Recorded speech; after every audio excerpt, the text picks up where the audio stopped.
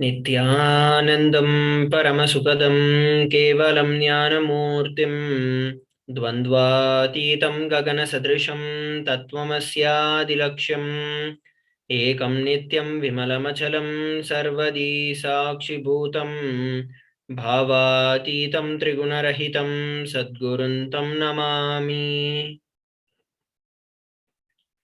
Nityanam, everybody. Welcome each and every one of you for today's Devi Parashakti Akashic reading, manifesting through the Supreme Pontiff of Hinduism, Jagat Guru Mahasannidhanam, His Divine Holiness Bhagavan Nithyananda Paramashivam.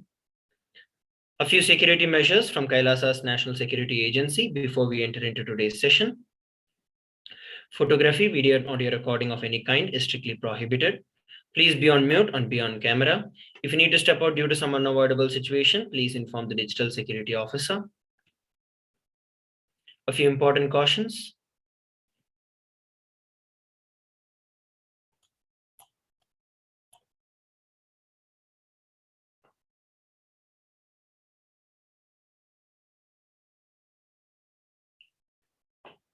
Once again, we'd like to welcome all the Kailasavasis attending from Kailasa's monasteries, gurukuls, temples, ashrams, and centers from around the world.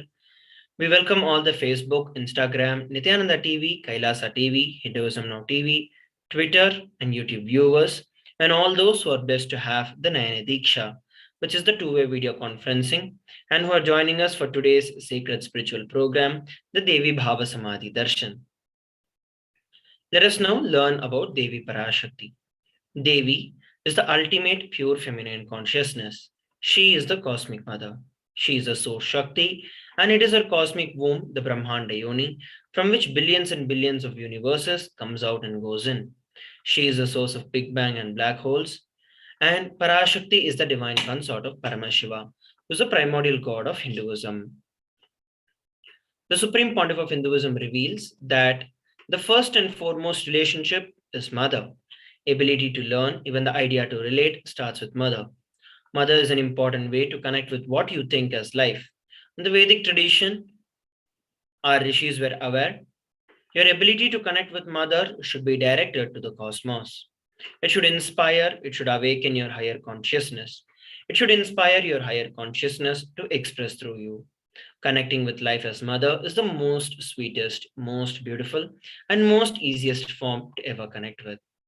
Today, out of his extreme love and compassion, the Supreme Pontiff of Hinduism is manifesting as Devi Parashakti herself and gracing us, answering all our questions, attending to our prayers, giving us boons, healing us, revealing our past, present, and future, delivering profound spiritual truths, and ultimately giving us the experience of Paramashivoham itself. Let us now learn about Devi Bhava Samadhi Darshan. So what is Samadhi? Sama is oneness and Adi means source. So Samadhi means one with the source. Bhava means attitude or aspect. Bhava Samadhi means being one with the source through this aspect. So darshan means to have a glimpse of. In Vedic tradition, it is used to describe the moment we behold a deity, an avatar, a saint, or an enlightened being, as just seeing such a being can cleanse the karma of lifetimes and create a deep, lasting transformation in the receiver. Darshan is the powerful superconscious vibration that is present around an avatar at all times. He simply radiates darshan just as the sun continuously radiates light. The auspicious moment when you are able to catch it becomes the moment of darshan for you, raising you to the next level of superconscious breakthrough, like hitting the reset button on your being. Divine cosmic beings are real and they manifest from Kailasa, the enlightened time-space zone, through deities and incarnations. Divine cosmic beings manifest through Archavatara, which are the deities in temples, through Bhava Samaya Darshans in Nijavatars as incarnations. Bhava Samadhi Darshan is a science of Nijavatar manifesting Paramashiva, the supreme consciousness. Devi Parashakti expresses through being of Rajarajeshwari and manifests as Nijavatar, physical form as Devi Meenakshi. The Archavatar, which is the deity, reflects the consciousness and manifestation, which is being of the superconscious energy. But human beings are not mature enough to receive the higher level experiences from the Archavatar directly. So the avatar, physical embodied form, has to come down to bridge the gap and create an experience of the superconscious energy in all of us. Bhava Samadhi awakens your Kundalini Shakti, which is the latent potential energy in every human being. During darshan, the whole being comes alive, turning into a superconductor of conscious energies that heal, empower, and transform our lives. During the Bhava Samadhi darshan, our neurons mirror that of the avatar. Mirror neurons activate and process all the information of the avatar just by seeing. What are Akashic readings? Akashic readings are not just some predictions. They are readings from the cosmic archives. Beyond the time dimension, creation and destruction happen simultaneously. In the dimension of time starts the past, present, and the future. But because the Akashic readings are stored in the Akasha, which is a space dimension, there is no past, present, or future. That is why whatever we call as happened, happening, and yet to happen are already clearly recorded. Next, we are going to be learning about the Supreme Pontiff of Hinduism after a short break.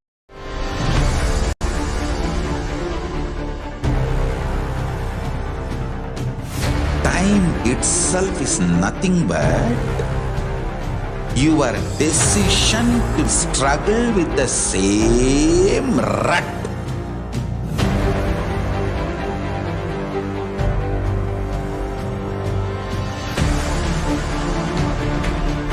Your decision to struggle with the same rut is time, Kala. Your decision to swallow time is Kala Bhairava.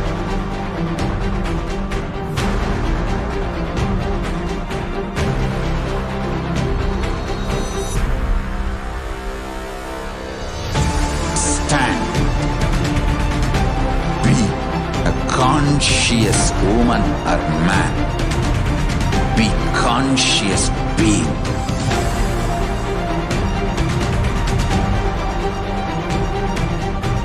Shrink the time through conscious will persistence. Make the future into present by being ferocious with yourself.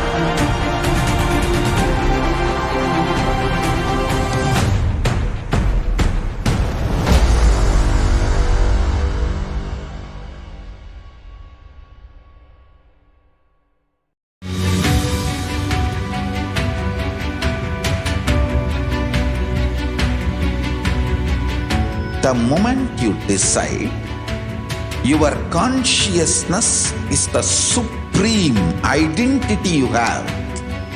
You will not empower your depression, your frustration,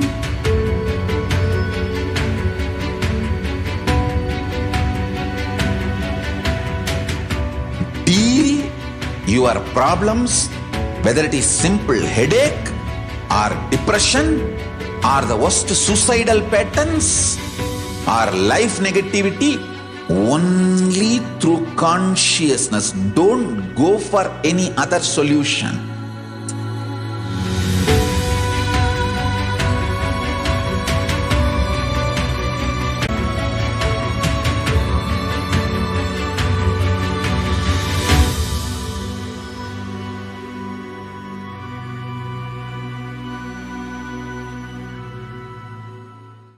Greater signs of life can be realized with a greater ability to visualize.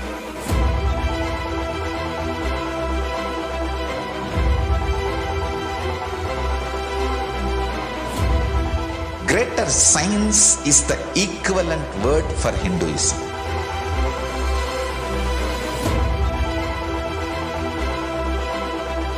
When you understand the greater science of life, greater courage, more possibility, more fearlessness, more joy, more bliss.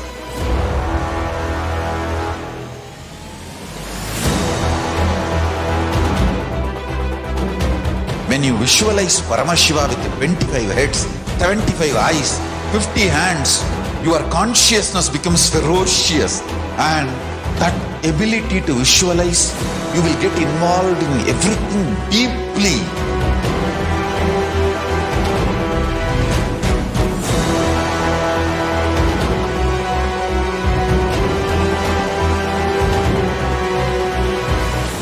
Involved people are the most delicious, most sweet, most beautiful, most juiciest beings of planet Earth.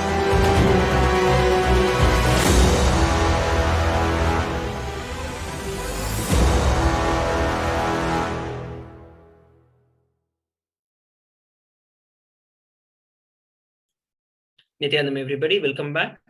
Let us now look at the life of the Supreme Pontiff of Hinduism. The Supreme Pontiff of Hinduism, Jagat Guru Mahasannidhanam, His Divine Holiness Bhagavan Nithyananda Paramashivam, is the reviver of Kailasa, which is a macrocosmic, ancient, enlightened Hindu civilizational nation. The Supreme Pontiff of Hinduism is the 1008th incarnation of Paramashiva as per Hinduism. He has been recognized by his predecessors who are enlightened masters and adepts. The Supreme Pontiff of Hinduism has made the science of power manifestation, yoga, and temple-based universities a lifestyle for humanity. Let us now look at a brief timeline of the coronations of the Supreme Pontiff of Hinduism. Before 1981, the Supreme Pontiff of Hinduism was identified as the 1008th incarnation of Paramashiva by spiritual adepts and enlightened masters. In 1981, at the tender age of 3, the Supreme Pontiff of Hinduism was initiated into Chaturmasya and Bala Sannyas. In 1988, he was coronated as the future Guru Mahasannidhanam of the Tondai Mandala Adinam, which is the oldest monastic university. And on 24th of May 1994, he was declared as the successor of the Arunachala Sarvanya Peetham. And in 1999, he founded the mission, the Nithyananda Sangha, to revive Kailasa internationally. In 1999, he was also coronated as the successor of the Kashi Sarvanya Peetham. Here, we're looking at the Guru Parampara of the Adi Arunachala Sarvanya Peetham, starting with Yogi Yogananda Puri, followed by Isaki Swamigal, and then Mata Vibhudananda Puri, succeeded by the Supreme Pontiff of Hinduism. These are the photographs taken of the Supreme Pontiff of Hinduism when he founded the mission Nithyananda Sangha to revive Kailasa internationally. The Supreme Pontiff of Hinduism was just 21 years of age when he founded the mission, the Nithyananda Sangha. Here we're looking at the photographs taken when the Supreme Pontiff of Hinduism was coronated as the successor of the Kashi Sarvanya Peetham. In 2002, Supreme Pontiff of Hinduism founded the Adi KAILASA Sarvanya Peetham. In 2004, he was declared as a successor of Bhagyanagar, the Sripura Sarvanya Peetham. In 2004, he became the incumbent emperor of Suryavamsa Swangi Samrajam of Suryavamsa lineage. Here are some of the pictures where the Supreme Pontiff of Hinduism personally founding the Adi KAILASA Sarvanya Peetham. Here are the pictures where the Supreme Pontiff of Hinduism is officially declared as the successor of Bhagyanagar, the Sripura Sarvanya Peetham. Here are the lineage of the emperors and where the Supreme Pontiff of Hinduism is the current emperor of Suryavamsa Swangi Samrajam. In 2007, the Supreme Pontiff of Hinduism was declared as the Guru Mahasannidhanam of the Adi Pallava Sarvanya Peetham, following which the same year he was also declared as the Mahamandaleshwar of the Mahanirvani Akhada. And on 27th of April 2012, he was coronated as the 293rd Guru Mahasannidhanam of Kailasonatha Shyamala Peetha Sarvanya Peetham. It is the oldest papal state and the monastic kingdom. Here we're looking at the photographs taken when the Supreme Pontiff of Hinduism revived the Adi Pallava Sarvanya Peetham at the age of 29. Here we're looking at the coronation as the 293rd Jagat Guru Mahasannidhanam of the Kailasonatha Shyamala Peetha Sarvanya Peetham. You can see the predecessor of the Supreme Pontiff of Hinduism, crowning the Supreme Pontiff of Hinduism as the incumbent emperor and the successor of KAILASA Nithyananda Paramashivam. In 2013, the Supreme Pontiff of Hinduism was officially coronated as the youngest Mahamandaleshwar, which is the supreme spiritual head of the Mahanirvani Akhada, which is the largest apex monastic order. Following which, the same year, he was also declared as the Acharya Mahamandaleshwar of the Atal Akhada by Acharya Mahamandaleshwar Sukadevanandaji, the then incumbent spiritual head. And in 2014, he was coronated as the Guru Mahasannidhanam of the Tanjavur Adinam. Here are the pictures where the Supreme Pontiff of Hinduism is officially coronated as Mahamandaleshwar, Supreme Spiritual Head of Mahanirvani Akhada. Here are some of pictures where the Supreme Pontiff of Hinduism is officially coronated and the rituals were performed to become the Guru Mahasannidhanam of Tanjavur Adinam. In 2014, Supreme Pontiff of Hinduism was coronated as the Guru Mahasannidhanam of Tiruvarur Adinam. Same year, he was also coronated as the Guru Mahasannidhanam of Vedaranyam Adinam. In 2014, he was coronated as the Guru Mahasannidhanam of Panchanavikulam. Here is the Guru lineage, where the Supreme Pontiff of Hinduism is the current Guru Mahasannidhanam of Tiruvarur Adinam. Here are the pictures where the Supreme Pontiff of Hinduism is coronated as Guru Mahasannidhanam of Vedaranyam Adinam. In 2015, he was coronated as the Guru Mahasannidhanam of Dharma Mukti Swargapuram Adinam. Same year, he was also coronated as the Guru Mahasannidhanam of Adipita Koladamata. In 2015, he was also elected as the Supreme Pontiff of Hinduism by a congregation of over 1,000 spiritual leaders or pontiffs.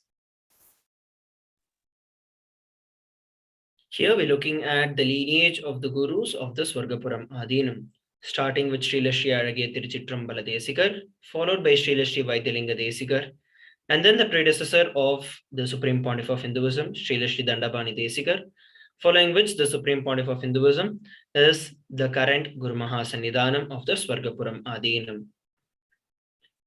Here we're looking at the photographs taken when the Supreme Pontiff of Hinduism was coronated as the Guru Mahasannidhanam of the Adipita Koladamata.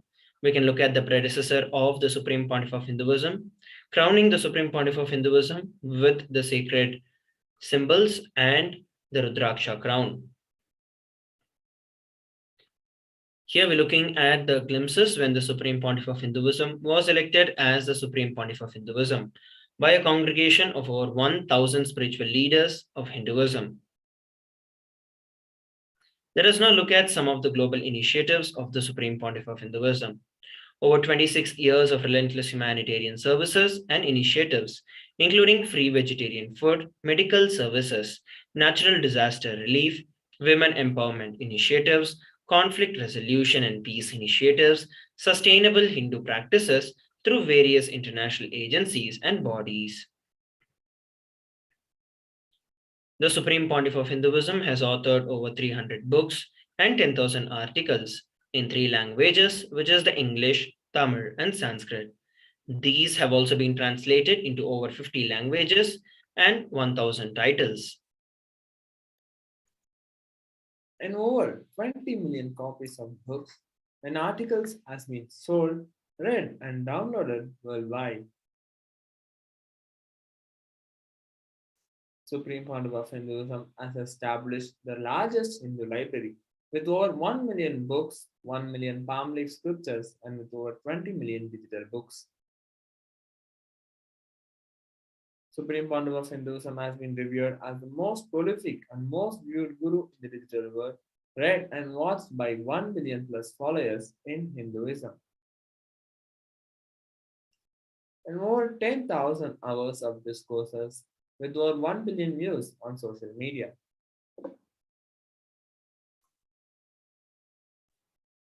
The Supreme Pontiff of Hinduism is also respected as the commentator of all the sacred scriptures, such as the Upanishads, the Bhagavad Gita, Shiva Sutras, Yoga Sutras, Ashtavakra Gita, Jain Sutras, etc. He has also been honored as the leader of Hinduism, the most awarded internationally recognized Hindu leader. He has also been acclaimed as one of the top 100 spiritually influential living personalities by Watkins Mind, Body, Spirit magazine. The Sovereign Order of Kailasa, that is led by the Supreme Pontiff of Hinduism, and the Nithyananda Order of Monks, Nuns, and the Hindu diaspora are working for global peace and to give a superconscious breakthrough to the entire humanity. Supreme Pontiff of Hinduism is the establisher of the largest Hindu university in the world with satellite campuses in over 150 plus countries. Supreme Pontiff of Hinduism is the establisher of 1000 plus Kailasa enlightened ecosystem all over the world. And he is also the founder and reviver of over 100 plus urban Peter. Next, we are going to be looking at some of the news and events from Kailasa after a short.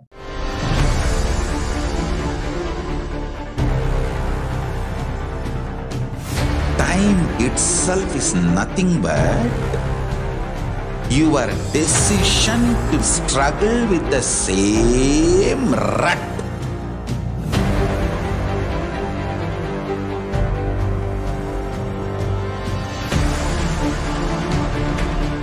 Your decision to struggle with the same rut is time, Kala.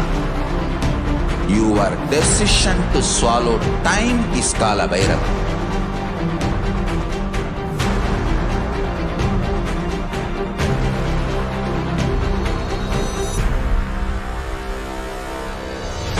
Stand. Be a conscious woman or man. Be conscious being.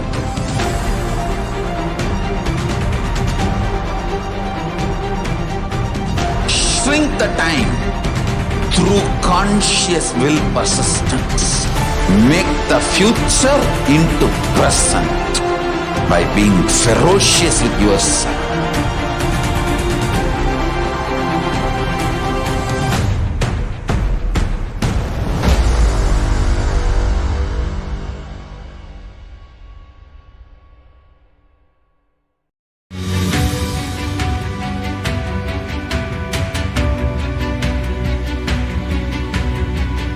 The moment you decide, your consciousness is the supreme identity you have.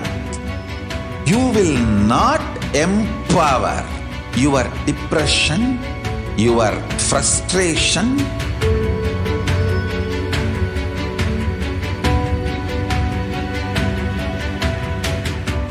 deal your problems, whether it is simple headache or depression or the worst suicidal patterns or life negativity, only through consciousness. Don't go for any other solution.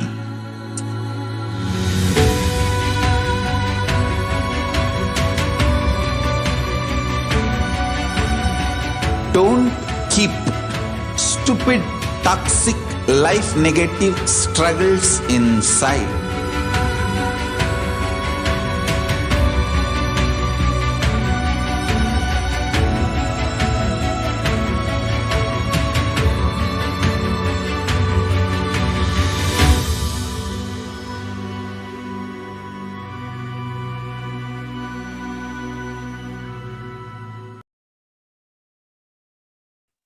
Nithyanandam, everybody, welcome back. Let us now look at some of the news and events from Kailasa. We had a very special webinar on unraveling the mysteries of the parallel universe on 16th of Jan 2022 by the Supreme Pontiff of Hinduism. The Supreme Pontiff of Hinduism gave everyone a very experiential and profound spiritual experience where he initiated all the devotees and the participants of the webinar to experience themselves in the parallel universes and multiple dimensions. On 17th of Jan 2022, we had the Maheshwara Puja. The Supreme Pontiff of Hinduism accepted the Pinda and the Shraddha. We had over 150 participants from around the world. Swamiji accepted all their offerings and bestowed liberation upon their ancestors, bringing completion to their ancestors and the participants. Let us look at some of the upcoming events and darshans. We have a very special program, the most awaited program. After 3 years, we have Paramashivoham level 3 from February 19th to March 11th, 2022. This is a 21-day program to teach the science of manifesting the ultimate consciousness in you. This Paramashivoham, we are going to be manifesting deeper experiences of the 25 states of consciousness, the vertical time zones, and the power manifestation. Join us for this program. Head over to kailasa.org/Paramashivoham and register yourself for this program. We also have an upcoming webinar on manipulating the time-space dimension coming up this weekend on Saturday. We request every one of you to block your date, and your time to experience and be part of this mind-blowing webinar, which is a glimpse into Paramashivoham level 3. Next, we are going to be entering into the next segment of today's Bhava Samadhi Darshan, which is the extraordinary power of demonstration. All those who want to experience and would like to volunteer for this power manifestation, I request you to head over to the YouTube or the Facebook Live, wherever we are going live, and you can actually put your comment so that we can manifest this extraordinary Shakti for all of you. Now, let us go over the basics and introduction. In today's Bhava Samadhi Darshan, all of us will be receiving the initiation into the third eye awakening and various other powers with the blessings and the grace of the Supreme Pontiff of Hinduism. We will be manifesting the powers of third eye and the power of body scanning and this power of thought current reading. So let us understand what are Shaktis.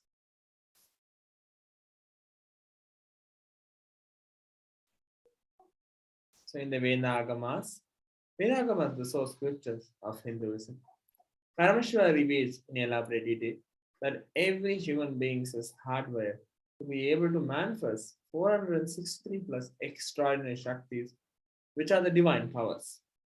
Manifesting powers, Shaktis, are described as system, method, and science for human beings to explore the various possibilities and powers and have access to various states of consciousness.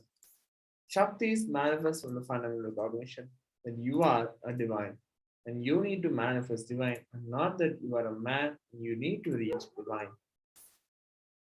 So let us understand some of the differences between Shaktis and Siddhis. Shaktis of Paramashiva manifest through ordinary human beings in an extraordinary way after the initiation from the avatar. And Shaktis are permanent, whereas the Siddhis are not permanent, and Siddhis may divert you from enlightenment.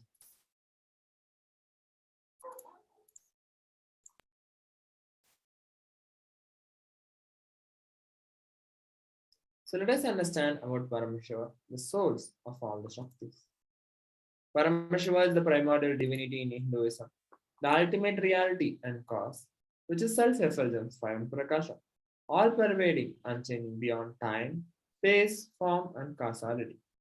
As the fundamental base of Avyakta, the unmanifest and Vyakta, the manifest existence, he performs the Panchakritya, or 5 cosmic acts of Shrishti, which is creation, Sthiti, sovereign rulership and maintenance, Samhara, rejuvenation, Trobhava, pulling out of delusion, Anugraha, liberating grace for all living entities. The Supreme Pontiff of Hinduism, Jagat Guru Mahasannidhanam, His Divine Holiness, Bhagavan Nithyananda Paramashivam, is the reviver of Kailasa, which is the ancient enlightened Hindu civilizational nation. Ever since the beginning of the civilization, the Sanatana Hindu Dharma has been a cradle of enlightened beings and highly advanced sciences. It was where the science of enlightenment and the powers was lived and taught as a lifestyle. For the very first time in the modern day, the Supreme Pontiff of Hinduism is reviving these yogic sciences and transmitting it to the world at a record-breaking pace that has never been accomplished before. The knowledge and the science of manifesting these Shaktis are passed down from one generation to the next through the Diksha or the initiations by the enlightened gurus. The Supreme Pontiff of Hinduism, being recognized as an incarnation at a very young age, was trained and taught these sciences to revive the initiations and the knowledge repositories for billions to manifest the science of power manifestation from the disciplines of Vedanta, Tantra, Sri Vidya, Yoga and Yogic powers, Mantra Shastra, Siddha Vidya, science of Aushadha, Advaita and Bhakti Yoga, Paramashiva Jnana and Paramashiva Vijnana.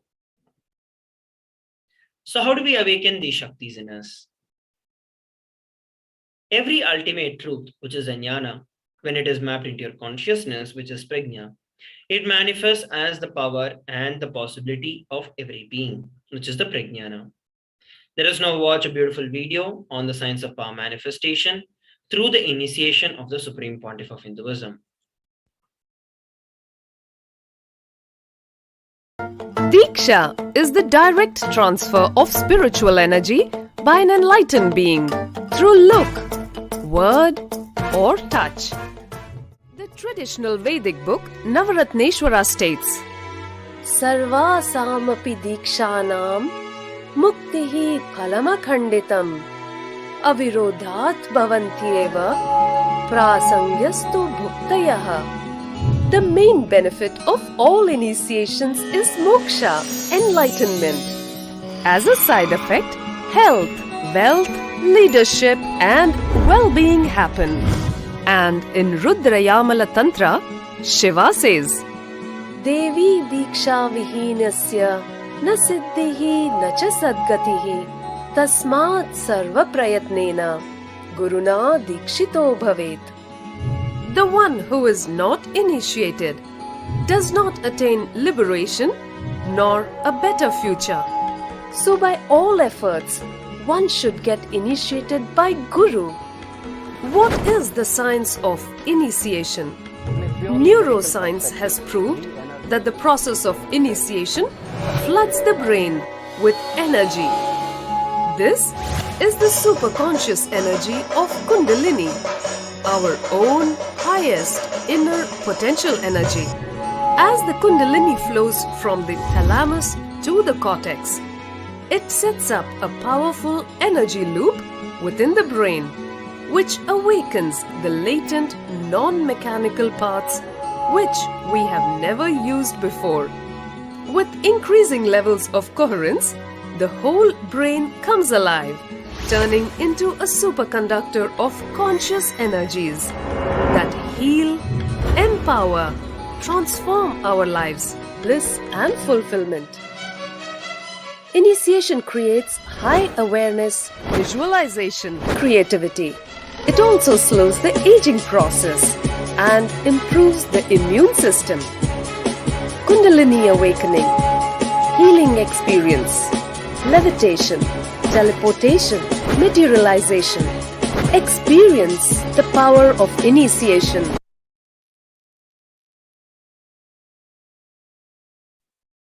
So we listened and saw a beautiful video on the science of the initiation. Next, let us look at the science of power manifestation that is authenticated through 4 aspects of evidences or pramanas. The first is the Shastra Pramana. Shastra Pramana is the eternal and unchangeable truths that are revealed in the source scriptures. The next is the Apta Pramana. Apta Pramana is the experiences and the results of Aptas or authorities of Hinduism, the Vedic rishis and scientists who have time tested and verified the science. The next is the Atma Pramana, or an account of Supreme Pontiff of Hinduism, Bhagavan Nithyananda Paramashivam, this millennium's avatar's personal experience of power manifestation. The next is the Pratyaksha Pramana, or empirical evidence from observation and scientific experimentation.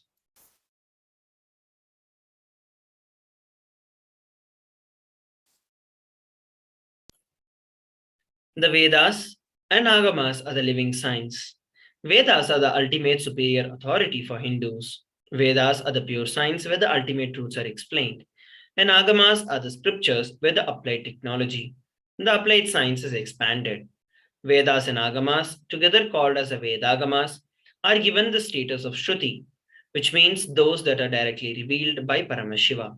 They are the ultimate, the eternal, and unchangeable truths.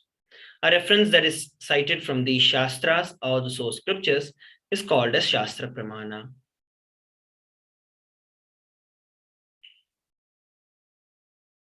Let us now get ready to witness a very unique and exciting demonstration of the power of third eye. So now we'll be manifesting the power of body scanning.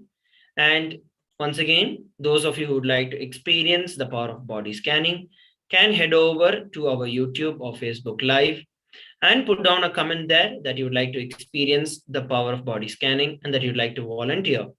So that we could pick up either one of you and manifest this power. So while all of you take a few moments to do it, let us go over the pramanas of the body scanning.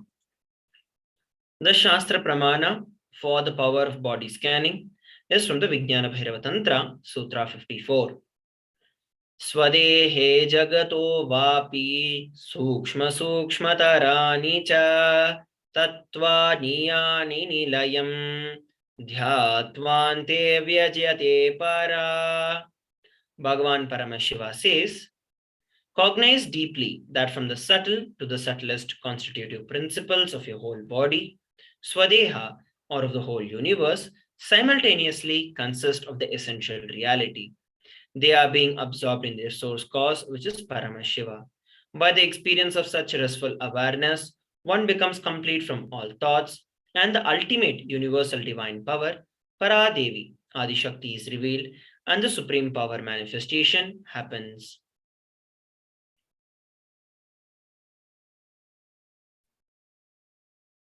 The next we have is the Atma Pramana, reference of power of body scanning from life of a Siddha.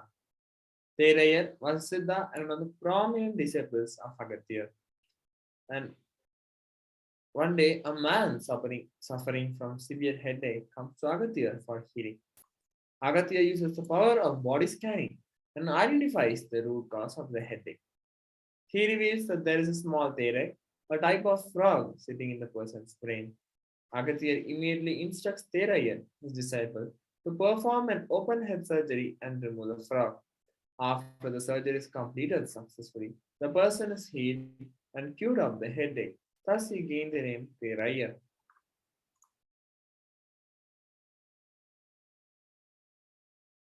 The next we have is the Atma Pramana, accounts from Supreme Founder of Hinduism, Bhagavan Nithyananda Paramashiham's life, that is time tested and authenticated, which is authenticated by this science.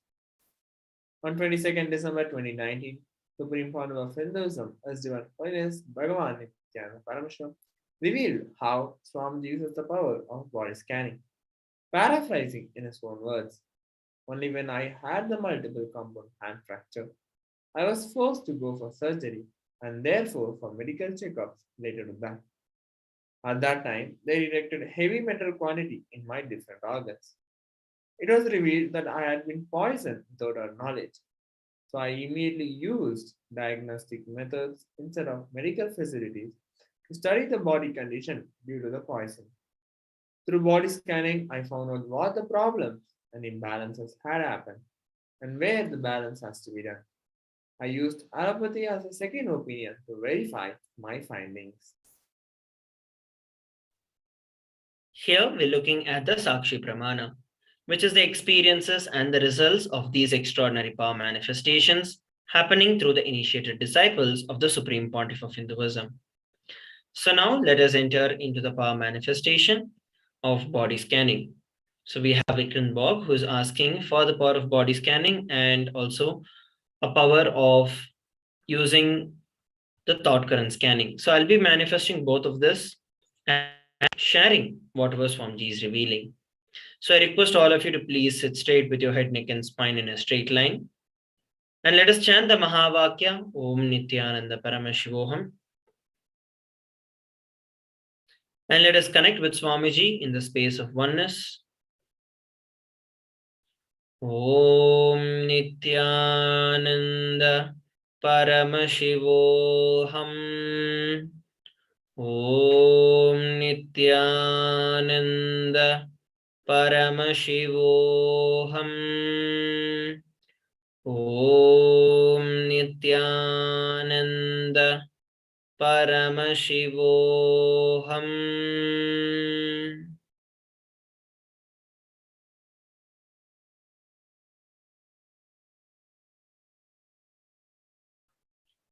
Yes, so what Swamiji revealed is that you still have the doubt about you going abroad, or if your thought currents of the ability to go outside and manifest a job is still there.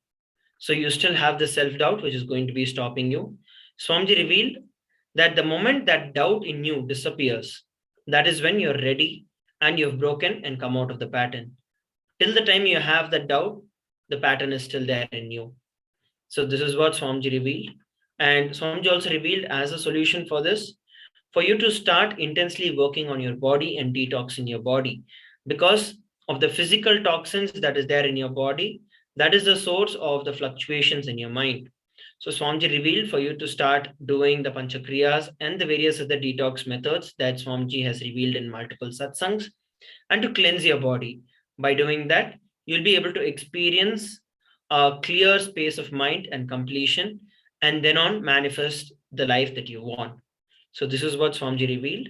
You can put your message in the Facebook and in the YouTube chat so that people are also able to connect with what was revealed and how you're able to experience that. So with that, we are coming towards the conclusion of the power of body scanning. And it is now time for us to move on to the next segment of today's Bhava Samadhi Darshan after a short break. Please stay tuned.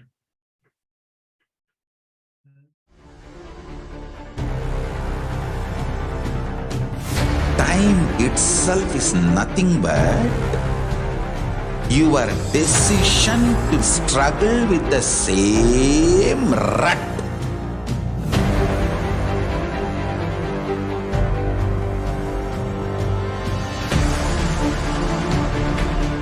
Your decision to struggle with the same rut is time, Kala. Your decision to swallow time is Kala Bhairava.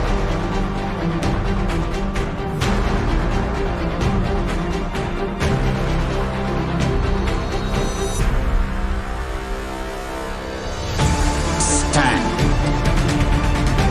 Be a conscious woman or man. Be conscious being.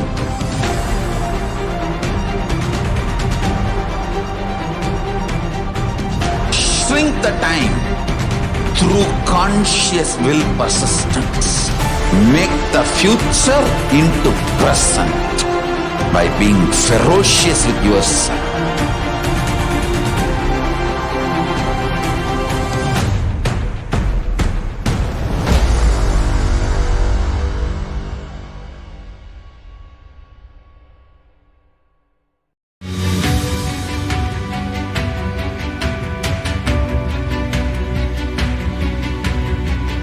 The moment you decide, your consciousness is the supreme identity you have.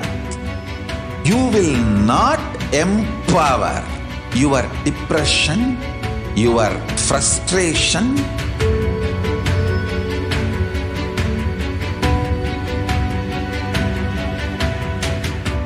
deal your problems, whether it is simple headache or depression or the worst suicidal patterns or life negativity, only through consciousness. Don't go for any other solution.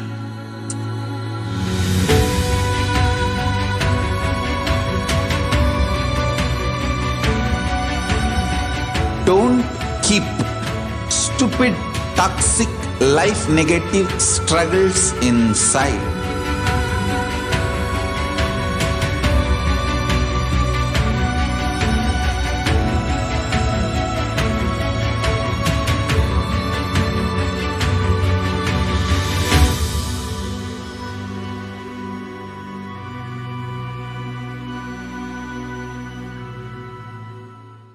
greater signs of life can be realized with a greater ability to visualize.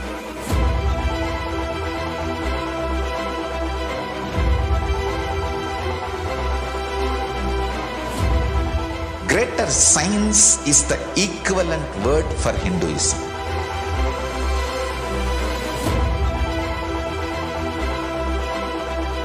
When you understand the greater science of life, greater courage, more possibility, more fearlessness, more joy, more bliss.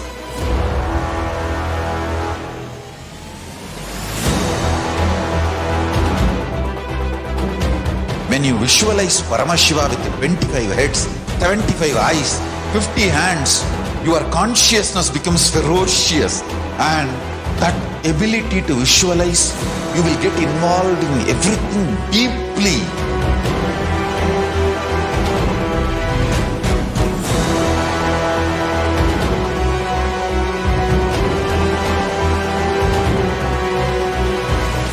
Involved people are the most delicious, most sweet, most beautiful, most juiciest beings of planet Earth.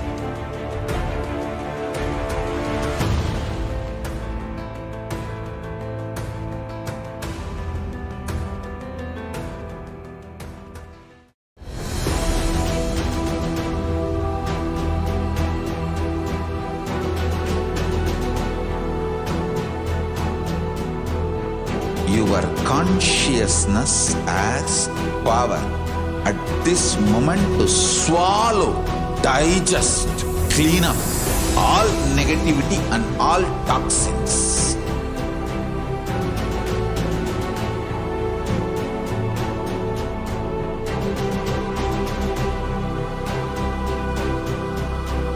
Develop a powerful will persistence.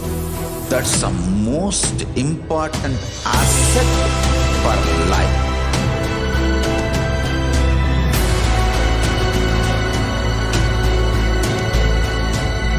I am not giving you some life positive blah blah.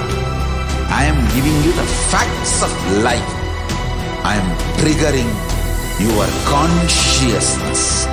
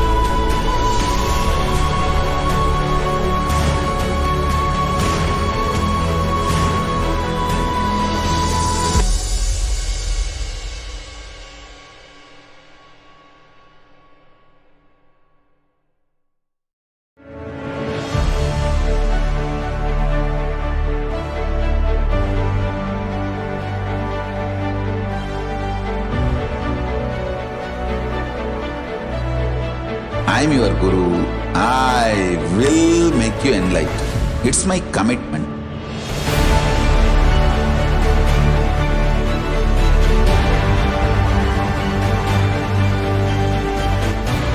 Till you become Paramashiva, I won't rest. Don't worry at all.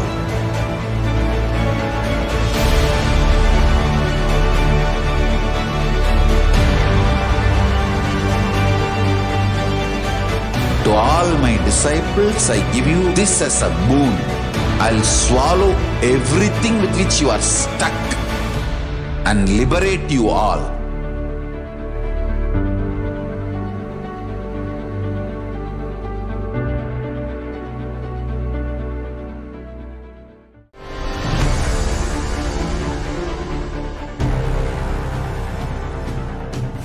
Time itself is nothing but your decision to struggle with the same rut.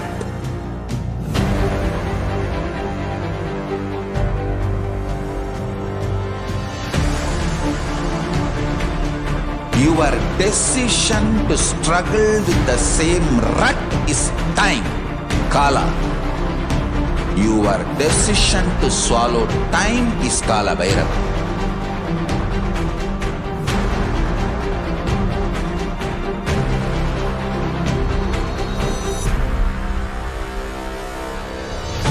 Stand.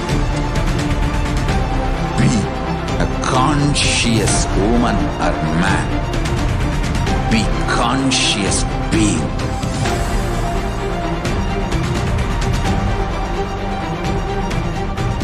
Shrink the time through conscious will persistence. Make the future into present by being ferocious with yourself.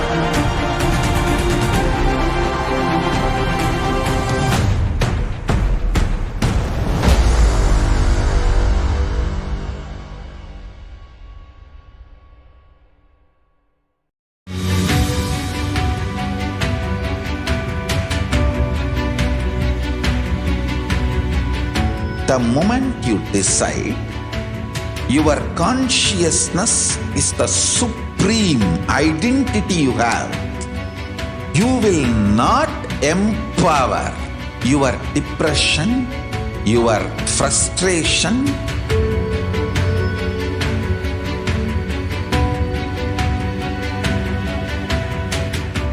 deal your problems, whether it is simple headache or depression or the worst suicidal patterns or life negativity, only through consciousness. Don't go for any other solution.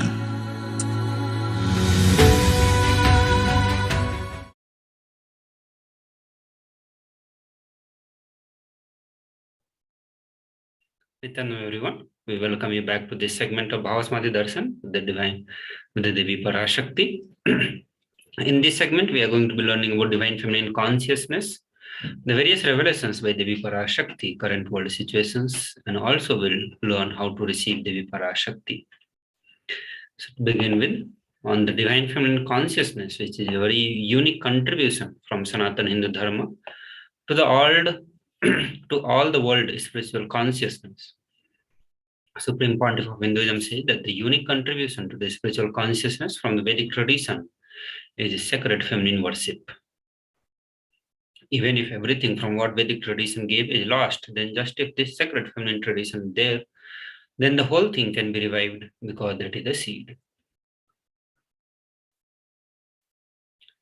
Sanatana Hindu Dharma, which has at least 10,000 sampradaya, if all the sampradayas are lost for some reason, and only this one sampradaya, the Devi worship remains, the whole thing can be brought back because the whole thing is centered on this one, Mother worship.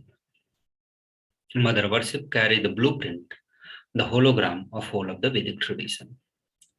Because Mother worship, the sacred feminine worship, carry the blueprint of all of the Vedic traditions, all the sampradaya which originated from Vedic traditions can be revived back through this one sampradaya alone. This one sampradaya is the mother of all the sampradaya of Sanatana Hindu Dharma. And this sampradaya of worshipping the ultimate divine and the feminine consciousness is very unique to Sanatana Hindu Dharma. And this is also a unique contribution to all the religious traditions that exist in the world. Supreme Pontiff of Hinduism says that sacred feminine worship is the hologram of Vedic tradition. There is no enlightened being on planet Earth without worshipping the sacred feminine, including me. I am basically Shakta. I myself followed Devi worship. From the beginning, if you see my biography and all the deities I carved, the darshans I had all mother-based, Devi-based. So here Supreme Pontiff of Hinduism emphasizes the importance of sacred feminine worship or worshipping the divine as the sacred feminine. Here he demonstrates in his own divine leelas at the incarnation that he has been a Shakta, he had darshans of Devi Parashakti. The very yantra that he carved, the deity that he carved, all were Devi-based. Also he says that there is no enlightened being or incarnation on the planet Earth who have not worshipped the sacred feminine or the divine feminine consciousness. Ramakrishna Paramahamsa, a great avatar who lived from 1836 to 1886, says Shiva is Brahman, but Devi has the key to reach Brahman. Unless she opens, nobody can reach. So again, we see the importance of sacred feminine worship in the path of our spiritual journey. So all the human beings who want to realize the ultimate state, who want to reach Brahman, all of us need to worship divine feminine consciousness. Sri Ramakrishna Paramahamsa again gives us a beautiful description of how to relate with Devi Parashakti through a very simple story. He says that even though husband is the owner, the key to house will be on the hip of mother. Either you have to fall at the feet of mother, or these are small sons of mother, only they can touch that place and remove the key. Nobody else can touch. So either surrender to mother, or people who are closer to mother, they can only reach. So here he also gives us a beautiful technique on how to attain the grace and blessings of Devi Parashakti. To Devi Parashakti, the sacred feminine consciousness or the sacred feminine worship, Devi Parashakti can be approached in two ways. Either through Matri Bhava, worshipping Devi as the mother, or surrendering at her feet. These are the two ways in which we can receive the grace and blessings of Devi Parashakti and achieve the Brahman in our life. Now we will look into the Dhyana Sloka of Devi Parashakti. This Dhyana Sloka is from Lalita Sahasranama, which says the Divine Mother is to be meditated upon as a shining in our million-red body, with the triple eyes sporting a crown of rubies studded with a crescent moon, a face all smiles, a splendid bust, a one hand holding a jewel cup brimming with the mead, and the other twirling a red lotus. We'll look into another Dhyana Sloka from the Lalita Sahasranama, the same scripture, which further gives more detail on to the physical form of Devi Parashakti, which says, I meditate on great empress. She is red in color and her eyes are full of compassion. She holds the noose, gourd, the bow and the flowery arrow in her hand. She is surrounded on all sides by powers such as anima, courage, and see the self within me. So divine feminine consciousness, the sacred feminine consciousness, the Devi Parashakti, when she takes the physical form, she takes, her body is red in color, the vermilion red in color. Her eyes are full of compassion. She is surrounded on all sides by the various powers of Paramashiva, various Astamahasiddhis, various Siddhis, Astamahasiddhis, and she is also the self within me. Now we look into the introduction of Devi Parashakti as given by Supreme Pontiff of Hinduism. Supreme Pontiff of Hinduism gives a beautiful description of Devi Parashakti. He says that Devi is the ultimate pure feminine consciousness. Parashakti is the cosmic mother. It is her cosmic womb, from which billions and billions of universes comes out and goes in. See the source where the Big Bang and black holes goes on.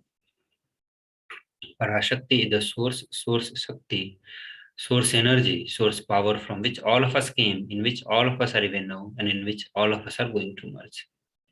So here we get to learn about the cosmic Kritya, the Panchakritya, the various actions of Devi Parashakti, the various happening for which she is the source of all those happenings.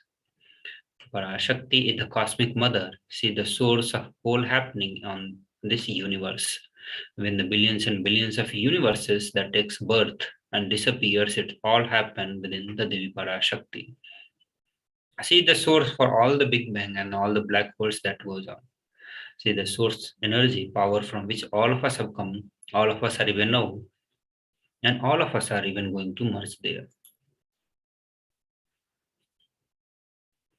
Devi Parashakti, out of her extreme love and compassion, she herself is manifesting through the embodied form as the Nijavatara of Supreme Pontiff of Hinduism, Jagadguru Mahasannidhana, His Divine Holiness Bhagavan Nithyananda Paramashivam.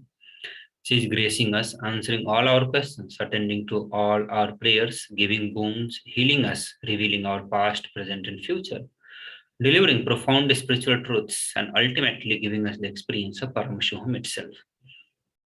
Now, Devi Parashakti is manifesting herself through the Supreme Pontiff of Hinduism. She is here to bless all of us, to relieve all of us from all the pain and suffering that we have for the Janmas. She is showering the boons, blessings. She is attending to all our prayers. She is healing our past.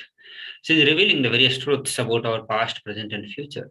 She is giving the profound spiritual truths and sharing the various powerful cognitions, making those powerful cognitions manifest in us, making us experience the various conscious breakthrough. And ultimately, she is giving the experience of Paramashivoham itself, giving the experience of Brahman itself. So now we will look into how to receive Devi Parashakti, who is blessing all of us, with the various boons and blessings. But before we move into the segment, we'll like to have a short break.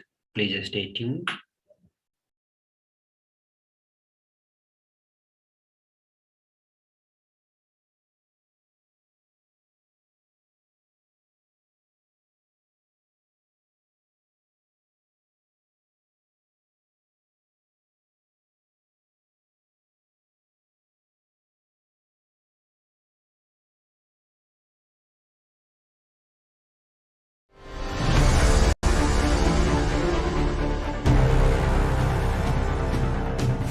Time itself is nothing but your decision to struggle with the same rut.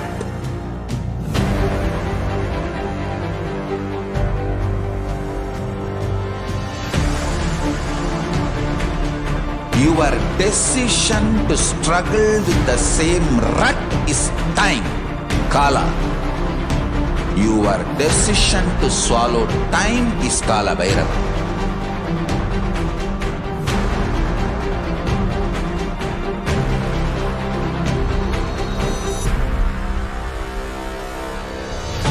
Stand. Be a conscious woman or man. Be conscious being.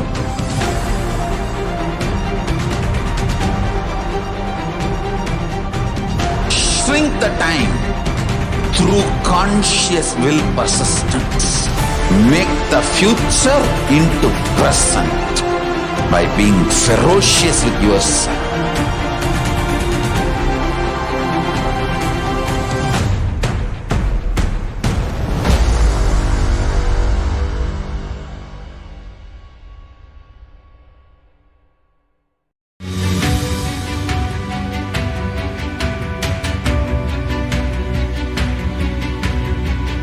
The moment you decide, your consciousness is the supreme identity you have. You will not empower your depression, your frustration,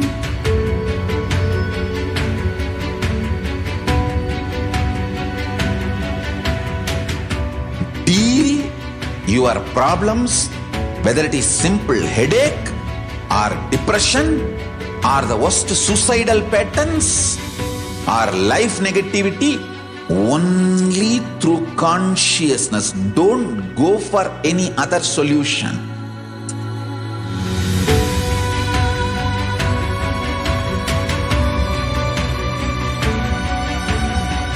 Don't keep stupid, toxic, life negative struggles inside.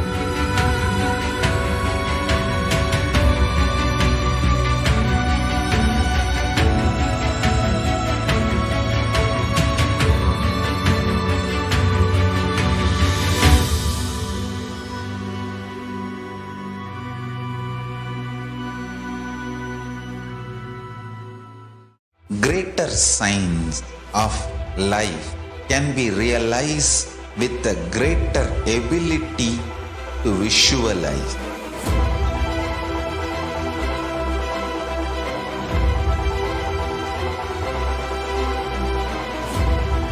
Greater science is the equivalent word for Hinduism.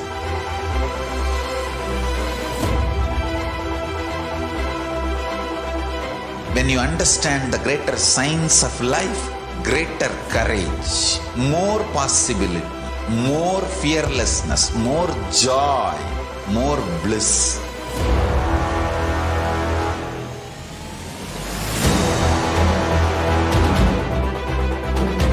When you visualize Paramashiva with 25 heads, 75 eyes, 50 hands, your consciousness becomes ferocious, and that ability to visualize, you will get involved in everything deeply.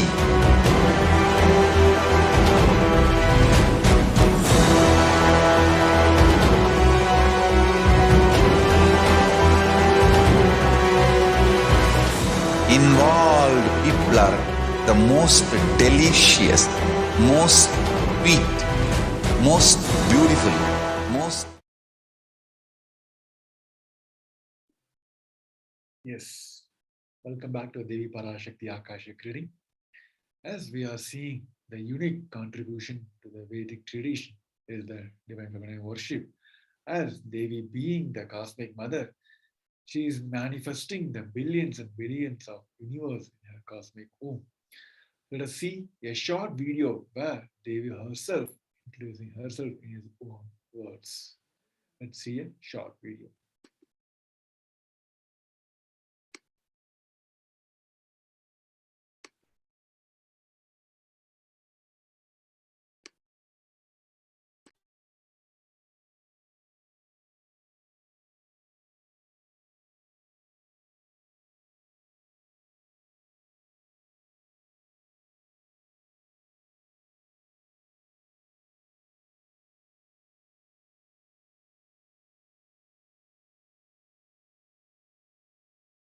Kumarikandam ஆளும் மீனாட்சி மலர்ந்தேன் இங்கு நல்லருள் செய்திடவும் நல்வாக்கு தந்திடவும் ஆனந்தம் ஞானத்தொடு பூரண அன்பு ஏகம் அநேகமாய் ஆகிய இப்புவுலகிற்கு பரமசிவன் ஞானம் தர வந்தேன் பராசக்தி மீனாட்சி. அருளாட்சி அரசாட்சி பொருளாட்சியோடு நன்மாட்சிமையோடு ஆட்சி செய்யும் பராசக்தி மீனாட்சி நான். கருணையே வடிவாய் கண்மலர்ந்து நன்மை செய்திட வந்திட்டேன். மாந்தர்கள் கேளுங்கள் இந்த பெருநன்மை சத்தியத்தை, கேட்டு நீங்கள் வாழ்ந்திட கேடும் பெருந்துக்கமும் உங்களுக்கில்லை. கேட்டிடுங்கள் இவ்வினாடி என்னை கண்டுகொண்டும் கேட்டுக்கொண்டும் இருக்கும் உங்கள் எல்லோர்க்கும் நான் அளிக்கும் தீட்சை. நானே நினைப்பும் மறப்பும் கடந்த உயிர்ப்பாய் உங்கள் எல்லோருக்குள்ளும் இருக்கின்றேன். பரமசிவோகம். Paramashivoham, Paramashivoham, Paramashivoham, Paramashivoham, Paramashivoham, Paramashivoham. இதை தீட்சையாய் ஏற்று இதே உணர்வோடு அமர்ந்திருங்கள். உங்கள் எல்லோருக்கும் எல்லா நன்மையும் வரமும் ஞானமும் அருளும் அளிக்கின்றேன். ஓங்காரத்தின் உட்பொருளாய் வேதமொடு ஆகமம் மெய்யாய் வெளிப்பட்டு உபவேதங்கள் உபாகமங்கள் அனைத்துமாய் உயர்ந்து நின்று தத்துவங்கள் ஆராய் உண்மையை செப்பி ஜகம் முழுவதும் ஞானம் அளிக்கும் பாரதி பராசக்தி மீனாட்சி நான். ஆய கலைகள் 64 உடலும் மனமும் உயர்வை அடைந்திடும் பரமசிவ சக்திகளை உங்களுக்குள் மலர்த்தவே வந்திருக்கின்றேன். அஷ்ட சித்திகளும் அஷ்ட கன்மமும் ஆதி சக்தி பரமேஸ்வரியாய் மலர்ந்து உங்கள் அத்துணை பேருக்கும் ஆனந்தம் அளிக்கின்றேன்.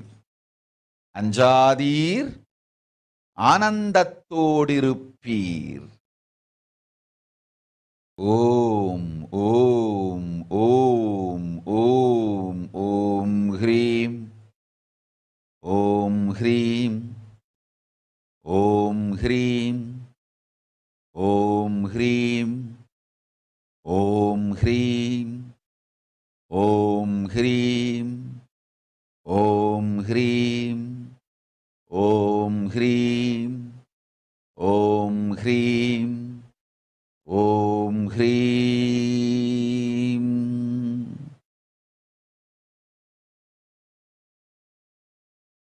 ஓம் ஓம் ஓம்.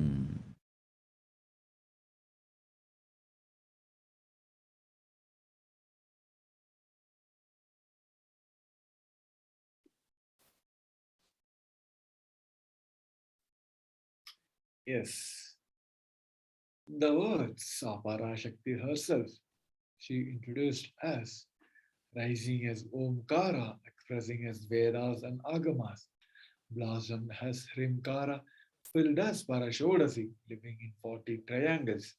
Kailasa Swamini, who is in the Kailasa Sri Purachintamani,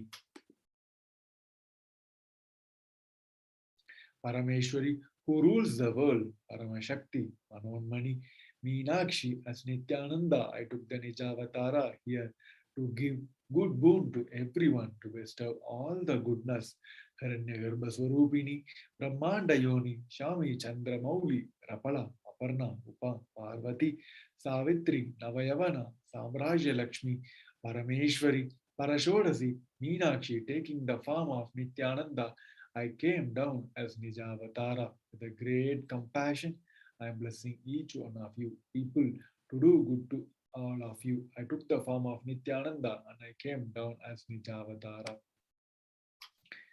Rising in Omkara, blossoming as Shiva, the manifesting as source of existence, powers of existence, expression of existence from the oneness of Om, blossoming into two as Prakriti and Purusha, blossoming as 3 Shaktis, Iksha, Kriya, and Jnana, growing as the 4 Vedas, expanding as 5 Panchabhutas, beyond the 6 chakras, filled as Gotras of 7 Rishis, expanding as 8 directions, existing as 9 Gragas, blossoming as 10 Indriyas, being as 11 Rudras, creating all the worlds, bringing life to tell and make the truth blossom and to do good to each one of you. Parashodasi, Meenakshi, in the form of Nithyananda, I came to bless every one of you. And the words from the Parashakti herself, saying about how she manifested in the form of Nithyananda as the source of existence, the powers of existence, and she is being the expression of the existence. And she came down with her extreme love and compassion to bring and tell the truth, blossom, and to do good to each one of us. She took the form of Nithyananda and she came down. So, how to receive Devi Parashakti?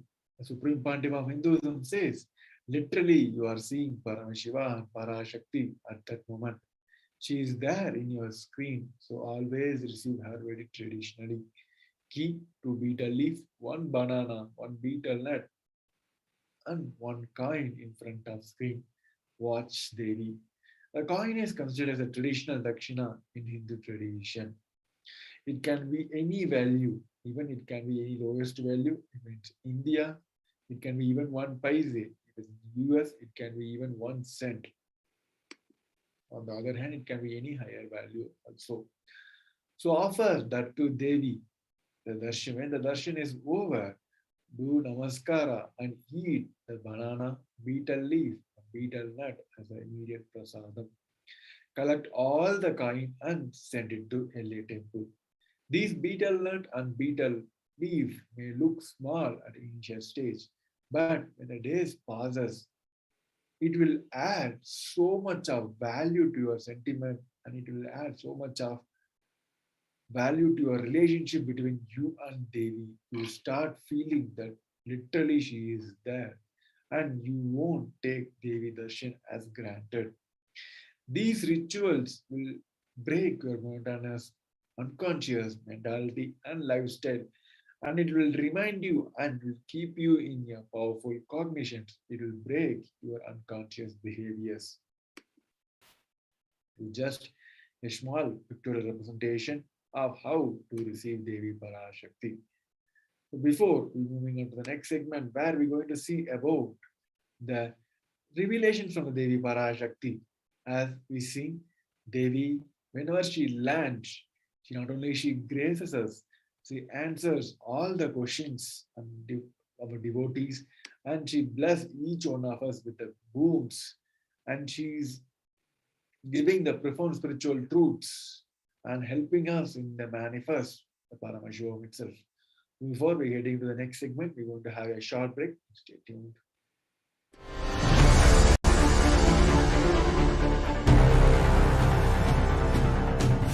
Time itself is nothing but your decision to struggle with the same rut.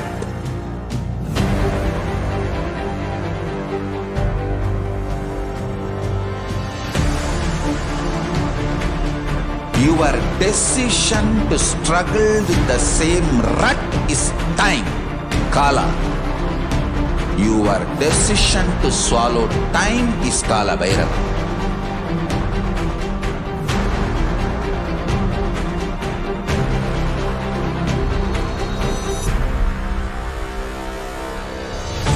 Stand.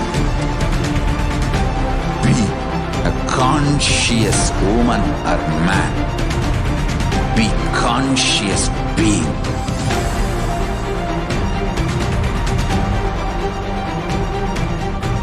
Shrink the time through conscious will persistence. Make the future into present by being ferocious with yourself.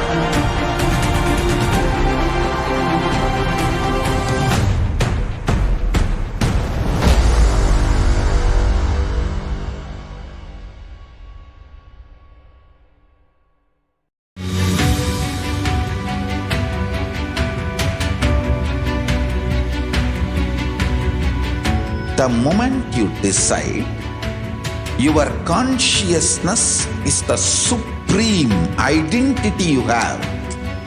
You will not empower your depression, your frustration,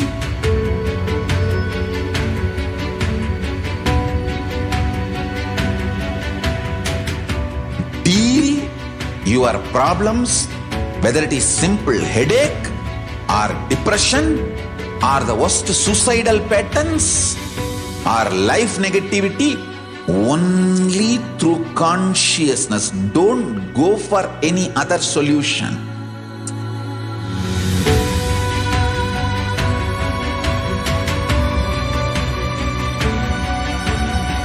Don't keep stupid, toxic, life negative struggles inside.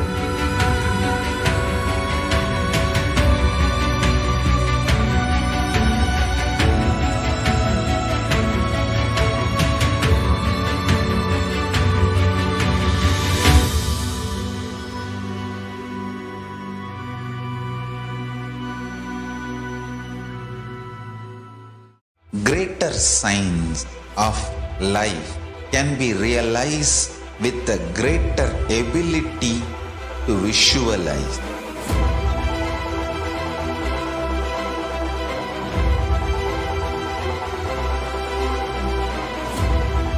Greater science is the equivalent word for Hinduism.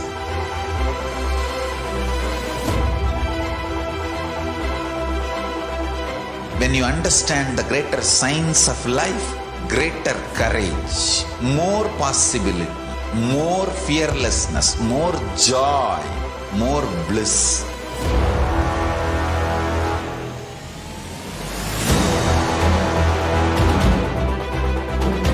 When you visualize Paramashiva with 25 heads, 75 eyes, 50 hands, your consciousness becomes ferocious, and that ability to visualize, you will get involved in everything deeply.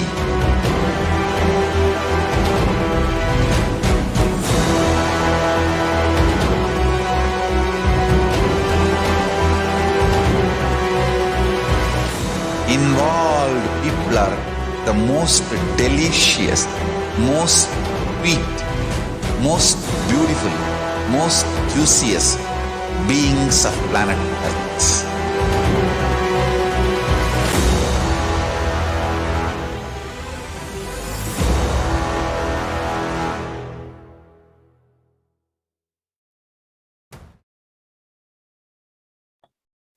Nithyananda everyone, we welcome you back to this segment on Bhavasmadhi Darshan. So now we'll be looking into one of the revelation by the PARASHAKTI, where he is giving a guideline on how to shape our future in this pandemic hit situations.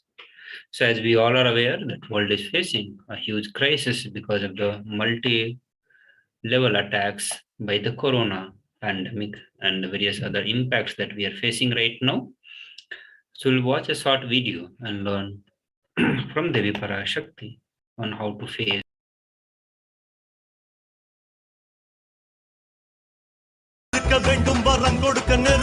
Om, Om, Om, Om, Om, Om, ஓங்காரத்துயர்ந்து பாங்காய் வேதமொடு ஆகமமாய் வெளிப்பட்டு ஹ்ரீங்காரமாய் மலர்ந்து பரஷோடசியாய் நிறைந்து 40 முக்கோணம் வாழும் கையிலை ஸ்ரீபுரச் சிந்தாமணி கிருகத்தில் இருக்கும் கைலாச சுவாமினி பரஷோடசி பரமசிவன் பாகம் அமர்ந்து பாராளும் பரமேஸ்வரி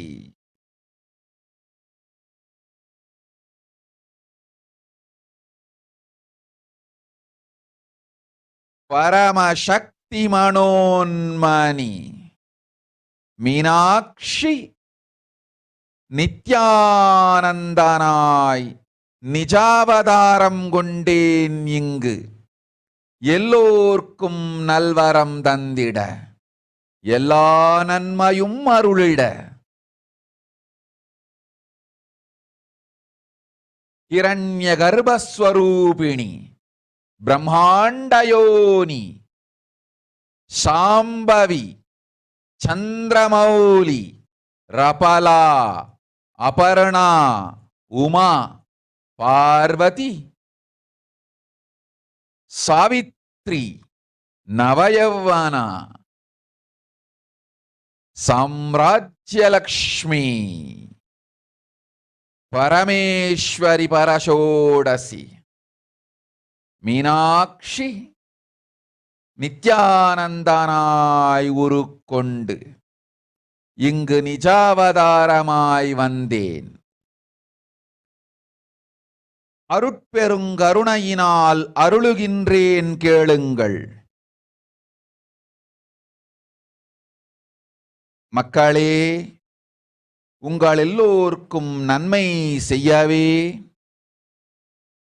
நாம் இங்கு நித்யானந்தன் வடிவு கொண்டு நிஜாவதாரமாய் இறங்கி வந்தோம். இந்திய நாட்டு மக்களே, கேட்டுக்கொள்ளுங்கள், நன்றாய் கேளுங்கள். காலம் காலமாய் அவதார புருஷர்கள் வந்து மலர்ந்து உலகிற்கு நன்மை செய்யும் மிக பெரும் ஞான பூமி பாரதம். இருக்கின்ற ஒரு பாரதத்தை இழக்க இயலாது மக்களே. ஞான கர்ப்பத்தை மலடாக்க இயலாது. வாழையடி வாழையென ஞானிகளும் அவதார புருஷர்களும் வந்தே தீர வேண்டும், வாழ்ந்தே தீர வேண்டும், மலர்ந்தே தீர வேண்டும். உலகிற்கு அதுவே உத்தம நன்மை. ஒரு சில கயவர்கள் மாயையில் சிக்கி செய்திட்ட சதிகளால் உலகை பலி கொடுக்க ஆகாது. சிருஷ்டி நஷ்டமடைய கூடாது. பிரபஞ்சம் அழிந்துவிடக் கூடாது. பிரளயத்து இருந்து இந்த பிரபஞ்சத்தை காக்கவே பெரும் கப்பல் நானொன்று செய்தேன். அதன் பெயரே ஆதி கைலாசம். ஆதி கைலாசம் இந்த பிரபஞ்சத்தில் இருக்கும் ஞான சக்திகளை ஒன்றாய் திரட்டி பிரளயத்திலிருந்து மக்களை காத்திடவே நாம் செய்த கப்பல். துரோகிகள் சூழ்ச்சியாலும் விரோதிகள் ஆட்சியாலும் வழியின்றி கப்பலை விட்டு மாலுமியே ஒதுங்க வேண்டிய காலம் வந்ததையா. அதனால்தான் ககனம் கொந்தளித்து பேரழிவை நோக்கிச் சென்று கொண்டிருக்கின்றது. மக்களே, அறியாத தனத்தினால் மாயையில் சிக்கி குழந்தைகள் தவறு செய்தாலும் பிரபஞ்சம் அழியாது காக்க வேண்டியது பராசக்தி. பரமசக்தி பரஷோடசி மனோன்மணியின் பொறுப்பென்பதால் சத்தியங்கள் சிலவற்றை சொல்லுகின்றேன், நன்றாய் கேட்டுக்கொள்ளுங்கள். அடுத்த சில மாதங்களில் 1000 அல்ல, லட்சம் அல்ல, கோடியில் உயிர்கள் பலியாகும். இந்திய நாட்டினில் கோடியில் உயிர்கள் பலியாகும். உண்மையை சொல்லுகின்றேன், நன்மையை சொல்லுகின்றேன். தேடிக்கொள்ளுங்கள் உங்கள் வாழ்க்கைக்கு பாதுகாப்பை. ஆதி கைலாசத்தை நிர்வகிக்கும் அன்பர்களே, நன்றாய் கேளுங்கள். 12 ஆண்டுகளுக்கு முன்பாக வரப்போகும் இந்த மாபெரும் பிரளயத்தை தெரிந்து கொண்டு உலகில் இருக்கும் எல்லா ஔஷத சக்திகளையும் ஒன்றாய் திரட்டி நவபாஷாணத்து நிறுத்தி ஆனந்த லிங்கமாய் வைத்திய சரோவரத்தில் ஸ்தாபித்து வைத்தேன். வருகின்ற குரு பூர்ணிமையோடு 12 ஆண்டுகள் அந்த ஞான ரசவாதம் பழுத்து முதிர்ந்து முழுமையான நவபாஷாண லிங்கமாய் மலர்ந்து விடுகின்றது. வருகின்ற குரு பௌர்ணமியில் இருந்து வருகின்ற எல்லோரும் அங்கு வந்து நவபாஷாண தீர்த்தத்தில் தீர்த்தமாடிச் செல்ல அனுமதியுங்கள். அதற்கு வகை செய்யும் விதத்திலே நல்ல முறையிலே எல்லா நன்மையும் செய்து வையுங்கள். இந்த தீர்த்தத்தில் தீர்த்தம் ஆடியோர்க்கும் அந்த தீர்த்தத்தை அருந்தியோர்க்கும் கொரோனா கொடுந்தொற்று வராது, மரணம் இல்லை, துக்கம் இல்லை. இது அறிவியல் பூர்வமாய் அனுபவபூர்வமாய் நிரூபிக்கப்படும். அதனால் கோடிக்கணக்கில் மக்கள் வரிசையில் நின்று தினந்தோறும் வந்து நவபாஷாணத்தாலான ஆனந்த லிங்கத்தில், நித்யானந்த லிங்கத்தில் நீராடி வணங்கி நன்மை பெற்றுச் செல்வார்கள். நன்றாய் கேளுங்கள் மக்களே. ஆதி கைலாசத்து நிர்வாகிகளே, இந்த ஒரு சேவையை உலகத்திற்கு செய்யுங்கள். நீங்கள் செய்த எல்லா கர்மங்களுக்கும் பிராயஷ்சித்தமாகும். நல் அமைதியும் ஞானமும் யோகமும் உங்களுக்கும் கிட்டும், உலகத்திற்கும் கிட்டும். 12 ஆண்டுகள் முன்பாக பராசக்தி நான் செய்து வைத்த நவபாஷாணம் சித்தித்து, புளித்து, பழுத்து, முதிர்ந்து ரசவாத யோகத்தில் சித்தியாகி இன்று நிறைந்த நவபாஷாண நித்யானந்த லிங்கமாய் வைத்திய சரோவரத்தில் மலர்ந்திருக்கின்றது. இதை செய்த காரணம், வரப்போகும் பிரபஞ்சத்தின் பிரளயத்திலிருந்து மக்களை காத்திடவே. எல்லோரும் கேளுங்கள். ஆதி கைலாசத்து நேரடியாய் மறைமுகமாய் உதவி செய்து உடன் இருந்த எல்லோரும் கேளுங்கள். உங்கள் எல்லோரையும் நம்பியே இந்த படகை நாம் உருவாக்கினோம்.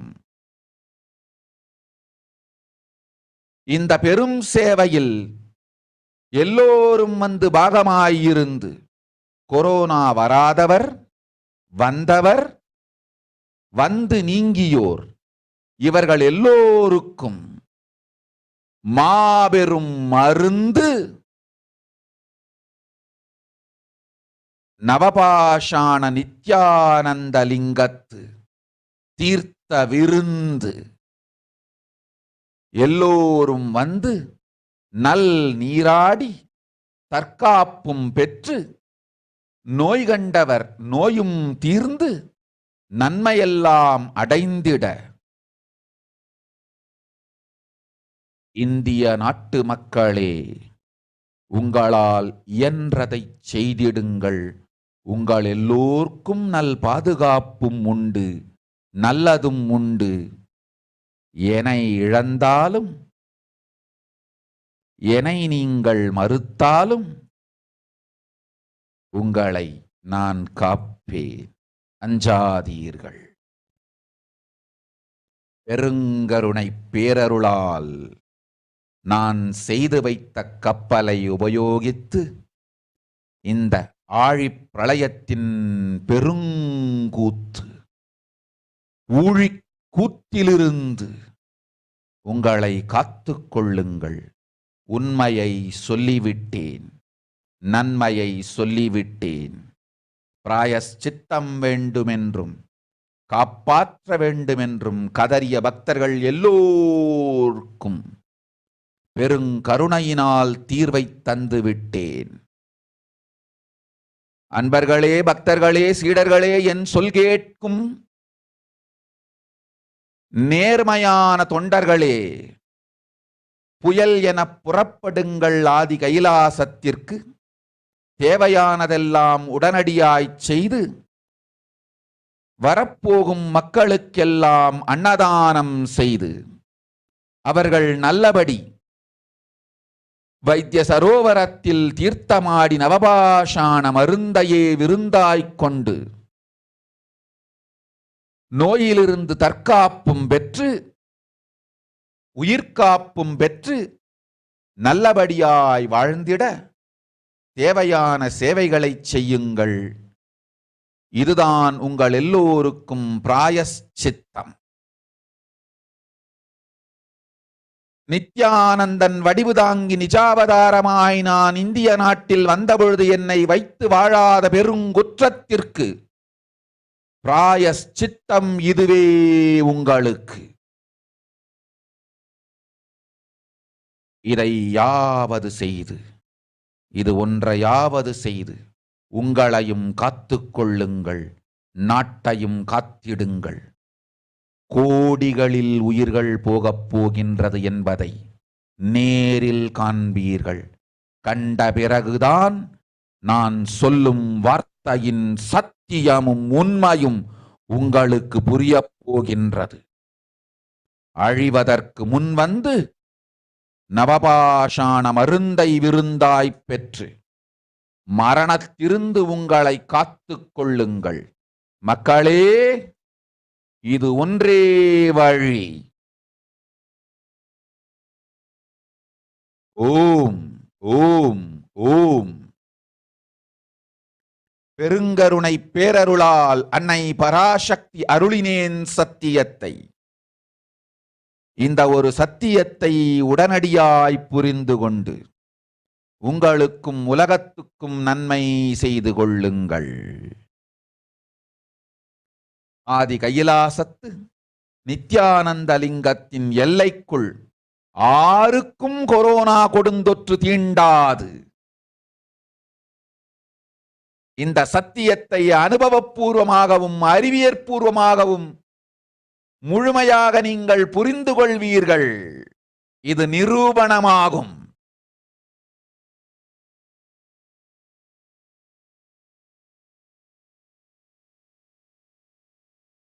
அன்னை பராசக்தி 12 ஆண்டுகளுக்கு முன்பாக உள்ள ஞான ஔஷத சக்திகள் அனைத்தையும் பிரம்மாண்ட யோனி ஹிரண்ய கர்ப்பத்திலிருந்து கொண்டு வந்து உருவாக்கி வைத்த நவபாஷாண லிங்கம் இன்று பிரளயத்திலிருந்து காக்கும் பெரும் கப்பலாய் உங்களுக்கு ஊதாவும். என இழந்தாலும் நான் செய்து வைத்த இந்த ரசவாத ஞானத்தின் துணை இழக்காமல் உங்களை நீங்களே காத்துக் கொள்ளுங்கள். இது ஒன்றே வழி. மக்களே, இது ஒன்றே வழி. ஓம் ஓம் ஓம் ஓம் ஓம்.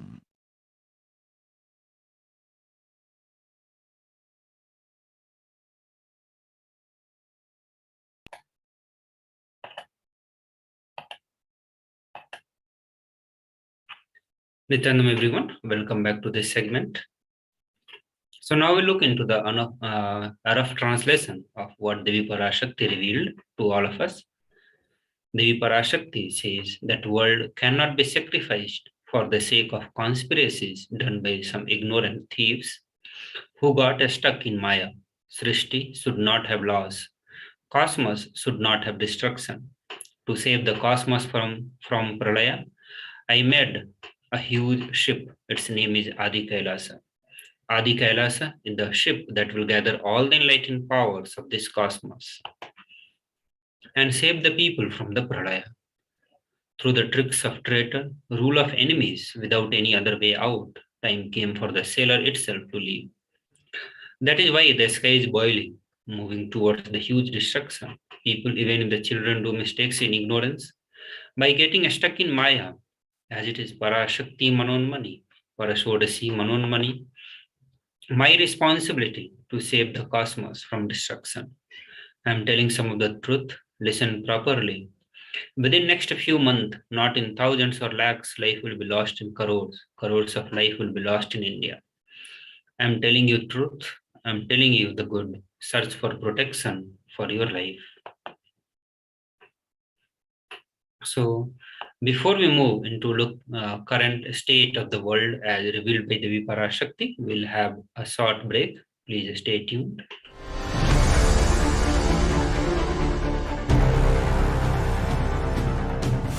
Time itself is nothing but your decision to struggle with the same rut.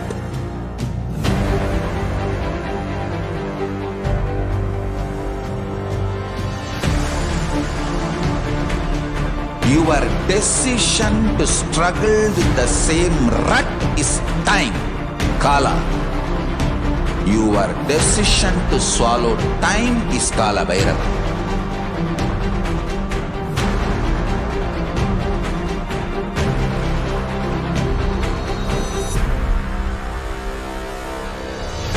Stand.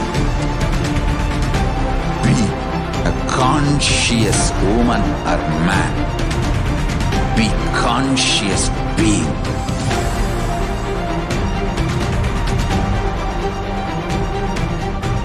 Shrink the time through conscious will persistence. Make the future into present by being ferocious with yourself.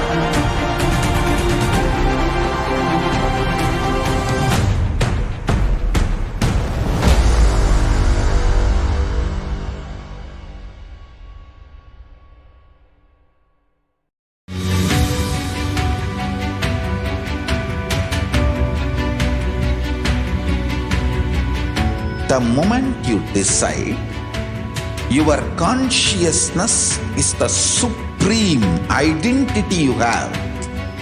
You will not empower your depression, your frustration,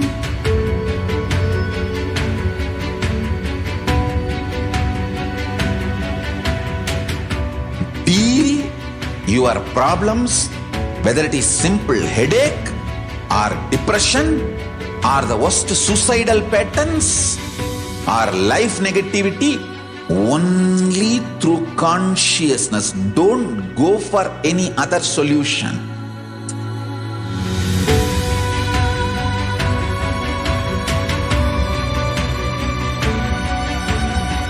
Don't keep stupid, toxic, life negative struggles inside.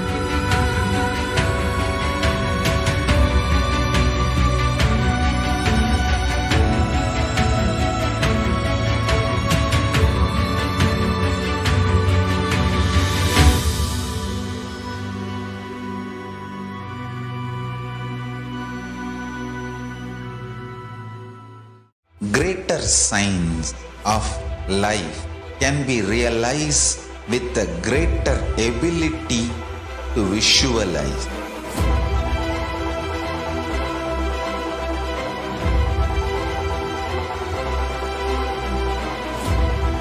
Greater science is the equivalent word for Hinduism.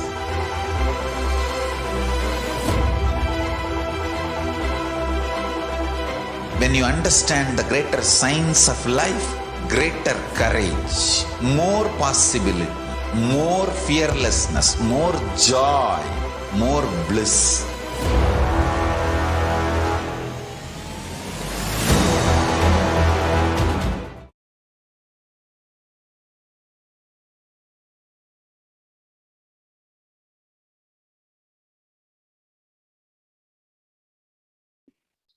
Yes, welcome back to Devi Parashakti Akashigiri. So in this segment, we're going to see about the current state of the world as revealed by Devi Parashakti. What is happening now in the world as in line to the Devi Parashakti's reading. As Devi has mentioned that the world has been going through so much of destruction. Even though the conflict is done by the people, the history cannot be lost. The cosmos cannot have a distraction, as Devi herself, with her love and compassion, protecting the world. And she has revealed so much of solutions for how to people to come out of this pralaya. As Devi had mentioned, the lives will be lost in India, not only in thousands or lakhs, it's going to be in crores. As Devi has mentioned, as we all know, the new Omicron variant, which is almost in more than 150 countries now, which was found in 2 weeks before in South Africa. It has been widely spread all across the globe. And the World Health Organization already raised a warning against this Omicron variant. And it's treated as a big threat, the new pandemic to the humanity now. As Devi has mentioned, the numbers are spiking up in India, especially in India. It is 2.71 lakh cases are spreading in India. It is happening in one day, last 24 hours, which is happening. There's a few changes in the number. As we all know, the government numbers are always as not true as, because sometimes there be a missing of data which is happening. So the government officials have officially announced that they're expecting there are going to be a 4,14,000 cases were suspected in end of the January itself. So another one report, it says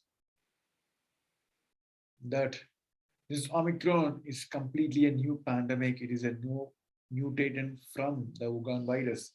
As we all know, the earlier variants, the alpha, beta, gamma, and the recent one, the delta, which is the second wave, which is creating still, it's not moved out of the society, is a variant from all the Wuhan virus, which is the start of the pandemic COVID-19. The report says this Omicron is not mothered or fathered by this Wuhan virus. So there are going to be a chance of probably two pandemic going on side by side. So this Delta, which is creating the destruction, still not over it, and this COVID-19, this new variant, which is the Omicron, it is creating one more pandemic. So soon, it's there going to be a lockdown in the country nation India. Already many state government has already officially announced the lockdown in their respective states. But soon it's going to be expected to be a nationwide lockdown as one of the strategy which was used by the nations the last time during the pandemic time. The study says this Omicron variant is transmitting as a community transmission. As we all know, the administrator used the strategy to count and track how the infection is getting tracked by just tracking the people who got infected and who and all they met the last. So through that way, they will able to track who from where the infection got transferred. But in the case of community transmission, we can't able to track. They can't able to track because group of lots and lots of people are getting infected in a single day, and they can't able to track who passed the infection from the whom the infection have been passed. So it's what happening in India currently now. The suggestion is the prediction says there are going to be a 10 lakh cases by the end of this January. And this Maharashtra, one of the disease state in India, are going to face the huge attack during this time. And another one report, it says India still not reach the spike of this COVID-19 cases. Still, we are in the phase. On another side, the conflict is happening between these health workers. What has happened in the last time where they were ran out of the hospitals and health workers. This time it is happening now where the demand of health work has already increased. And on the other side, 10% of the health workers have been already resulted positive. The statement from the doctor who treat patients, who handle the patients during the COVID-19 and the second wave, and now he got it reported positive. He said, don't take this Omicron lightly because whatever we see in the country in the last 2-3 weeks, this Omicron going to be a more deadly. So these graphs shows how violent this Omicron going to be affect the world, which is 60 times and 4 to 5 times faster than these old Delta variants. And there are going to be a suggestion that 16 to 20 lakh cases may be suggested, it may be predicted that it is going to be affected in the end of the May. So here in the graph, you can see the rise of Omicron cases all across the globe, where the UAE, the United Arab Emirates, China, the few countries, Brazil, United States, India, all are the leading in this list where this new variant Omicron has been spreading worldwide. So World Health Organization already gave a suggestion that there are going to be 3 billion cases in the next 3 months. So he's a high alert. As Devi has said, Devi has said maybe like 2, 3, 4, 5 months before it is happening now, as in line to what Devi has revealed. So what we can do, or how we can going to save ourselves, how, what Sri Kailasa is offering now. As Devi has said, the Ananda Linga, the Navapasana Linga, which the Supreme Pontiff of Hinduism installed it, initiated and energized 12 years before, it's going to be a solution for this whole pandemic, especially during this pralaya, the corona pandemic, and it is spreading all across the globe. As Devi has said, he has opened all the Kailasa for each one of you to save themselves from this pralaya. So let us see a short video where Devi has revealed about the solution by this Ananda Linga.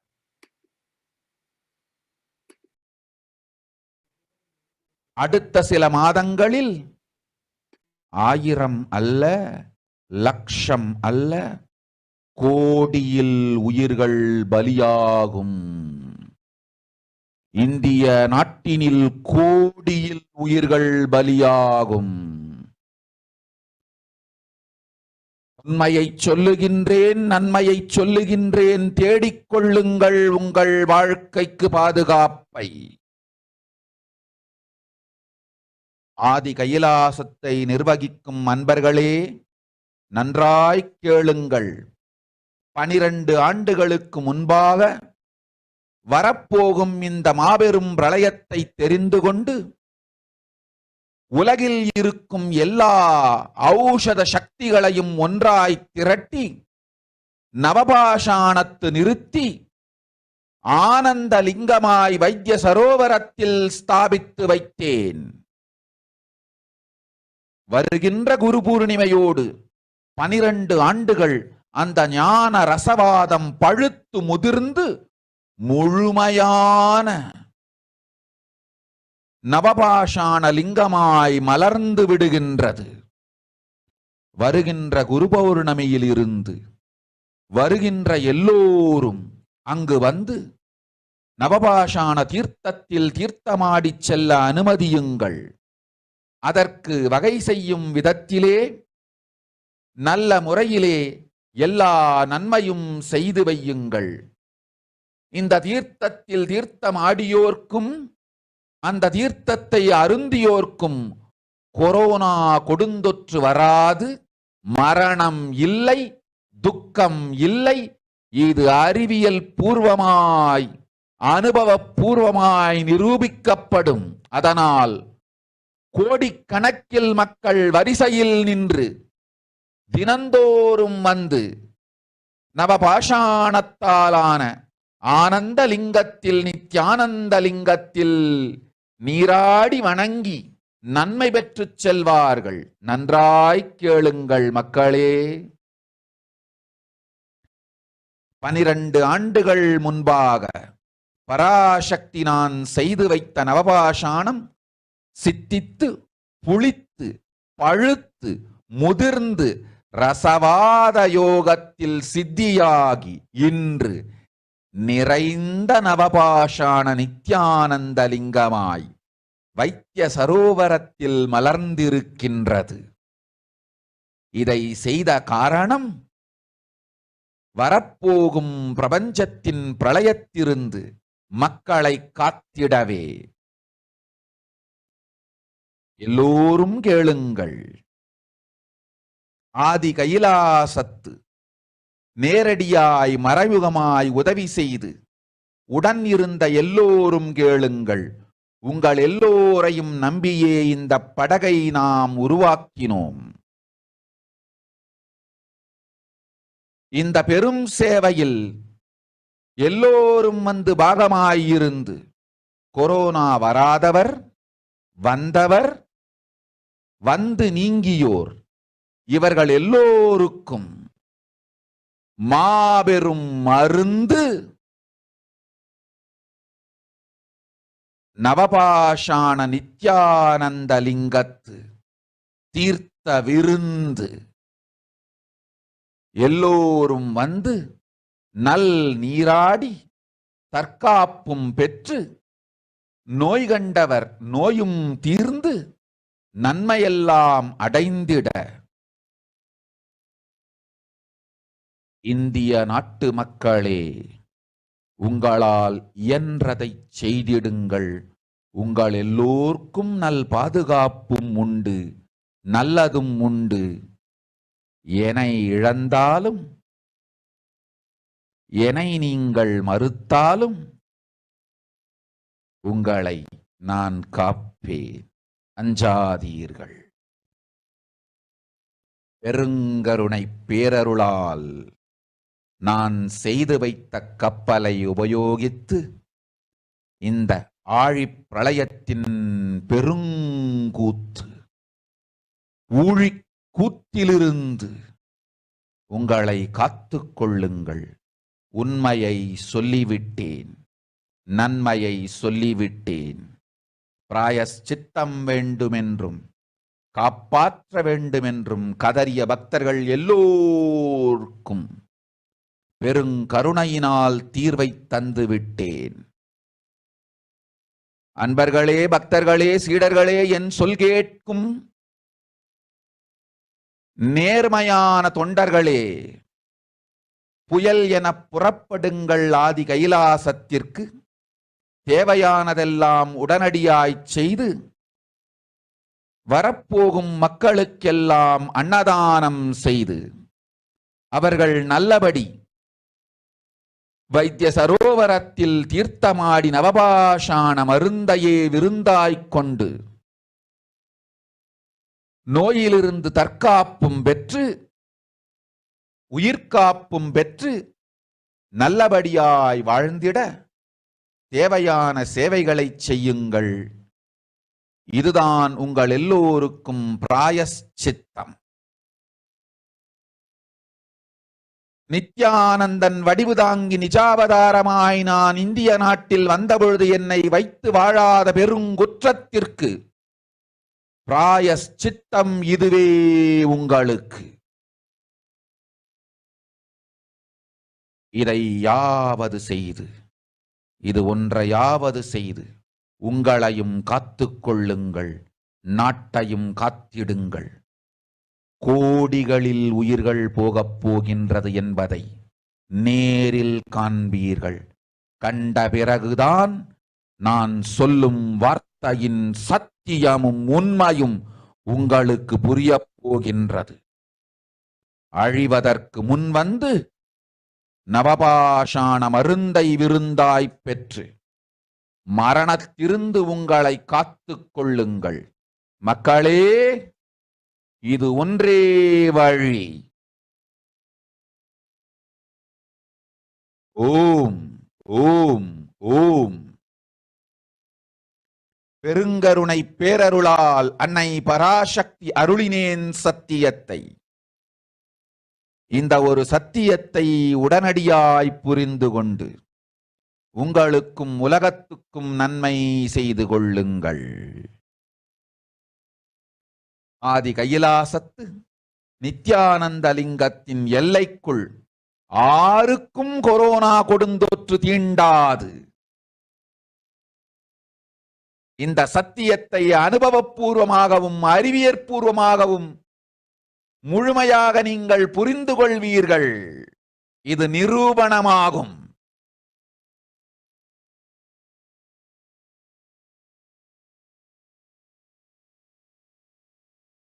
அன்னை பராசக்தி 12 ஆண்டுகளுக்கு முன்பாக உள்ள ஞான ஔஷத சக்திகள் அனைத்தையும் பிரம்மாண்ட யோனி ஹிரண்ய கர்ப்பத்திலிருந்து கொண்டு வந்து உருவாக்கி வைத்த நவபாஷாண லிங்கம் இன்று பிரளயத்திலிருந்து காக்கும் பெரும் கப்பலாய் உங்களுக்கு ஊதாவும். என்னை இழந்தாலும் நான் செய்து வைத்த இந்த ரசவாத ஞானத்தின் துணை இழக்காமல் உங்களை நீங்களே காத்துக் கொள்ளுங்கள். இது ஒன்றே வழி. மக்களே, இது ஒன்றே வழி. ஓம் ஓம் ஓம் ஓம் ஓம்.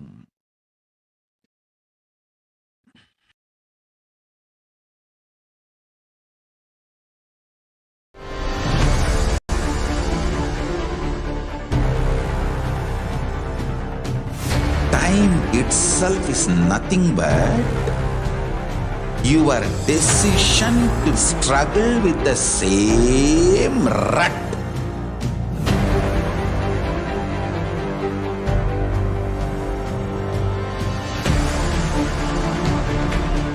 Your decision to struggle with the same rut is time, Kala. Your decision to swallow time is Kala Bhairava.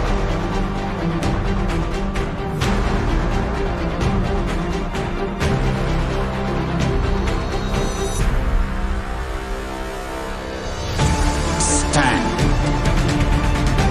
Be a conscious woman or man.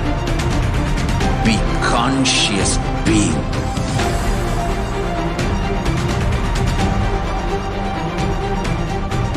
Shrink the time through conscious will persistence. Make the future into present by being ferocious with yourself.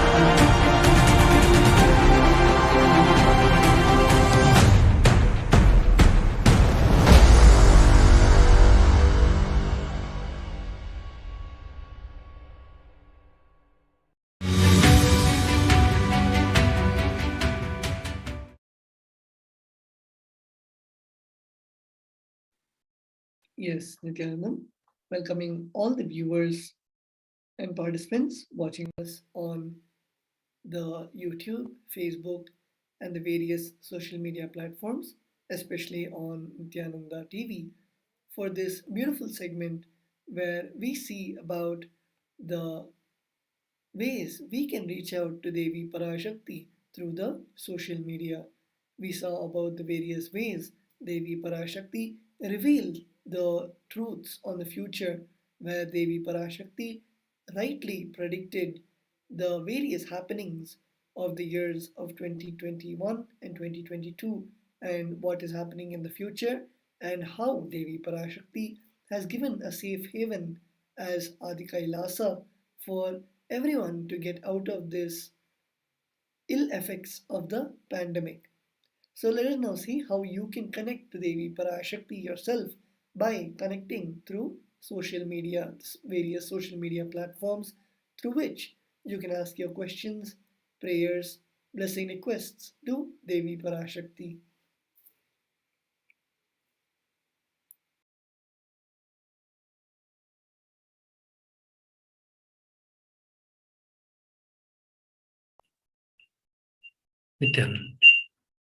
Nithyanandam. So you can connect with Devi Parashakti on YouTube channel, on Kailasa's official channel, which is Kailasa's HDH Nithyananda channel. And here you can click on the join button and you can do the select for the membership. And once you join, you can start getting the feed of this where you can start putting the comments. You can ask your questions here on the YouTube channel. So once you start getting the live feed, you ask your questions here. So this is one best way to connect with Devi Parashakti on YouTube. The next way to connect with Devi Parashakti is through Facebook. Comment live on the Facebook video. So the official channel of official page of Supreme Pontiff of Hinduism, Jagadguru Mahasannidhanam, is Kailasa's HDH Nithyananda Paramashivam. So on this channel, you can click on the like and follow button. And once you do that, you can, on the Kailasa's HDH Nithyananda Paramashivam Facebook page. Once you do that, you will start getting the feed when Devi Parashakti is live. And when Devi is live, you can ask your questions right here in the reply section of the feed. So with this, we move to awesome happening about how to connect with Devi Parashakti for Paramashivoham program. So I'll move to the next. Now, as you saw the advertise, you can start putting your intention for Paramashivoham 3. You can show your intentions for Paramashivoham 3 by updating your Facebook cover page to the special Paramashivoham cover. The Paramashivoham 3 is like na bhuto na bhavishyati, never, one of the best happenings in the cosmos. And you can head over to kailasa.org/Paramashivoham. Scroll towards the end of the page and you can download the Facebook cover image. Once you download that Facebook cover image, you can upload that Facebook cover image in your Facebook. So this is one way of connecting with, for showing your intention for Paramashivoham 3 on the Facebook cover image. The next way to connect with Devi Parashakti is on Twitter. The official handle for the Twitter page is at Shri Nithyananda on Twitter.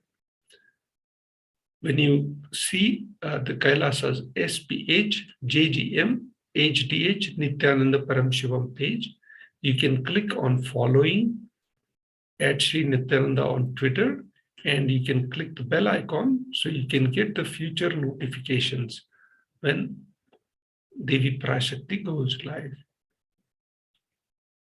With this, you can now go to the feed of Akashic reading and you can click ask your questions in the reply section of the tweet, and you can put hashtag ask the avatar. So in the tweet, you make sure you put hashtag ask the avatar. With this, we can move to the next official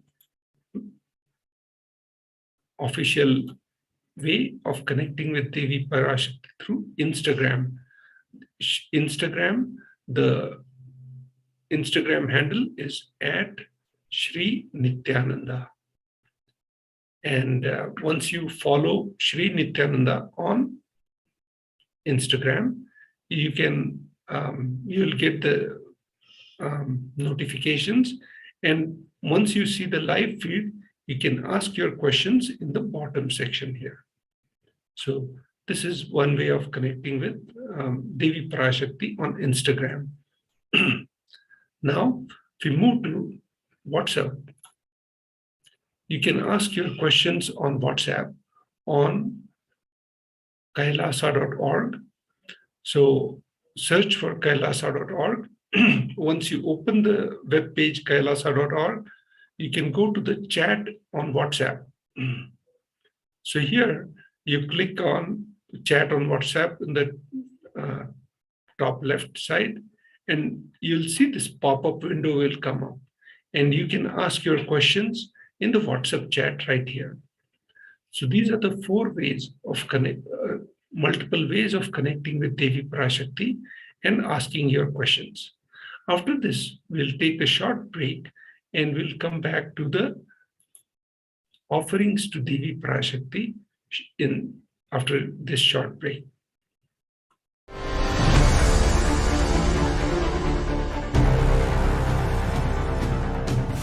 Time itself is nothing but your decision to struggle with the same rut.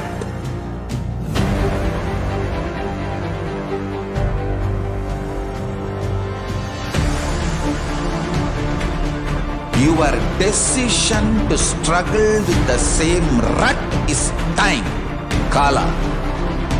Your decision to swallow time is Kala Bhairava.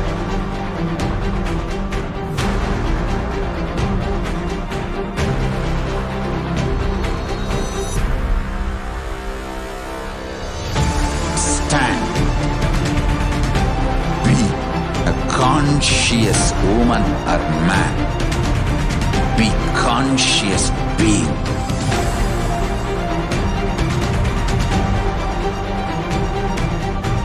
Shrink the time through conscious will persistence.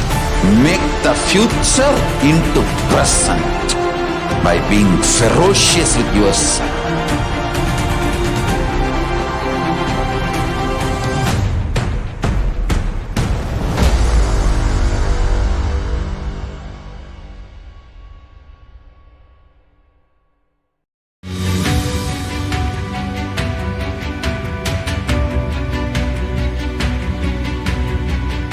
The moment you decide, your consciousness is the supreme identity you have.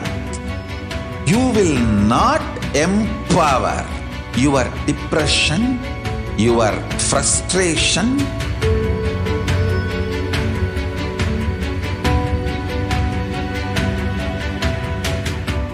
deal your problems, whether it is simple headache or depression or the worst suicidal patterns or life negativity, only through consciousness. Don't go for any other solution.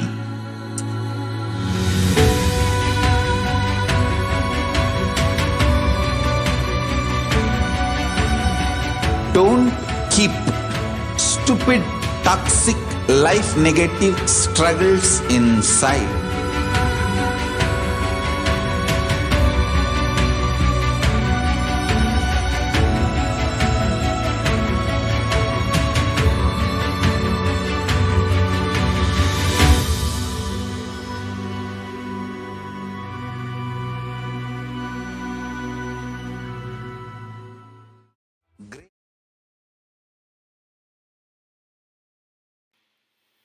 Nithyanandam, welcoming back all the viewers and all the participants to this session where we are now looking at the various offerings to Devi Parashakti, where in the Kriya Pada of the Agamas, Bhagavan Paramashiva has introduced about the various offerings through which we can show our gratitude and devotion to the gods and goddesses.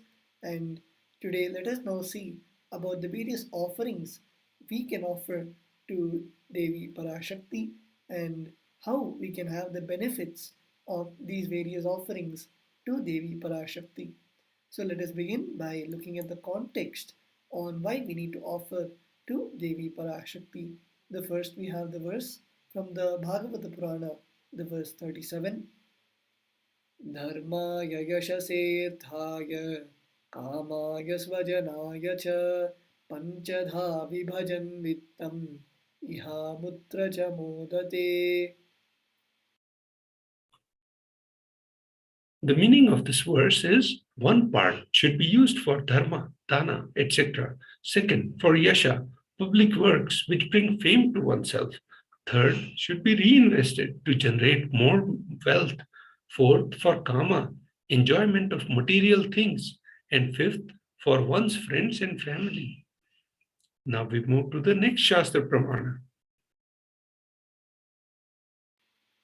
The next we have the Shastra Pramana from the Dharma Shastras.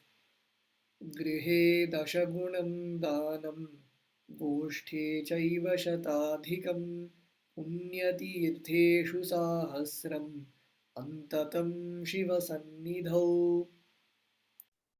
The meaning of this verse is from Dharma Shastra is as follows. Dana given at home yields 10 times as much merit as when made elsewhere, 100 times when made in Gaushala, cow pen, 1,000 times when made in sacred places, tirthas, and an infinite number of times when made in the premises of Shivalinga, such as Shiva temples. Now we move to the next Shastra Pramana. The next Shastra Pramana we have is from the Brahmanda Purana, the verse 55 and 56. Danam trividhamityetat kanishthajyeshthamadyamam tatra naishreyasam jyeshtham kanishtham swarthasiddhaye karunyat sarvabhuteshu samvibhagastu madhyamaha. Dana given in order to achieve moksha is considered as moksha, nishreyas, is considered the most valuable form. Dana given out of pity or kindness for others or for one's own kith and kin is considered to be a medium value. It is also called a dayadanam. Dana given to achieve one's own selfish ends is known as the least valued of all.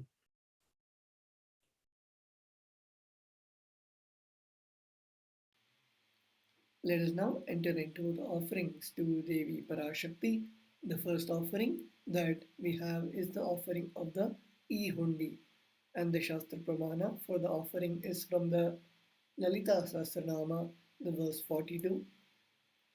Bhakti Priya Bhakti Gamya Bhakti Vashya Bhayapaha Shambhavi Sharada Radhya Sharvani Sharmadayini. The meaning of this verse is Devi is fond of true devotion and is realized through true devotion. She can be won over through true devotion. She removes all the fears. If there is any fear in the minds of devotee, Devi is sure to remove that fear. It is stated that Devi likes to be worshipped in autumn. Here, it is meant that autumn of our lives, when thoughts turn more and more inwards, the role of the divine is known and understood clearly. The need for Devi worship becomes stronger. Shambhavi, consort of Shambhu, Lord Shiva. Sharadaradhya means worship by Sharada, Saraswati. Shravani, wife of Lord Shiva. Linga Purana says Lord Shiva is called Sharva in his earth form. Shramadayini, Shramadhyayini, Devi, who bestows happiness on devotees.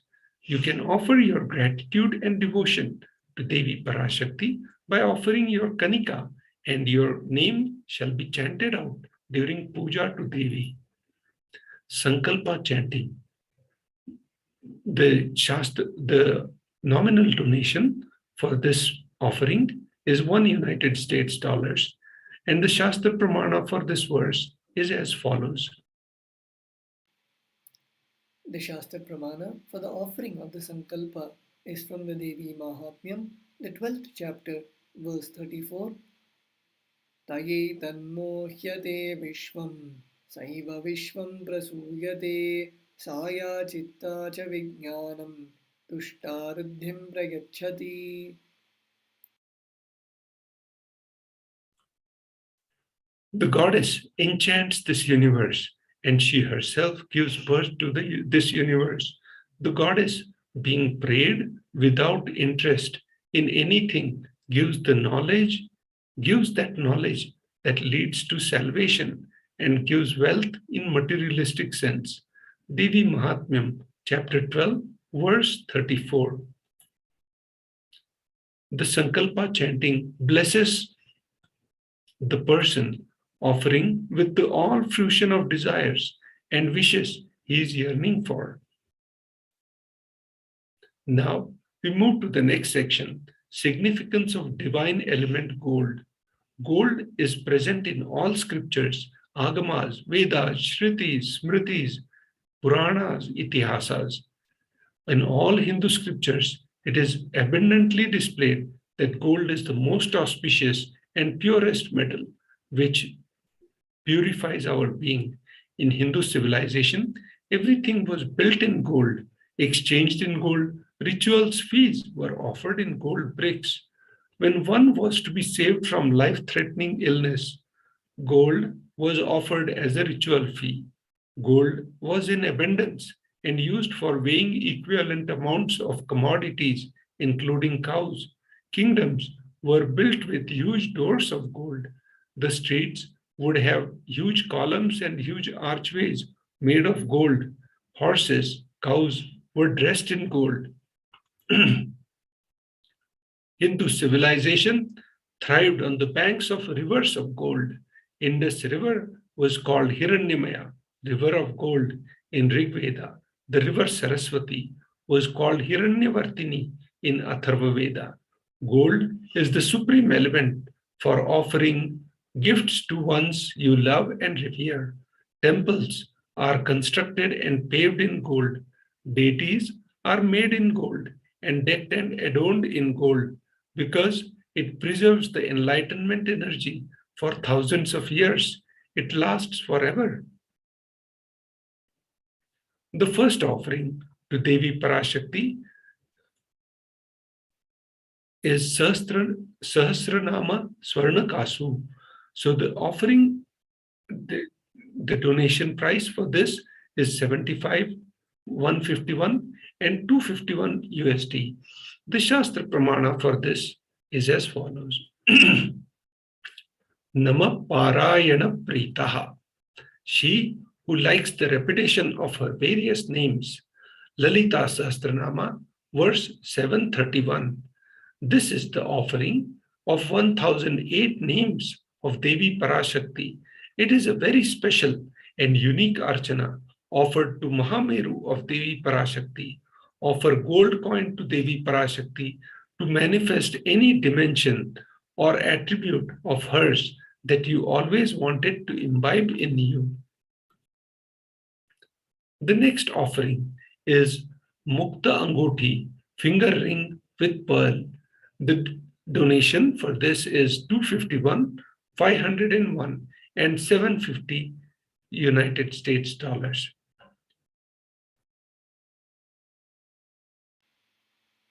The Shastra Pramana for the offering of the Mukta Angoti is in the Meenakshi Pancharatnam, the verse 2.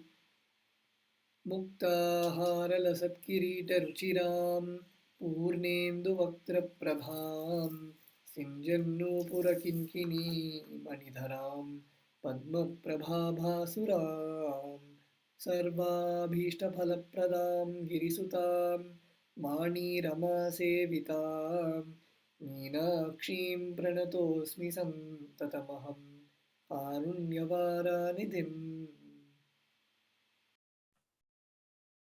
The meaning of this beautiful verse is, I bow down to Goddess Meenakshi, whose crown has garlands of pearls and the face shining like full moon, who wears anklets that are studded with gemstones and has small bells, who is shining like splendor of lotus, who grants all the wishes, the daughter of the mountain, who is worshipped by Goddess Vani and Rama.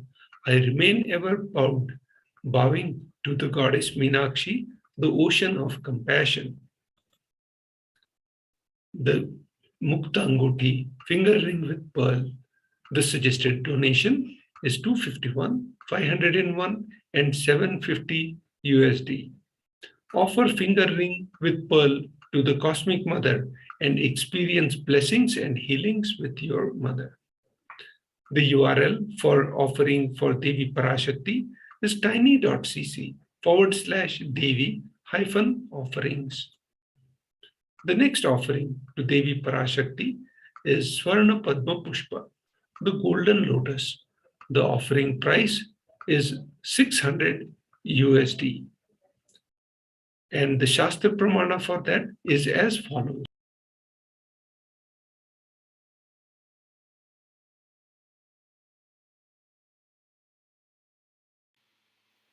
The Shastra Pramana for the offering of the Swarna Padma Pushpa is Ashtavityeshwaropeta Kumbhavarna Samyutam Sarve Sasutra Vastradhya Hema Pankaja Bhushita Sapidhanas Sapurchascha Pakva Bilva Palaprabha Snapanadhyaya Samsiddha Pramanena Samanvita.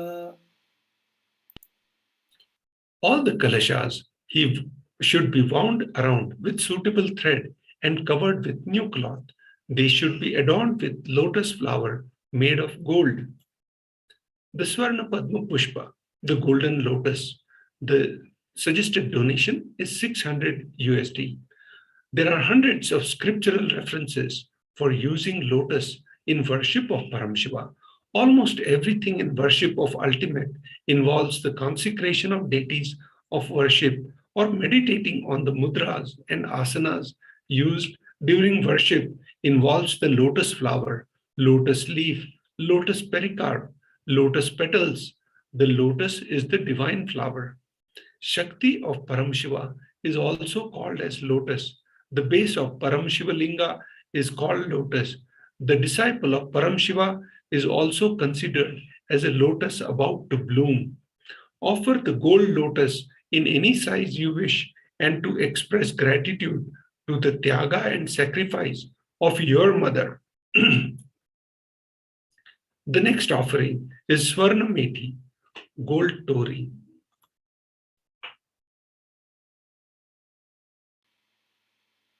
we saw about the various offerings to Devi Parashakti, and we will look at the next offerings after a short break.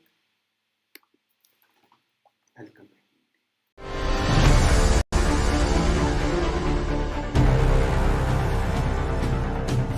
Time itself is nothing but your decision to struggle with the same rut.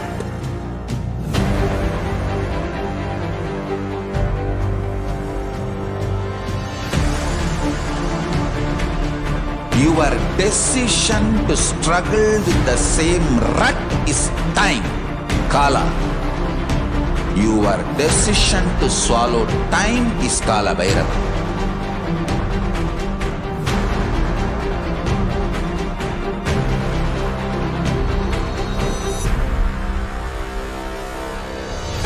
Stand. Be a conscious woman or man. Be conscious being.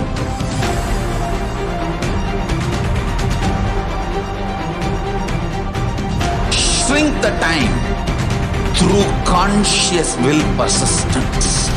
Make the future into present by being ferocious with yourself.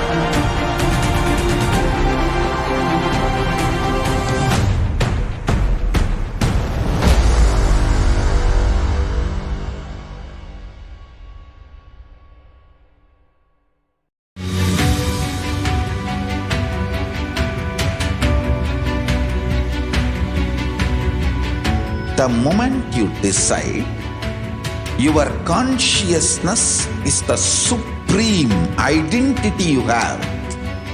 You will not empower your depression, your frustration,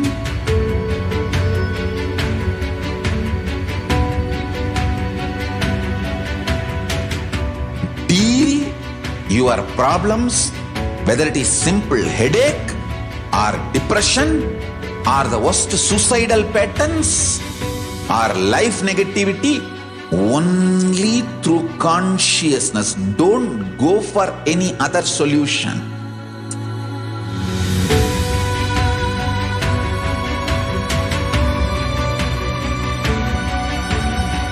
Don't keep stupid, toxic, life negative struggles inside.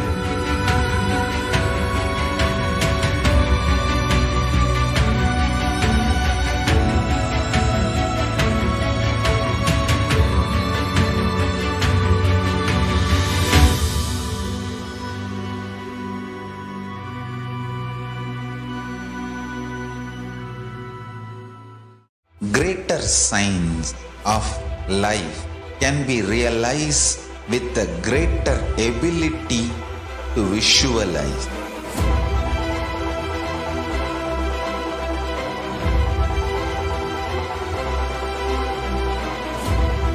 Greater science is the equivalent word for Hinduism.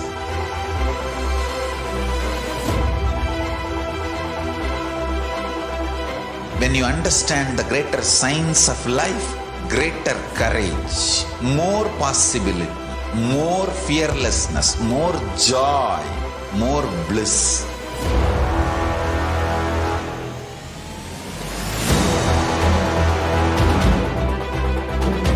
When you visualize Paramashiva with 25 heads, 75 eyes, 50 hands, your consciousness becomes ferocious, and that ability to visualize, you will get involved in everything deeply.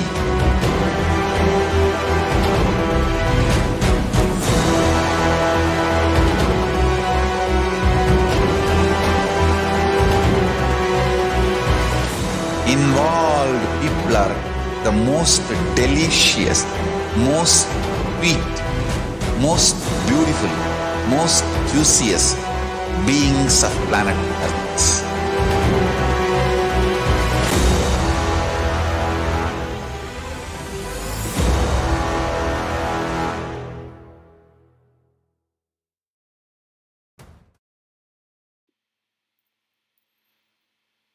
Nithyanandam, welcoming back all the participants and all the viewers watching us live on Facebook, YouTube, and Nithyananda TV and the various platforms.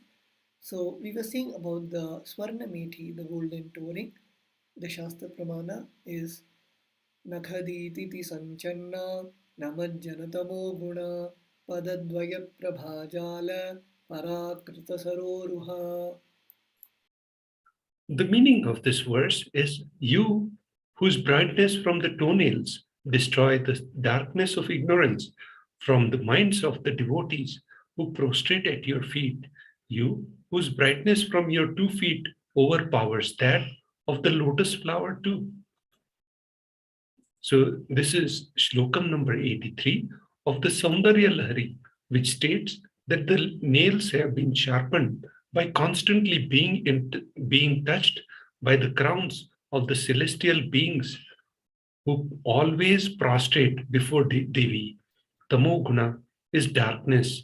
In this stotram, tamas is indicative of ignorance in the minds of devotees, and by constantly prostrating before Devi, their ignorance is removed and they attain knowledge. The next offering is Swarnamethi, the gold touring. Offer the touring, the donation for this is 750 USD. Offer touring to Devi, adorning her sacred feet to be in constant gratitude for receiving her blessings in even the most difficult aspects of our life. The next offering to Devi Parashakti is Swarna Mangatika, the gold hairline jewelry.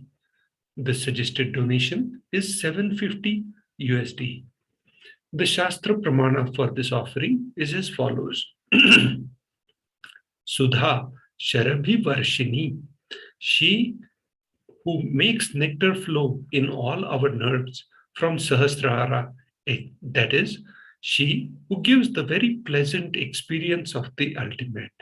The Mangatika represents the nectar flowing from the Sahasrara chakra, which is fully open.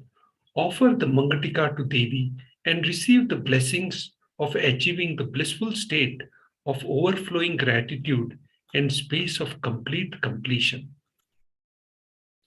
Now we move on to the offerings to Guru. After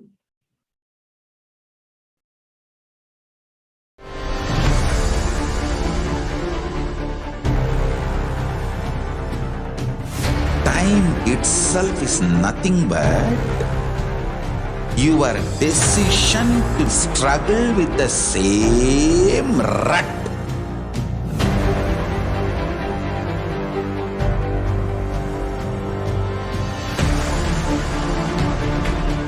Your decision to struggle with the same rut is time, Kala. Your decision to swallow time is Kala Bhairava.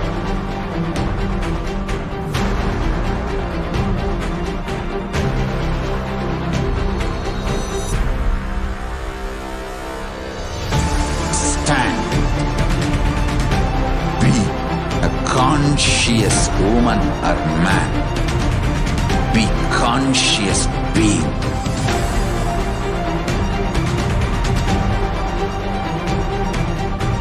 Shrink the time through conscious will persistence. Make the future into present by being ferocious with yourself.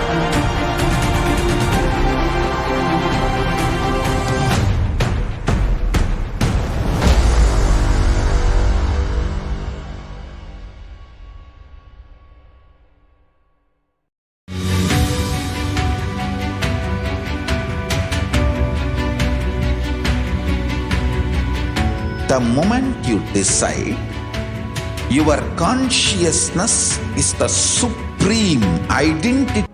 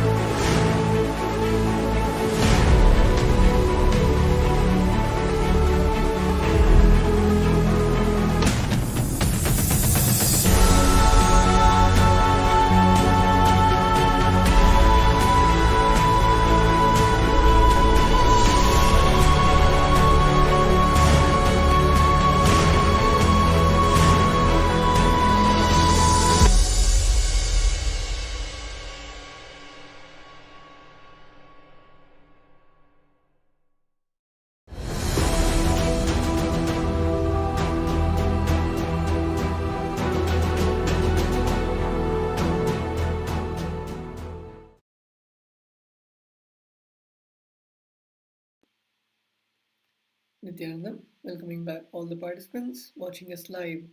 We saw about the various offerings to Devi Parashakti, where we saw about how we can offer the golden jewelry to Devi Parashakti, and we are now moving into the offerings to the Guru. So let us begin by looking at the context on the benefits of offering to the Guru. The first we have the verse from the Kularnava Tantra, that chapter 12, verse 12.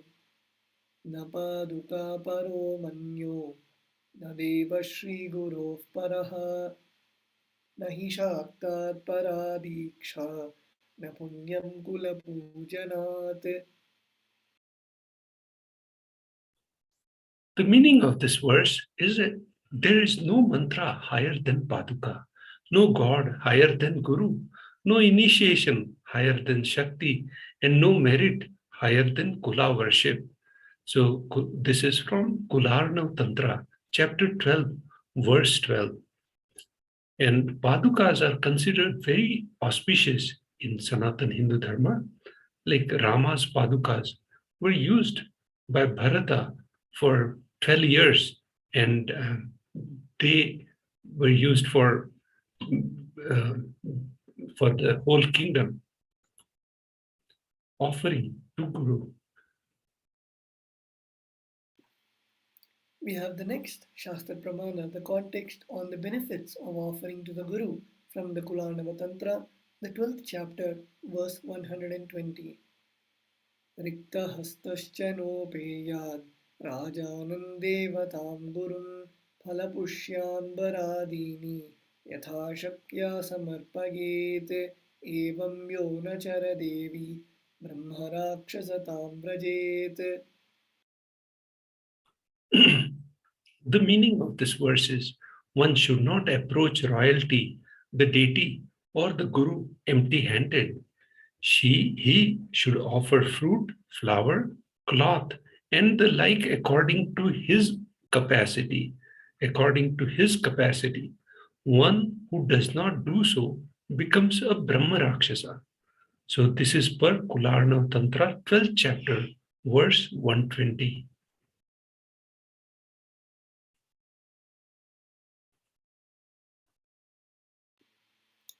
We saw about the various context on the benefits of offering to the Guru. So let us now enter into the offerings to the Guru, where we have the two offerings which the Supreme Pontiff of Hinduism is gracing us with. So here the first offering, which is the Pratyakshapada Puja. The Pratyakshapada Puja is a beautiful intimate offering where the disciple gets to offer the worship to the feet of the Guru. As told by Sanatananda Maharaj, the feet in Hindu Sanatana Dharma is very, very auspicious, and especially the feet of the Guru, which literally worshipping the feet of the Guru removes the karmas of lifetimes and helps us to move to the space of moksha, enlightenment. Here we also have a Shastra Pramana for the offering the Pratyakshapada Puja. The donation amount for the Pratyakshapada Puja is 1008 US dollars. Here we have the Shastra Pramana. Koti Koti Mantra Japat, Koti Tirthavagahanat, Koti Devachana Devi, Parashri Paduka Smritihi. O Devi, remember this Paduka, which yields infinitely greater merit than billions and billions of mantra japa, billions and billions of pilgrimages, and billions of worship. So this is as per the Kularna Tantra, 12th chapter, verse 5.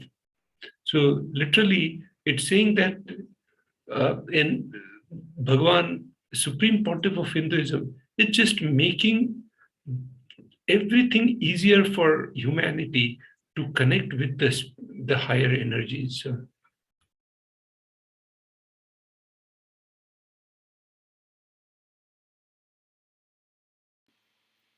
So we saw about the Pratyakshapada Puja, and if any of the viewers would like to offer the Pratyakshapada Puja, you can go ahead and you can contact us in the live video on Facebook or YouTube, where the acharyas are available to answer your questions and also guide you on how you can make all these offerings. Just in a few moments, we will also be guiding everyone and walking you through how to make the offerings to Devi Parashakti. So let us now see the next offering to the Guru, which is the Vastralankara Seva, which is again at 1008 US dollars.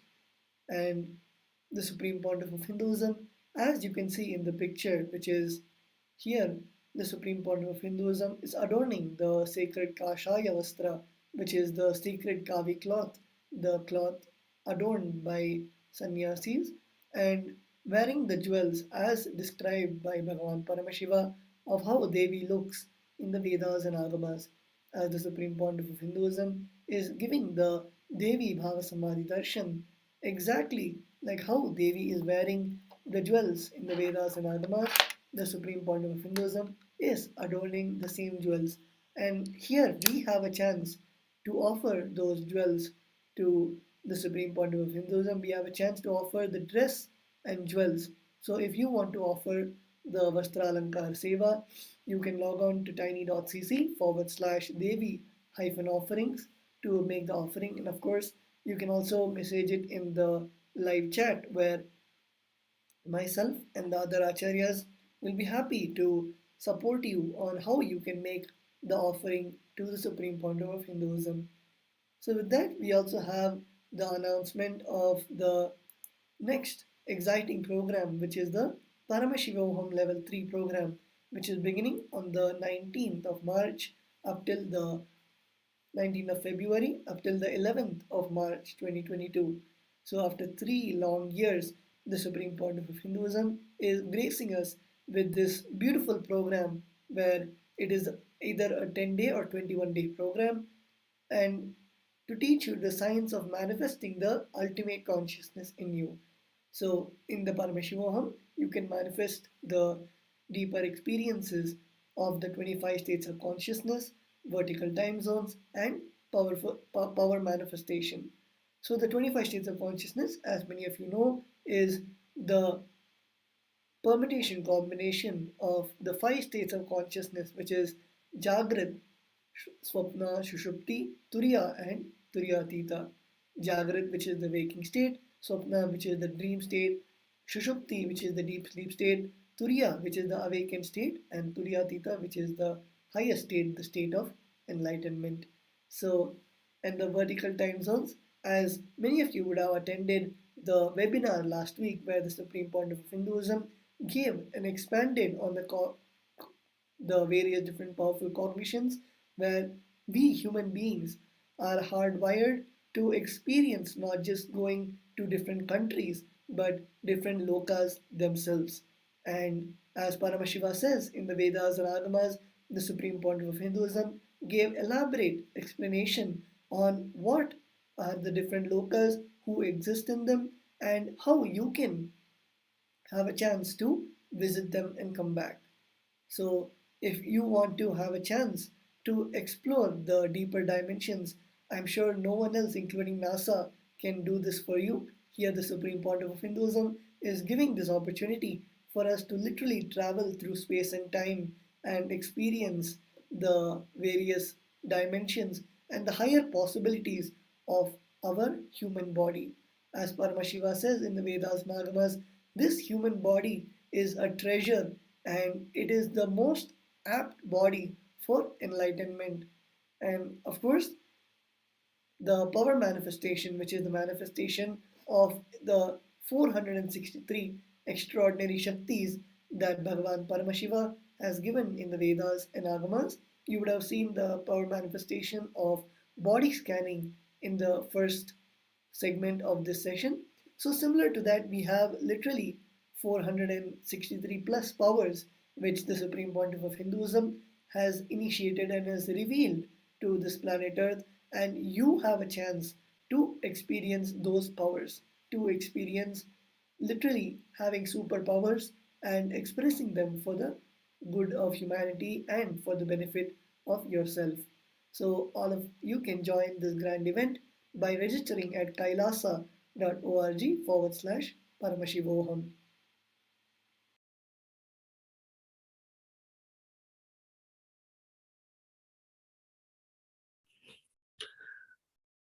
So beautiful, like Tattva Maharaj explained on all these beautiful points about 25 states of consciousness, vertical time zones, and power manifestation, the ultimate of ultimate.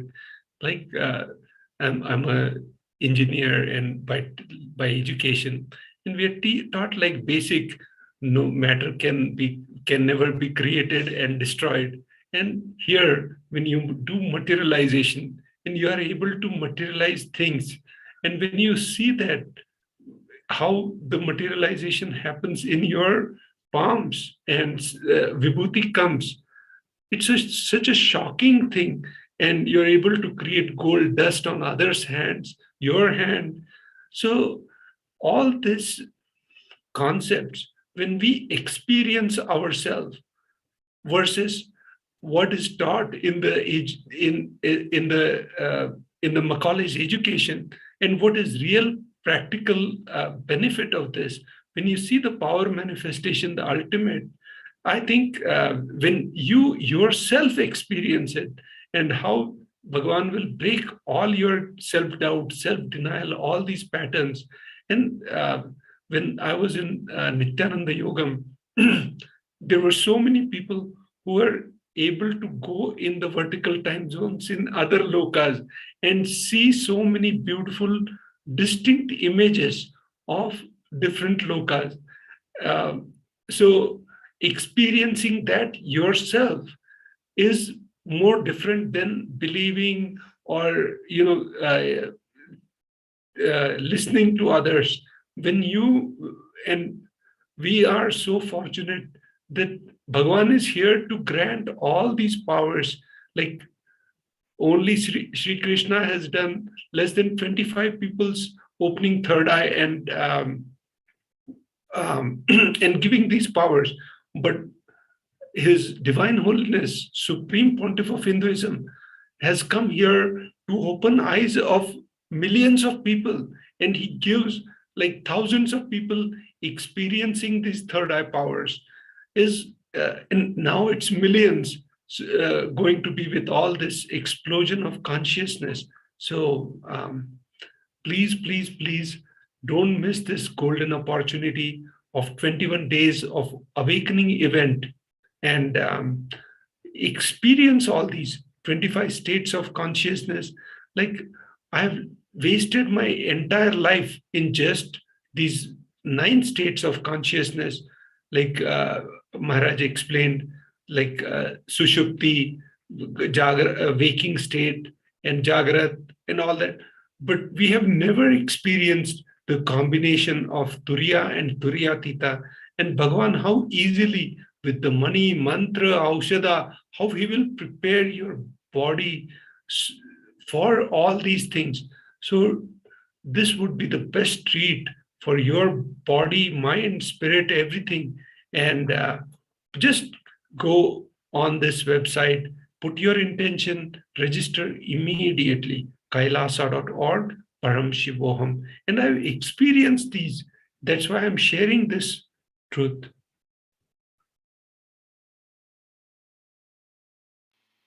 Yes. So all of us can log on to kailasa.org/Paramashivoham to register for this grand event which the Supreme Pontiff of Hinduism has blessed us for. And we will now be seeing about how we can make the offerings to Devi Parashakti. So these are the 3 main links that you need for offering to Devi Parashakti. The first is the registration form, where you can register yourself for the Bhava Samadhi Darshan, which is tiny.cc/Bhava Samadhi. The second one is for making the online donation, tiny.cc/Devi-offerings to make the donation. And the third is the, after you make the donation, submitting your names for the puja, submitting the names of yourself and your family members. So let us now have a short walkthrough on how you can make the offerings to Devi Parashakti.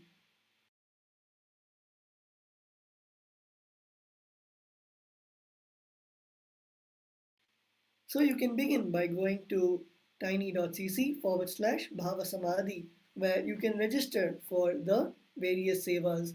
All of us can log on to this website, and this is what you should be seeing on your screen. Intentions for offering. It's a very simple form where you can just enter the name, place of yourself, and which Bhavasamadhi darshan.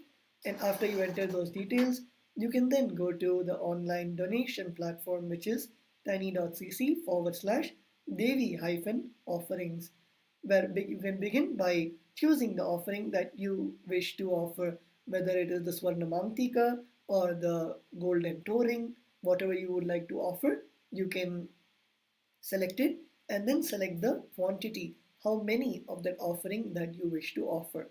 So once you do this, you can then click on Add to Cart. And then once you add to cart, you can see the summary of the item that you selected. And once you are satisfied with that, you can click on Proceed to Checkout, where after that you'll be able to enter the details of your donation. And once you enter all the details, you can click on Place Order, which will make the donation for you. And after you make the donation, you can next go to the next website, which is tiny.cc/Sankalpa 2021, where you can enter the names of yourself and your family members in the form, where the names will be chanted in the KAILASA Sarvanya Pitha, in the eastern headquarters, in the Nithyananda Paramashiva Devalayam, in front of the deities, and of course, as you are offered, the blessings will be taken from the Supreme Pontiff of Hinduism directly. So this is the way through which you can offer your gratitude, offer your devotion in the form of all these offerings to Devi Parashakti. I invite all the viewers to have the blessings of Devi Parashakti. There's a viewer asking on YouTube, how much is the cost of the Paramashivoham Level 3 program? I request you to please contact your center head. If you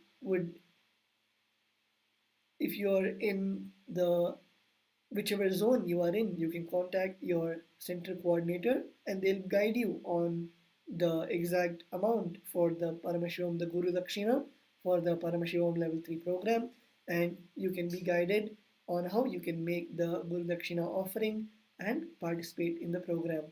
So with that, we come to the end of this session where we saw about all the offerings to Devi Parashakti and the Supreme Pontiff of Hinduism. We will now be moving on to the next segment after a short break.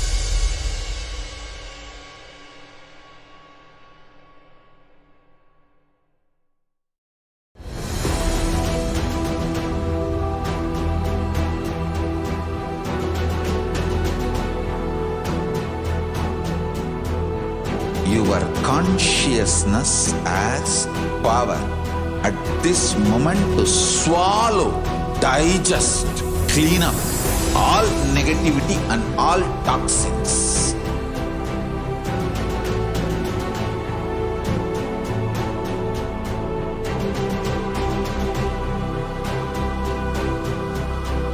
Develop a powerful will persistence. That's the most important asset for life.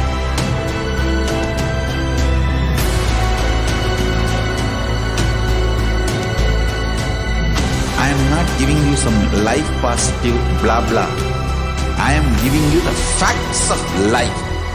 I am triggering your consciousness.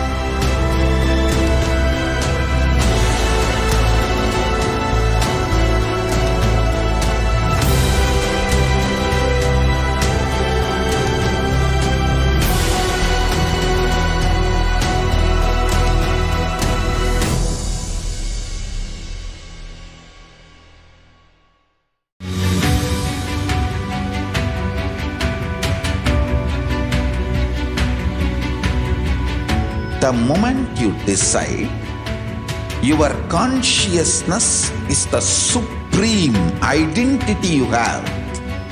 You will not empower your depression, your frustration,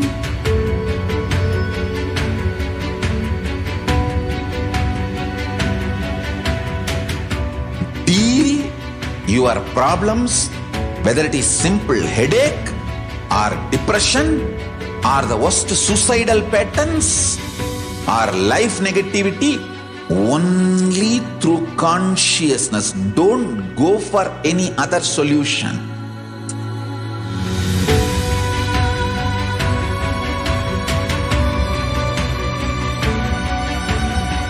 Don't keep stupid, toxic, life negative struggles inside.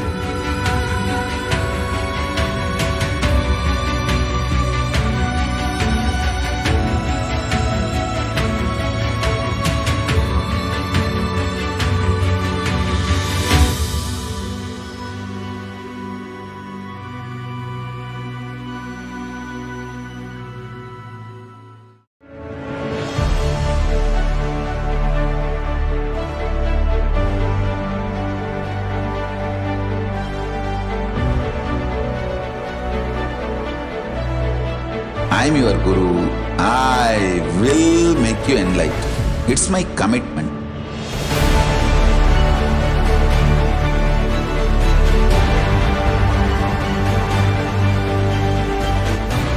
Till you become Paramashiva, I won't rest. Don't worry at all.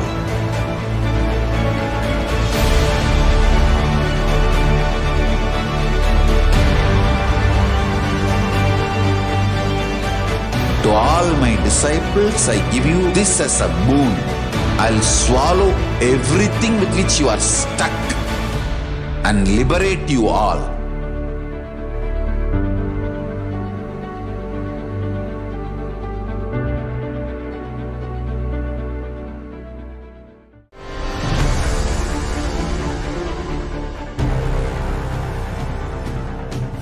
Time itself is nothing but your decision to struggle with the same rut.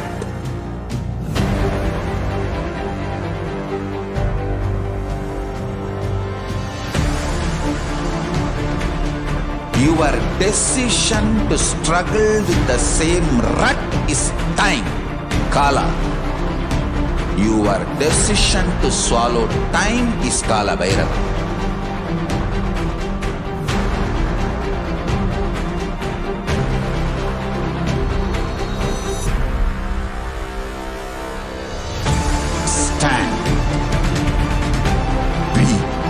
Conscious woman or man. Be conscious being.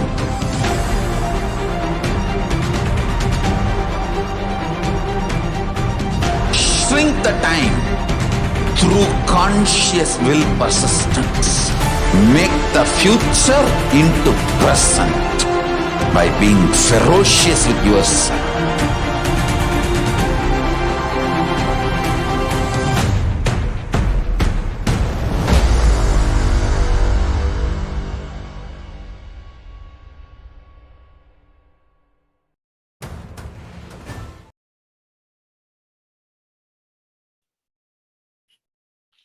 Yes.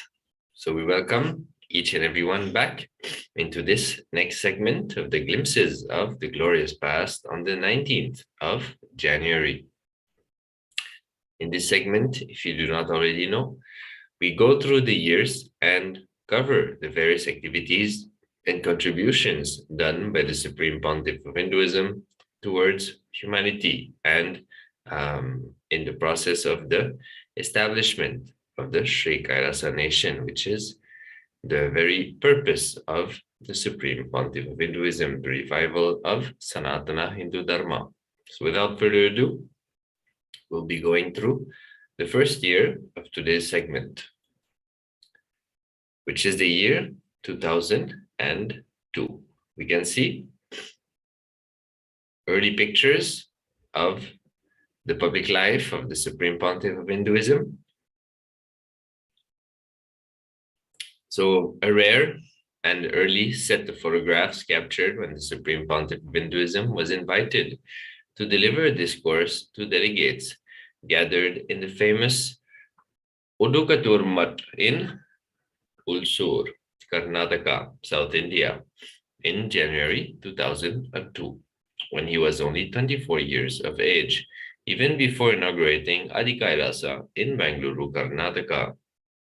So here we can see the young Supreme Pontiff of Hinduism, only few years after starting his public life, being invited by Hindu leaders and respected Hindu activists in the state of Karnataka in South India. So the Supreme Pontiff of Hinduism was invited to talk to the people who gathered for this happening into the Odukatur Mutt in Ulsur, Karnataka. So the Supreme Pontiff of Hinduism has been very active from his very early days towards the revival of Sanatana Hindu Dharma, and in his mission of, again, reviving Sanatana Hindu Dharma through the establishment of the Sri Kailasa nation.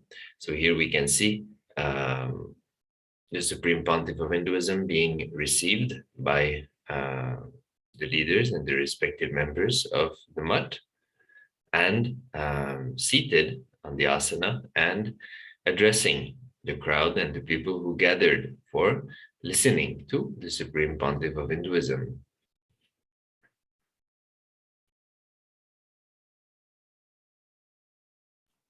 You can see a few more pictures.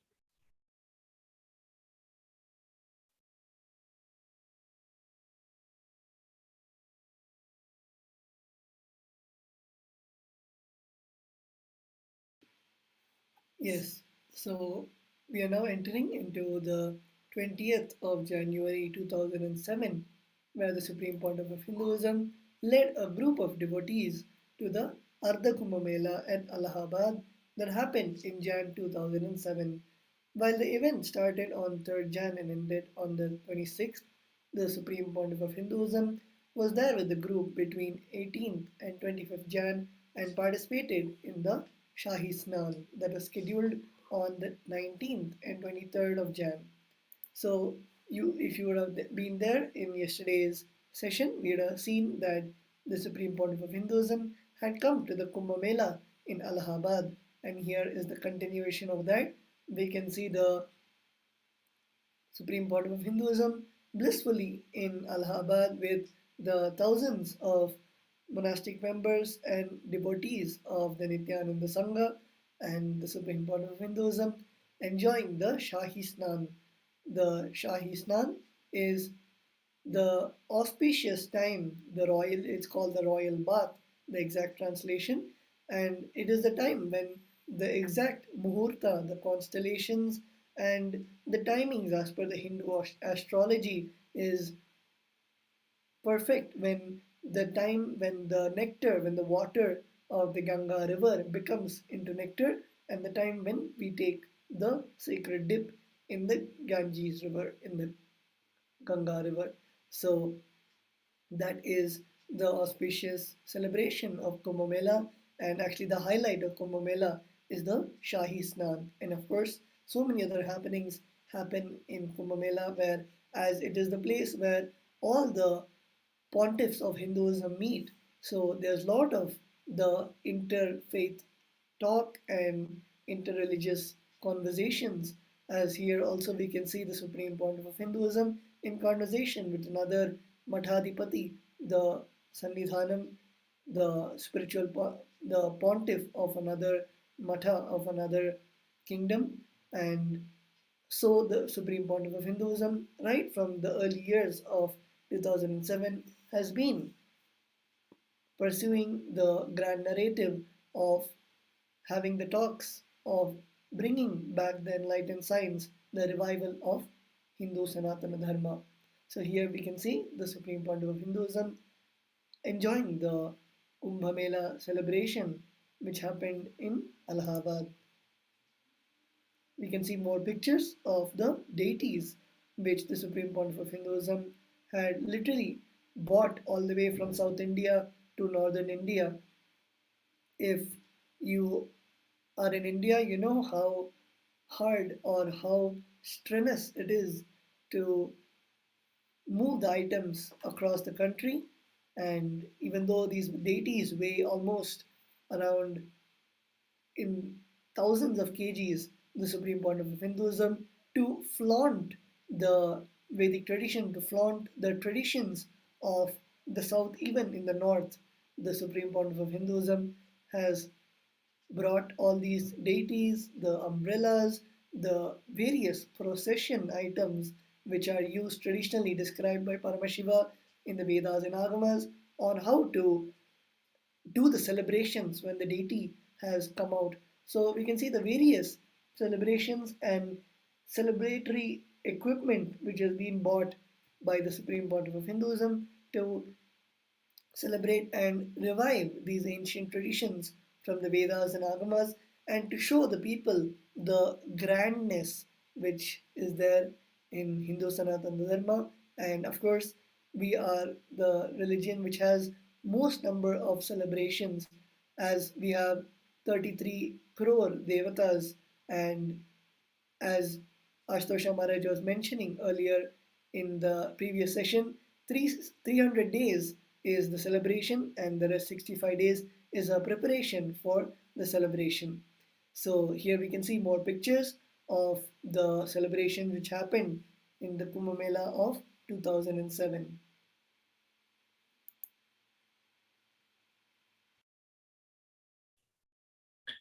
So entering now into the year of 2009, on the 20th of January, we can see the Supreme Pontiff of Hinduism going along with the Ananda Ratham in Tamil Nadu while going in procession. The Supreme Pontiff of Hinduism visits many devotees' house and blesses them as well. So here we can see the Supreme Pontiff of Hinduism in the year 2009 going along with the Ananda Ratham. So like we just shared regarding the Kumbh Mela, the Ananda Ratham is also another celebration where we take the deities on their chariots and they go across cities for people to have darshan, to connect with the deities and to celebrate the happening of Paramashiva in their life. So here on the picture on the left, we can see the Supreme Pontiff of Hinduism with the first row of the procession. So all the disciples, devotees, followers, and whomever gathered to be part of this procession. We can see the front line picture. The Supreme Pontiff of Hinduism always carries deities along with him. As he was raised with deities, the Supreme Pontiff of Hinduism was trained by his gurus from very, very early, in the early days in his life, and started to relate with the gods and goddesses of Hinduism through the worship and relating to deities from that very, very young age. So this science of experiencing oneness with the ultimate through the deity worship has been deeply engrammed into the life of the Supreme Pontiff of Hinduism. And that is one of the main dimension, if not the main dimension, which the Supreme Pontiff of Hinduism is reviving along with the Sanatana Hindu Dharma, the ritualistic part where you relate with gods and goddesses through various rituals and through that, how the science of living enlightenment is experienced, how your consciousness is raised to higher heights, and the experience of the space of Paramashivoham happens in you, in glimpses, and ultimately fully blossoms, ripens inside of you, and you come back to your original state, which is the state of enlightenment. So something very important. So here we can see the Supreme Pontiff of Hinduism doing just that, and at the same time, as he goes across and then reaches out to people. So the Supreme Pontiff of Hinduism puts a lot of emphasis on reaching out to people. Enriching is one of the biggest dimension of the Supreme Pontiff of Hinduism, and the Supreme Pontiff of Hinduism also shares that this has been one of the biggest blind spots of Hindus in the past hundreds of years.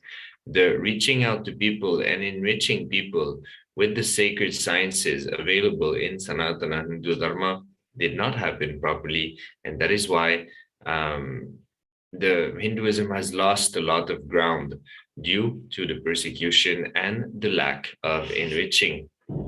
So naturally, from the very beginning, the Supreme Pontiff of Hinduism has put a lot of focus on enriching and contributing to the people, so that the people realize the importance and how much goodness and auspiciousness Sanatana Hindu Dharma is doing to their lives. So we can see the picture on the right, the Supreme Pontiff of Hinduism visiting devotees' houses, blessing them, receiving whatever offering the devotees are pouring at the feet of Swamiji. So the Supreme Pontiff of Hinduism, again, like mentioned previously, in the process of the revival of Sri KAILASA, the Hindu nation, and through that, Sanatana Hindu Dharma completely, the Supreme Pontiff of Hinduism reaches out to every single one devotee and follower, gives them personal time in his physical presence to listen to their requests, to their prayers, to their problems, to guide them, bless them, initiate them, raise them to higher heights of consciousness, and ultimately gives them a glimpse of the true nature of each and every one of us, which is the state of Paramashivoham, the state of Paramashivatva, where we are in oneness with Paramashiva, as he resides in each and every one of us. So the awakening to that reality and experiencing that reality, that is the main contribution of the Supreme Pontiff of Hinduism. And that is why it is so important for the revival of Sanatana Hindu Dharma to happen, for that reality to be glimpsed and to blossom in each and every one of us. So in these pictures, we can see just that. So before moving on to the next years, we'll be taking a short break. So we'll be right back. Stay tuned. In a few moments, we'll be going on to the next years of the contributions of the Supreme Pontiff of Hinduism.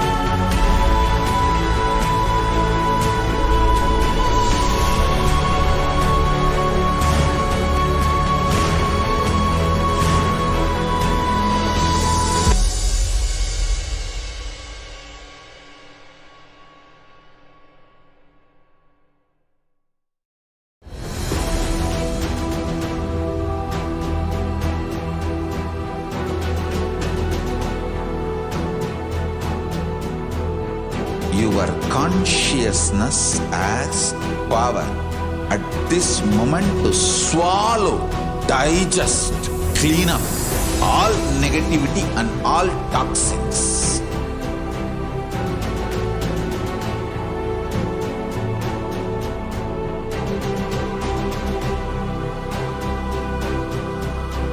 Develop a powerful will persistence. That's the most important asset for life.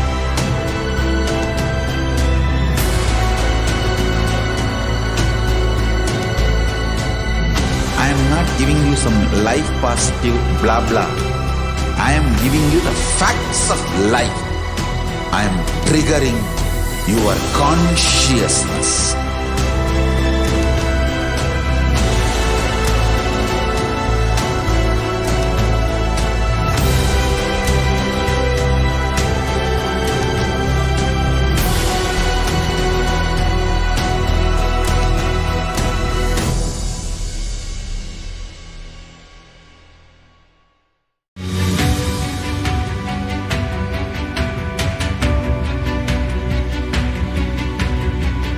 The moment you decide, your consciousness is the supreme identity you have. You will not empower your depression, your frustration,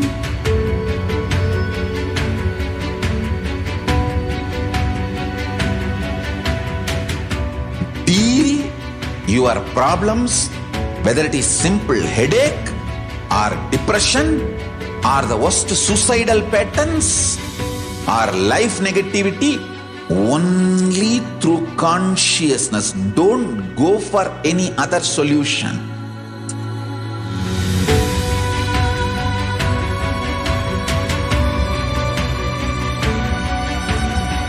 Don't keep stupid, toxic, life negative struggles inside.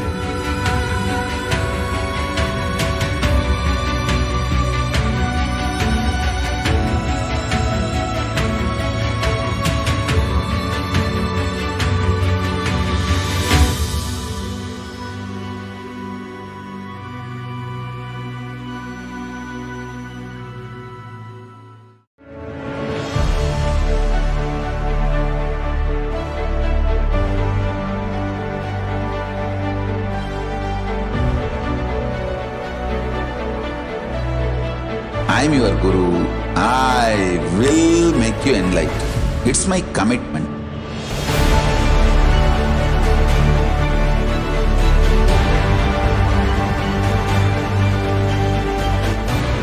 Till you become Paramashiva, I won't rest. Don't worry at all.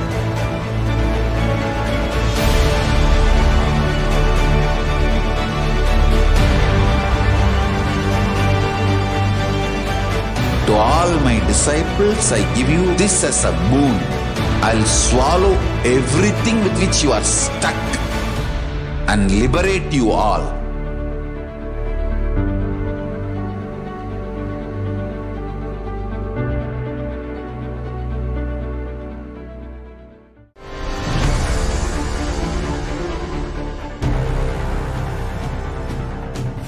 Time itself is nothing but your decision to struggle with the same rut.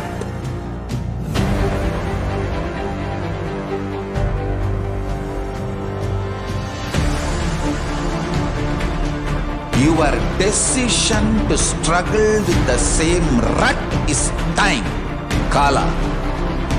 Your decision to swallow time is Kala Bhairava.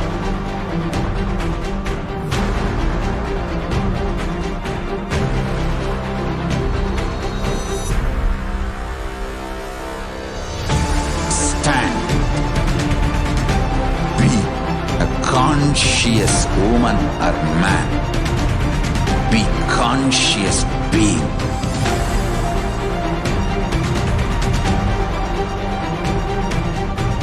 Shrink the time through conscious will persistence. Make the future into present. by being ferocious with yourself.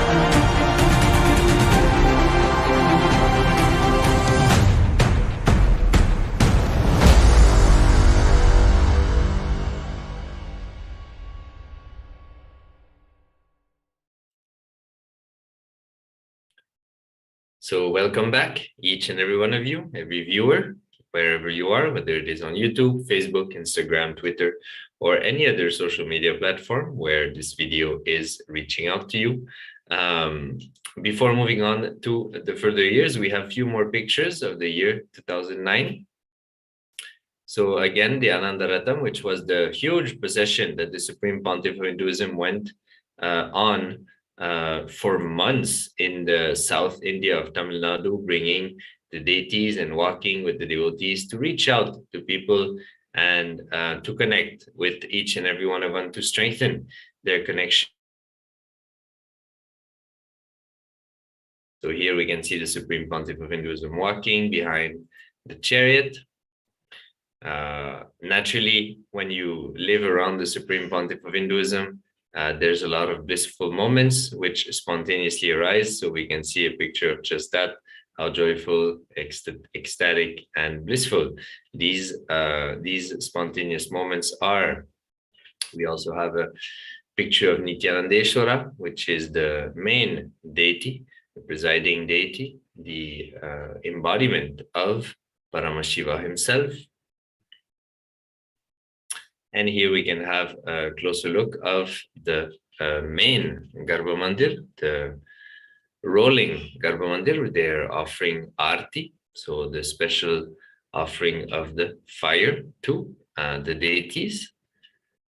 And we can see the Supreme Pontiff of Hinduism again with the devotees and walking towards the next destination.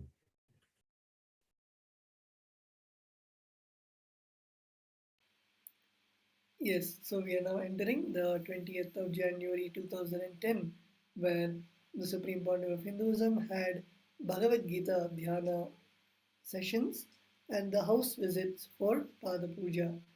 So the Supreme Pontiff of Hinduism had many satsangs where the Supreme Pontiff of Hinduism expanded on the various truths on the Bhagavad Gita and expanded on the sacred secrets that Sri Krishna has embedded in each of the verses of the Bhagavad Gita, and how in our day-to-day life practically we can use the teachings that Bhagavan Sri Krishna has given, and of course providing the authentic translations for each of the verses that Bhagavan Sri Krishna has given in Sanskrit. So to hear more of the Bhagavad Gita satsangs, all of us can log on to the same day on Nithyanandapedia, the 20th of January 2010, to see about the various truths that the Supreme Pontiff of Hinduism expanded, to read the transcript and also hear the satsang. And also the Supreme Pontiff of Hinduism used to continuously grace the devotees and disciples by going for the house visits, where the Supreme Pontiff of Hinduism would go to the house of the devotee and accept the Pada Puja. In Hindu Sanatana Dharma, the Pada, the sacred feet of the enlightened master, of the Guru, is one of the most auspicious. Doing puja to the sacred feet is one of the most auspicious offerings, worship in Hindu tradition, and the Supreme Pontiff of Hinduism used to grace hundreds and thousands of devotees by accepting the Pratyakshapada Puja, the worship to the sacred divine lotus feet of the Supreme Pontiff of Hinduism, and going to their houses personally and accepting the Pada Puja. So here we can see one such instance where the Supreme Pontiff of Hinduism is also blessing all the devotees in the house visit.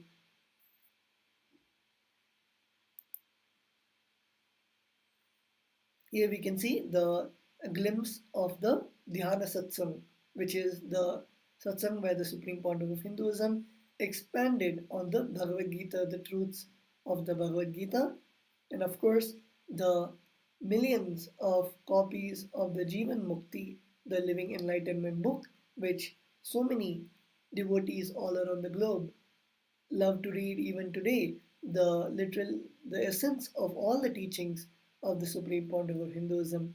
So both the Bhagavad Gita decoded book and even the Living Enlightenment book is available for free download in kailasa.org. So I invite all the viewers watching us live to log on to kailasa.org, and you can see the section which says about the Nithyananda University Press, where you can find all the books which the Supreme Pontiff of Hinduism has authored and download them for free in either your laptop or computers. And every day read a few lines which enriches your whole day and gives you the powerful cognitions to run your life blissfully and in with the guidance of the Supreme Pontiff of Hinduism. So here with that, let's now move on to the next year. Here we can see a few more pictures of the house visits where the Supreme Pontiff of Hinduism is personally going into each and every devotee's house and gracing them, accepting the Pratyakshapada Puja, and giving the boons and blessings.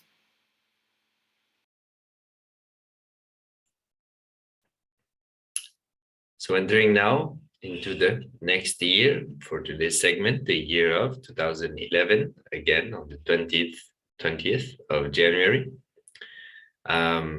It was a big breakthrough for the Kailasa's mission.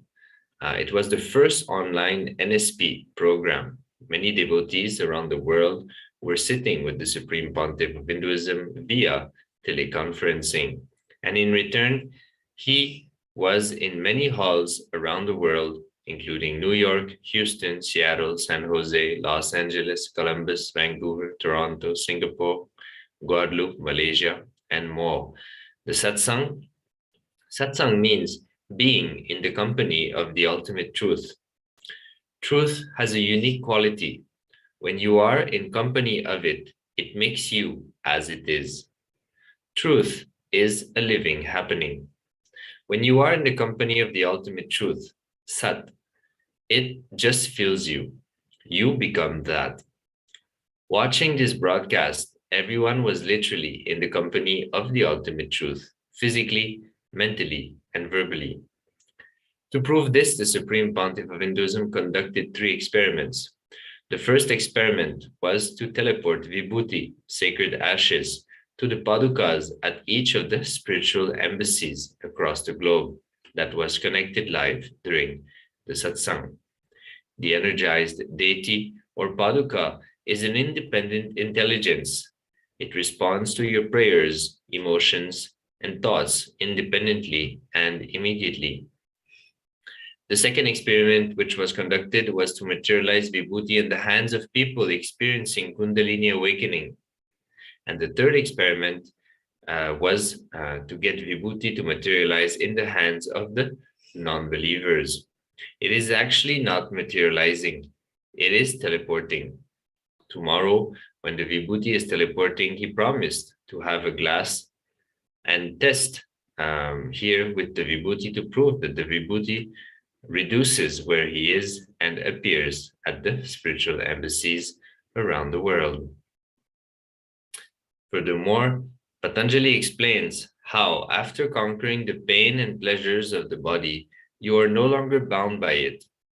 In the last sutras, the Supreme Pontiff of Hinduism explained the theory of being steady and comfortable. In this discourse, he gave the technique to make the body balanced. If you keep the body balanced, you can go beyond pain and pleasure, and the intense, innate, inside pleasure gets awakened. When you are alive in your muscles, the pleasure created is so strong, so intense that you will go beyond outer pleasures. He guided the audience into the correct posture, then aligned the Nadi centers using Bija mantras, seed mantras. It was an exhilarating way to begin the day. So this day is actually a very unique and important in the mission of the Supreme Pontiff of Hinduism. As mentioned, it is the first day that the Supreme Pontiff of Hinduism made himself available in two-way video conferencing across the globe in the various embassies, de facto embassies around the world, in various temples and monasteries around the world. Like mentioned earlier, the Supreme Pontiff of Hinduism puts tremendous importance in enriching and reaching out to people. And naturally, the Supreme Pontiff of Hinduism, having assumed his avataric body in this age, internet is a very important factor in order to revive the Hinduism, to reach out to people, to contribute to their life, to cause their reality. So having the internet as an ally in this process was a huge stepping stone for the nation of Sri Kailasa and the mission of the Supreme Pontiff of Hinduism. So here we can see in many cities around the world connected live directly with the Supreme Pontiff of Hinduism. And as a first inauguration, we can say the Supreme Pontiff of Hinduism started to do paramanifestation, teleporting sacred ashes, vibhuti, bhasma, across the world into the various spiritual embassies. And ultimately, the Supreme Pontiff of Hinduism also expanding on the Patanjali Yoga Sutras, where he shares about the importance of going beyond pleasures and pains, and how when you enter into this steadiness and comfortable space, the inner pleasure, the ecstasy experienced in the body is so intense that the pains and pleasures of the outer world no longer have a say into your decision making, into your life, and naturally making and showing, displaying the importance of awakening this inner bliss, this inner ecstasy in our body for us to transcend, we can say, the human experience and experience oneness with Paramashiva, oneness with the divine.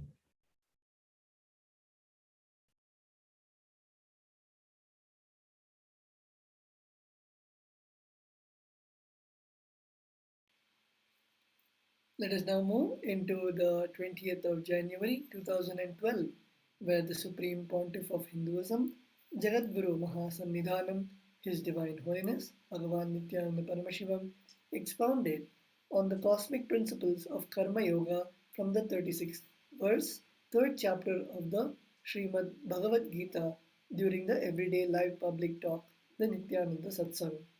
In this talk, the Supreme Pontiff of Hinduism explained that Arjuna represents the unconsciousness of humanity.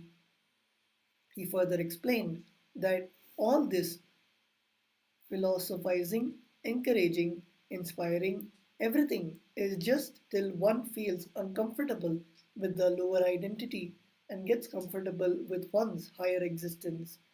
He gave an example of how he uses the power of materialization to create new jewelry, replicating the jewelry designs used on the deity in Madurai Meenakshi temple. The live talk ended with instructions for a powerful Kriya process for curing congenital color vision disorder. On this day, a 6 feet Shivalinga was made out of snow at the Seattle Nithyanandeshwara temple and received blessings of the Supreme Pontiff of Hinduism with many offerings of Pratyakshapada Puja to him at the Biddi Adinam. Uttamottama Seva was offered at Nithyanandeshwara Sadashiva Devasthanam to Nithyanandeshwara Mahasadashiva Parashiva and Nithyanandeshwari Parashakti with various rituals, sevas, enriching activities, and power manifestations, inspiring millions towards the science of Hinduism. So here we can see the wonderful truths revealed by the Supreme Pontiff of Hinduism in the satsang, where Swamiji explained all the philosophizing, encouraging, inspiring, everything is just for us to move into our higher existence and drop our lower identity, and how when we are in the space of complete oneness, how through materialization we can even replicate the jewelry, of course, with the grace and blessings of the Supreme Pontiff of Hinduism and the Shaktis, which Bhagavan Paramashiva has described in the Vedas and Agamas, how we can put those Shaktis to revive the ancient sciences, and how we can revert back to the ancient traditions and revive those ancient traditions.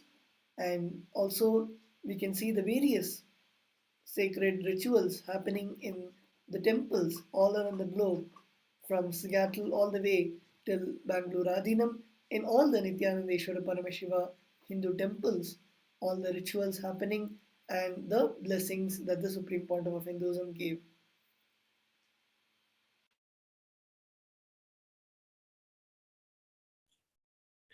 So entering now into the next year, which is the year of 2013, again on the 20th of January, as part of the morning satsang, the Supreme Pontiff of Hinduism revealed the deepest dimension of the 20th shloka of the Kathopanishad.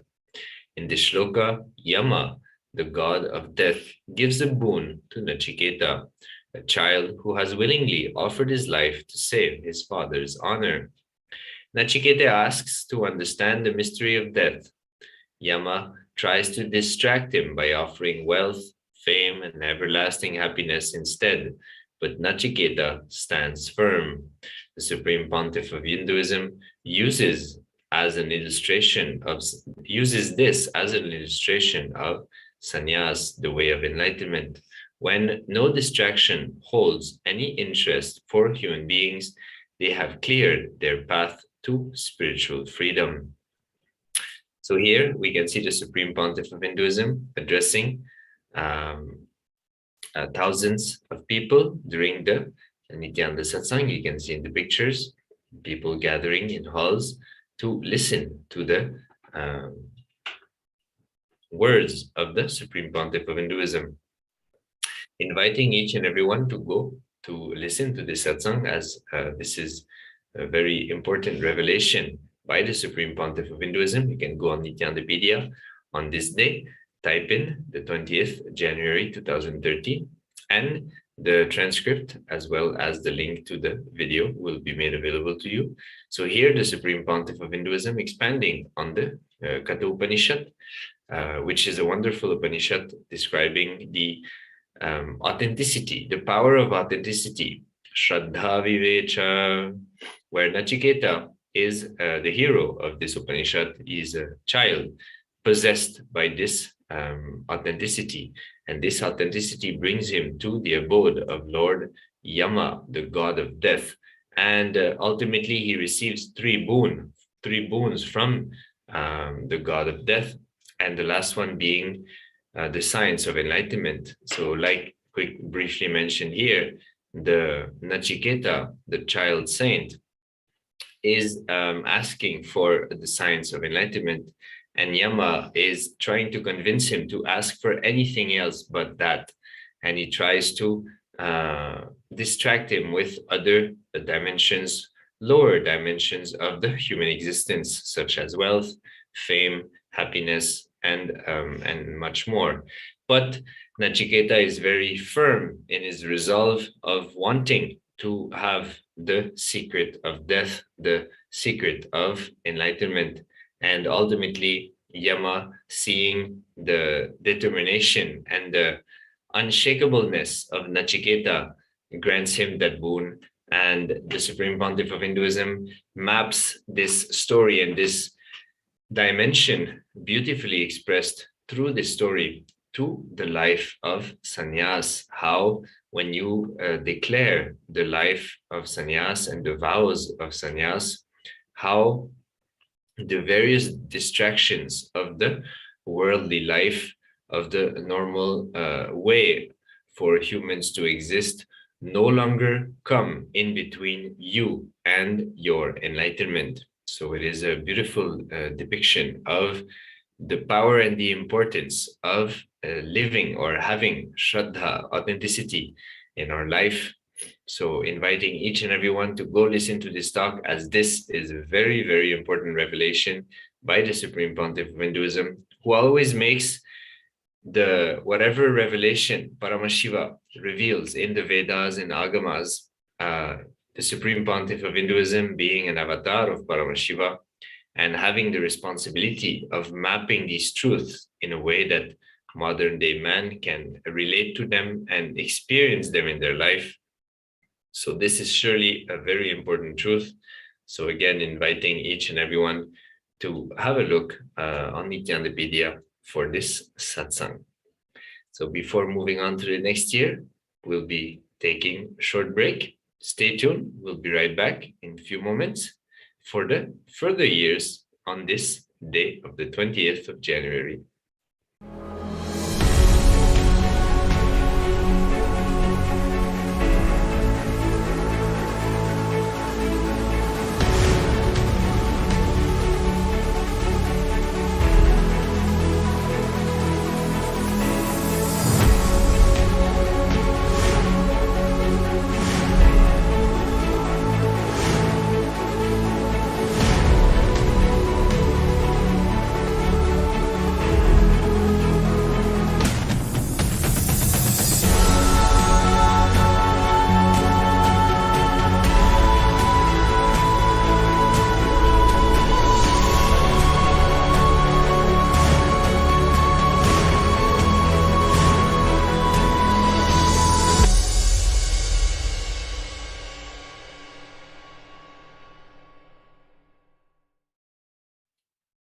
Yes, so welcoming each and everyone back. Just moving on, before moving on to the next year, we have also the Supreme Pontiff of Hinduism also took delegates who attended the daily satsang of the 20th of January 2013.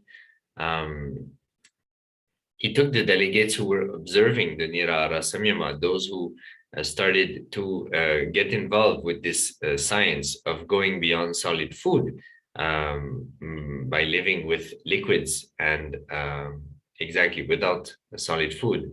So he took the delegates who were observing this process, which is the process by which we can understand how our body can awaken its own natural intelligence and create food out of natural resources like the sun rays, the air, and meditation processes. So the Supreme Pontiff, that is one of the major contribution of the Supreme Pontiff of Hinduism, the science of being not being bound by solid food and experiencing the dependence on solid food in order for us to be energetic and be able to do what we need to do in during the day. We can see a few pictures of the Supreme Pontiff of Hinduism blessing devotees at the end of the satsang, and the crowds gathering to listen to the words of the Supreme Pontiff of Hinduism.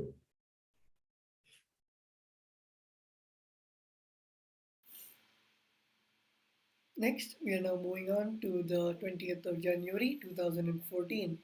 The Supreme Pontiff of Hinduism gave a beautiful message in the Inner Awakening program in Haridwar.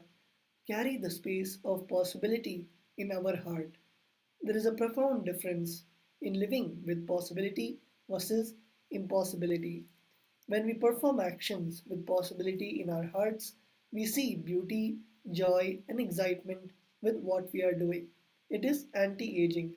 With impossibility, the effort for the same action diminishes, filling us with tiredness, boredom, and anxiety. Let us live with the idea that everything is possible in our daily lives. So, this is a very powerful and beautiful cognition that we can use in the daily life, where the Supreme Pontiff of Hinduism expands, where we can move from the space of impossibility to possibility.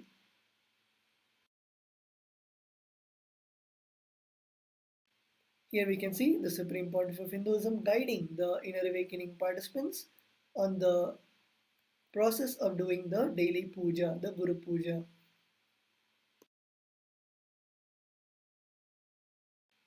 And the Supreme Pontiff of Hinduism also gave the Kalabhairava Darshan to all the inner awakening participants.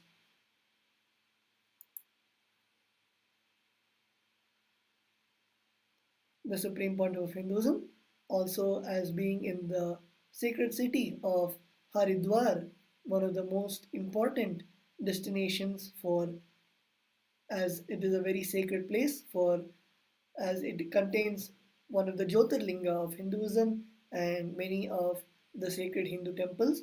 We can see the Supreme Pontiff of Hinduism visiting many of the temples and bowing down to all the deities and meeting other spiritual leaders. So entering into the next year, 2015, the Supreme Pontiff of Hinduism expounded on the cosmic principles of Upanishad during the everyday life Nithyananda Satsang. In this talk entitled Upanishads Made User-Friendly for Society, the Supreme Pontiff of Hinduism began with the first mantra of the Ishavasya Upanishad. It says, completion. From completion, even if you think completion has moved out, the completion remains complete. The Supreme Pontiff of Hinduism explained that all incompletions are imaginary because the whole remains as whole. Completion always remains as completion.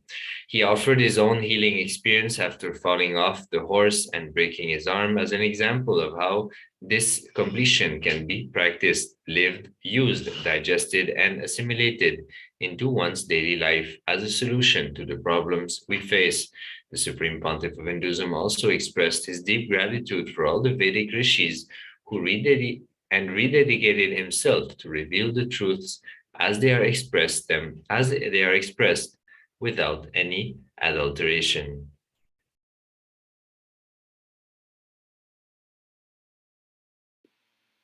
The next, on the 20th of January 2016, the Supreme Pontiff of Hinduism expounded on the cosmic principles of grand narrative during the Nithyananda Satsang. In this talk entitled Seeking is the Hindu Grand Narrative, the Supreme Pontiff of Hinduism revealed that seeking is the Hindu grand narrative. He thanked and acknowledged Sri Rajiv Malhotra for the term, the concept of Hindu grand narrative, and for the great work that he is doing. The Supreme Pontiff of Hinduism defined the grand narrative in terms of every civilization having a collective identity when one's inner image is beautifully aligned. He declared the need for having a Hindu grand narrative as an antidote for the social narrative that society imposes. He further explained that the need for a guru itself is nothing but a need for the grand narrative, and then declared that he would take responsibility of creating a Hindu grand narrative very soon that is all inclusive and undiluted. The Supreme Pontiff of Hinduism requested that the Sangha and everyone all over the world do Vakyartha Sadhus after reading the article by Rajiv Malhotra, The Hindu Grand Narrative.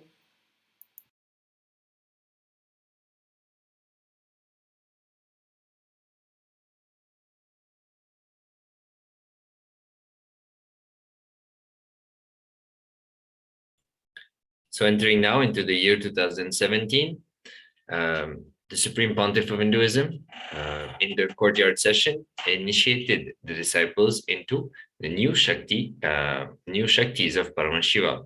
The Nityananda Yogam participants, Balisans and Adinavasis, were initiated into three Shaktis, capturing an image into a silicon-based device like a cell phone, laptop, or USB pen drive, charging batteries using the energy from the air, and charging batteries using other sources such as another battery.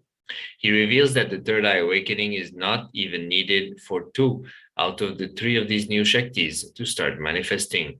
The only components needed are consciousness, which is available in every human being, Shakti Nipada, the presence of the avatar, and initiation by the avatar.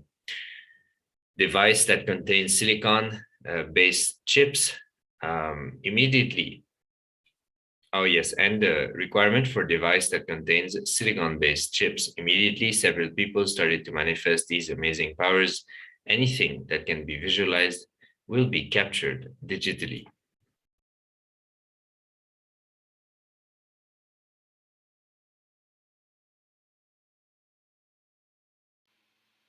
The next, we have the 20th of January 2020, where the Supreme Pontiff of Hinduism expounded on the cosmic principle, testing the sweetness, beauty, and quality of Paramashiva is liberation during the Nithyananda Satsang. The Supreme Pontiff of Hinduism revealed a grand narrative for Sri Kailasa, defining the four important principles: ontology, eschatology, epistemology, and axiology. The Supreme Pontiff of Hinduism explained how they can be used in presenting Paramashiva Jnana and Paramashiva Vijnana. The Supreme Pontiff of Hinduism initiated all into Vishesha Diksha during the live public address.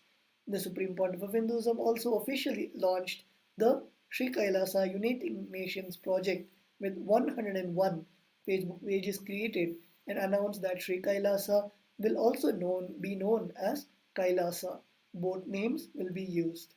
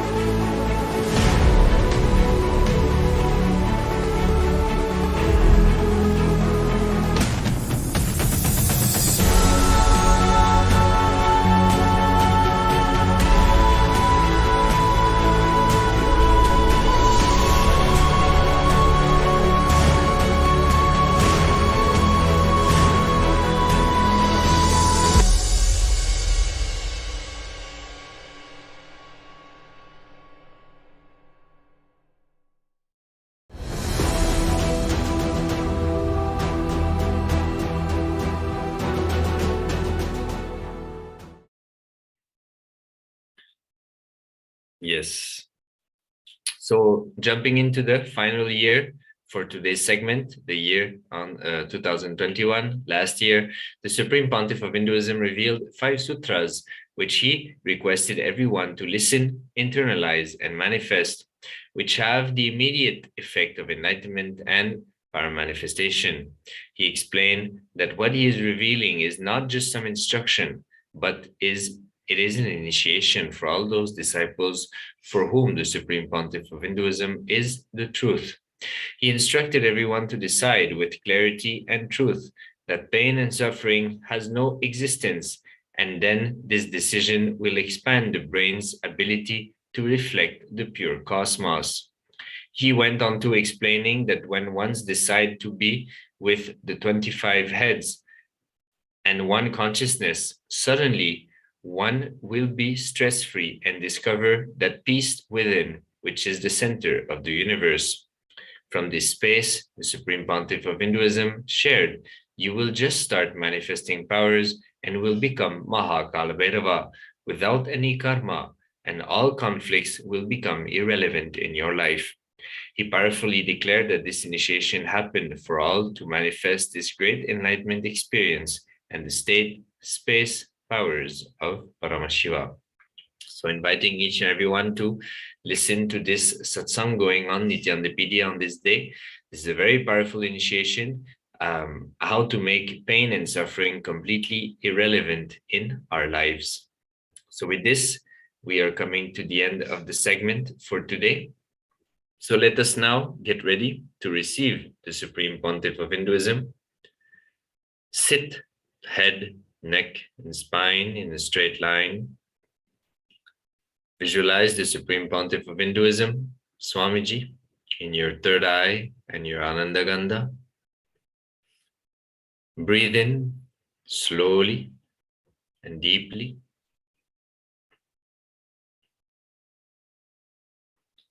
Unclutching from the mental activities and the happenings of the day, or the happenings which are yet to happen in the day.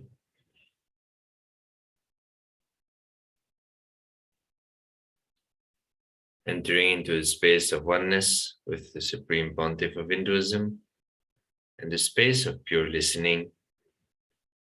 Let us now get ready to receive his presence, his initiation, his words.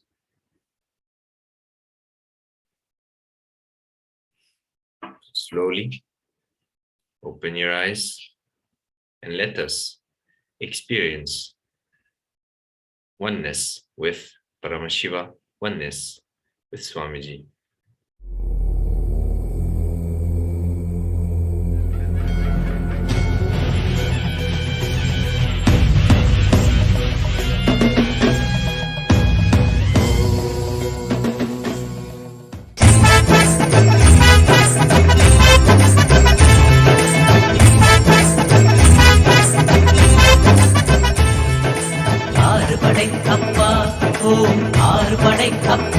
Nithiyan வாழும் நித்தியபுரி மலையே ஆறு படைக்கப்பா ஆறு படைக்கப்பா ஓம் ஆறு படைக்கப்பா நித்தியன் வாழும் நித்தியபுரி மலையே ஆறு படைக்கப்பா அறுபடை சக்தி ஒருமுக நித்தியனின் திருவடியை நாம் காண்போம் நித்யா திருவடியை நாம் காண்போம் நித்தியன் திருவடி கண்டு நோயற்ற வாழ்வினை பெறுவோம் நித்தியன் திருவடி கண்டு நோயற்ற வாழ்வினை பெறுவோம் ஆறு படைக்கப்பா ஓம் ஆறு படைக்கப்பா நித்தியன் வாழும் நித்தியபுரி மலையே ஆறு படைக்கப்பா ஆறு படைக்கப்பா ஓம் ஆறு படைக்கப்பா நித்தியன் வாழும் நித்தியபுரி மலையே ஆறு படைக்கப்பா கேட்டால் தருவாய் வந்தால் அருள்வாய் நித்யபுரி நித்யா நித்யா நித்யபுரி நித்யா நித்யன் பாதம் கண்டு சகல செல்வமும் பெறுவோம் நித்யன் பாதம் கண்டு சகல செல்வமும் பெறுவோம் ஆறு படைக்கப்பா ஓம் ஆறு படைக்கப்பா நித்தியன் வாழும் நித்தியபுரி மலையே ஆறு படைக்கப்பா ஆறு படைக்கப்பா ஓம் ஆறு படைக்கப்பா நித்தியன் வாழும் நித்தியபுரி மலையே ஆறு படைக்கப்பா ஓம் நித்யானந்தேஸ்வர பரமசிவசமாரம்பாம் நித்யானந்தேஸ்வரி பரமசிவசக்திமத்யமாம் அஸ்மதாச்சார்யபர்யந்தாம் வந்தே குருபரம்பராம்.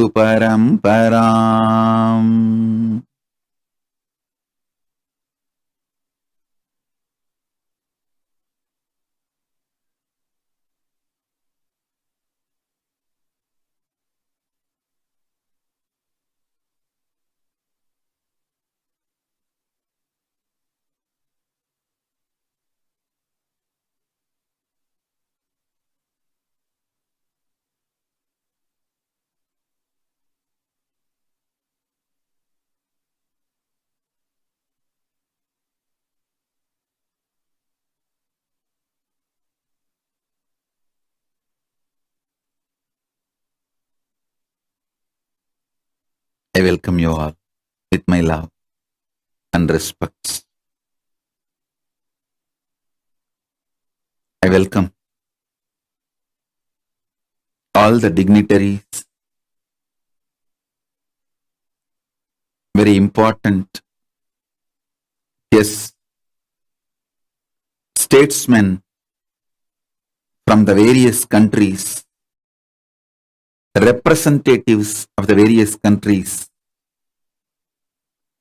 for this grand global conclave of an ancient traditional celebration of unity and peace and courage, Thaipusam with Sri KAILASA, Uniting Nations for Indigenous traditions and tribes.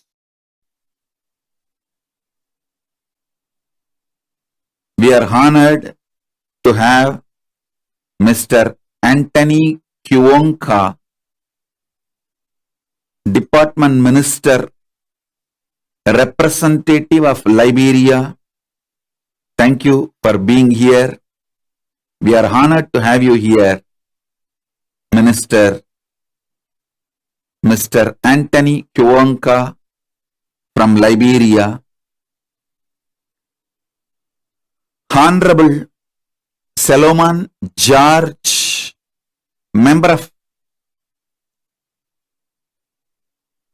House of Representatives representing Liberia. Mayor Peter Kezola representing Uganda. Honorable Deng Jesus Mading, Parliament member representing Jangle and chairperson of South Sudan Young Parliamentarian Caucus, South Sudan. I welcome you. We are honored by your presence. Mr. R.N. Hawker, Director of Migration Investments, representative of Turkey. Mr. Philip P. Reklai, Senator and representative of Palau, President of Reklai Associates. Thank you for being here. Haji Sainul Sarafat, President of Anjuman Zunatul Jamaat Association, representative of Trinidad and Tobago. Right Reverend Dr. Joseph, head of the Lutheran Church Malawi. Datuk Dr. Logabalan Mohan, Deputy Minister of Federal Territories representing Malaysia. Mr. Gurpreet Singh, President of Punjab Organization representing Malaysia. And there's a long list of guests who are here. I sincerely thank every one of you for being here. We are honored by your presence. Thank you once again.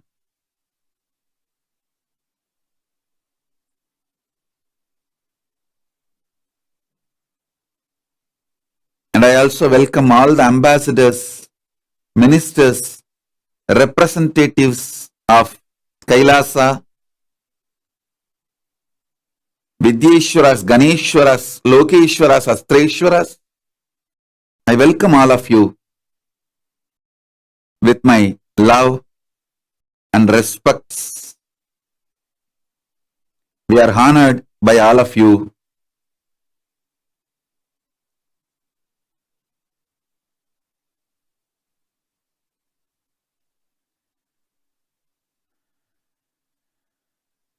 Paramashiva's message directly from KAILASA.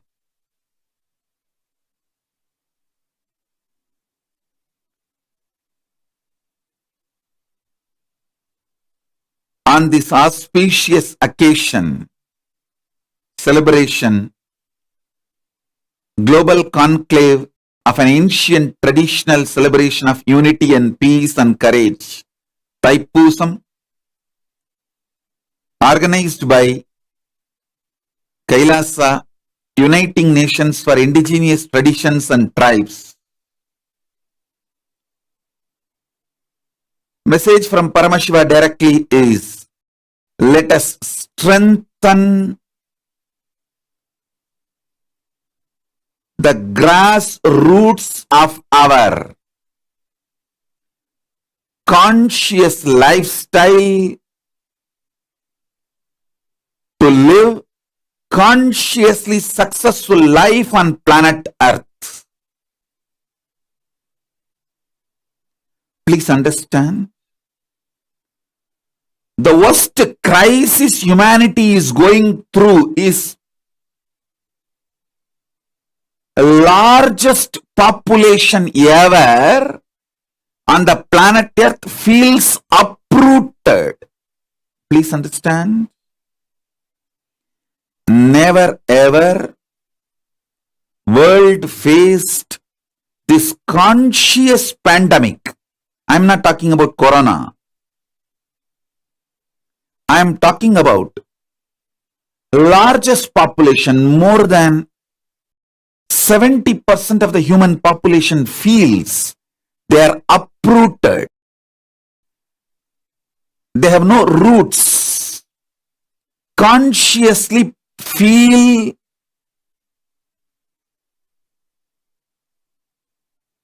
their life has no purpose.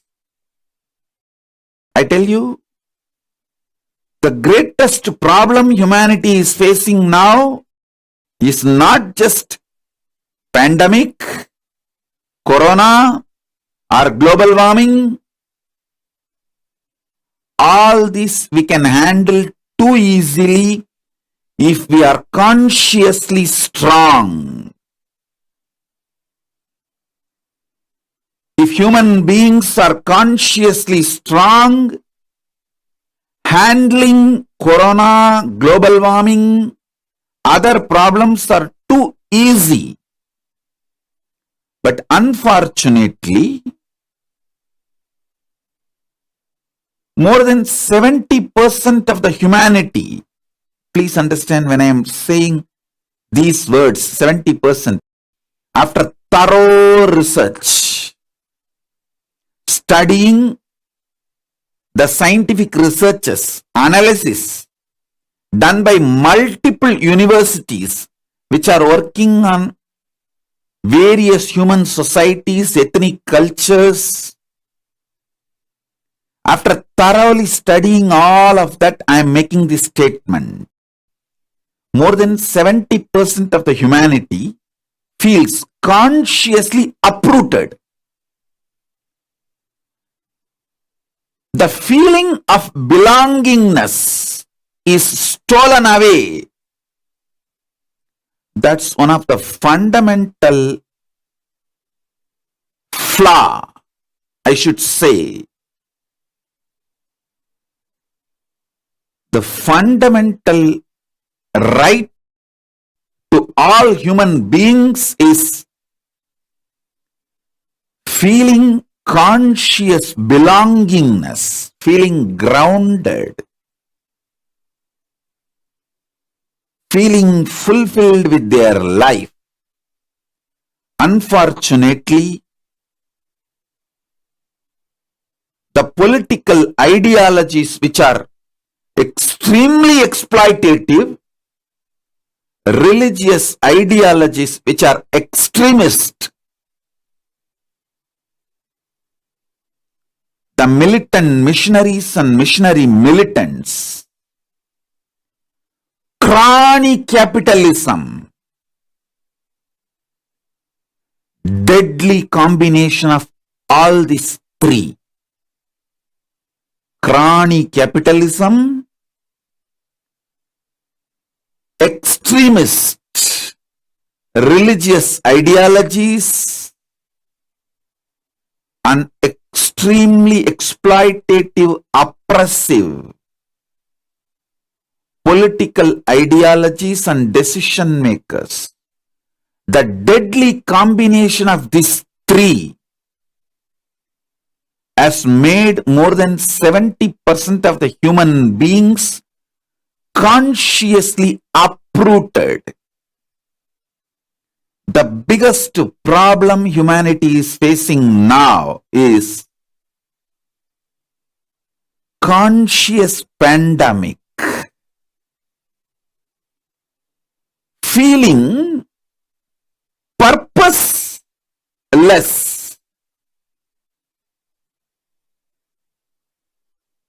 The definition of life is not convincing, satisfying. Please understand, 50% of the middle class people are dropping from regular jobs. Regular jobs are not going to be any more normal lifestyle. The new normal is not going to have a regular clerical, industrial, working population. This is one of the major revolution happening all over the world. Nobody is waking up to it. And 20% of the population just want to move away from the grid. Not just from job. They just don't want the human civilization. They are moving into the forests, remote villages. They don't want all the comforts, luxuries the modern day civilization is providing, because they feel it's the too costly exchange.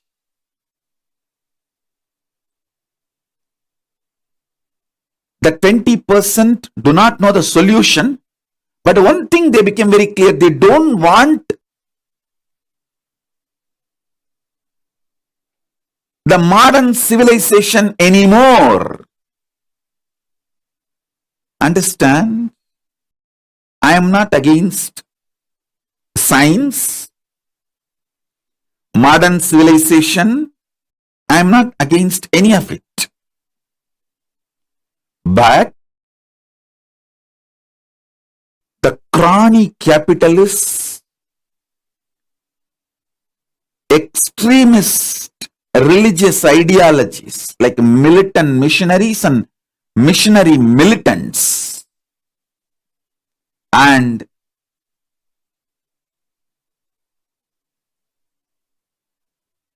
absolute oppressive, sadist, autocratic, power-hungry political decision makers, deadly combination of these three is making people lose their roots.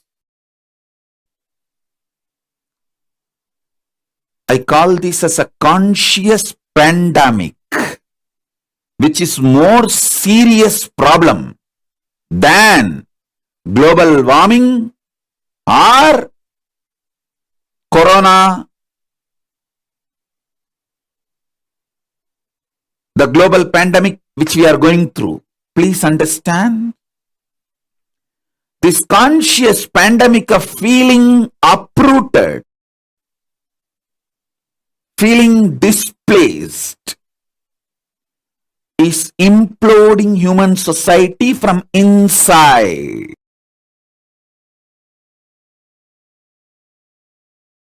No amount of painkillers, depression medications, psychiatric drugs is going to help these root problems of humanity. No amount of addiction, illegal drugs is going to help the humanity to find solution.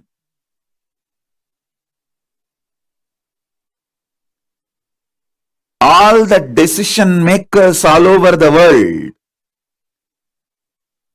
if you are a decision maker in the political field, religious field, media, or entertainment field, Hollywood, Bollywood, Gollywood, Sandalwood, or social media influencer, if you are influencing the society in any form, I request all of you sincerely, please wake up to this truth. We are having conscious pandemic all over the world. The only solution is strengthening our indigenous lifestyle consciously. Let's go back to our way of eating. Each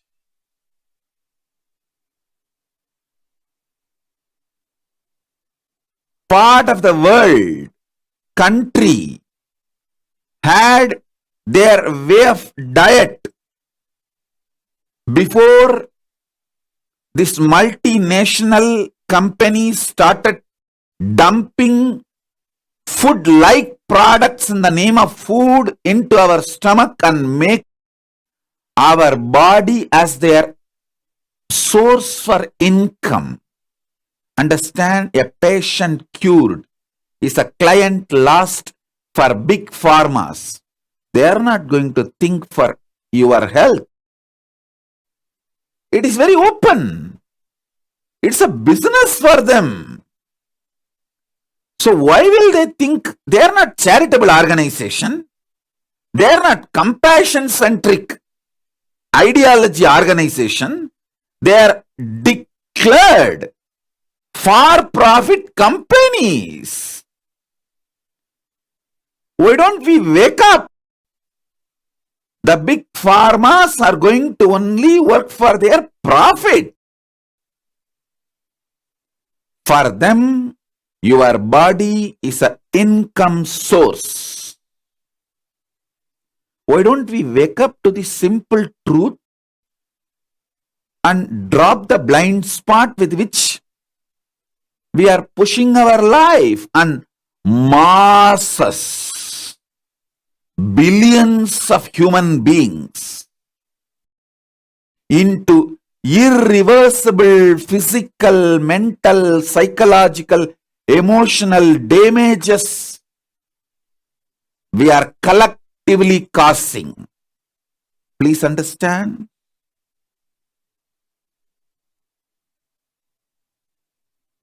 Crony capitalism in the field of pharma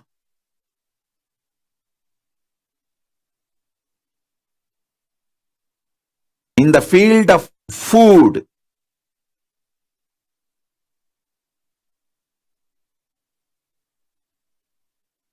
is not only extremely dangerous, it is causing irreversible damage to the human bodies, minds, physically, mentally, emotionally, psychologically. We are living the worst kind of body-mind structure for our next generation. Please understand.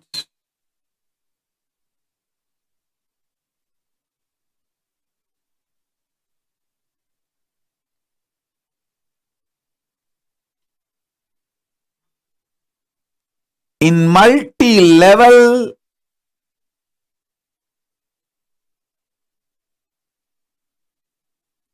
stealing the conscious indigenous life from the people, whether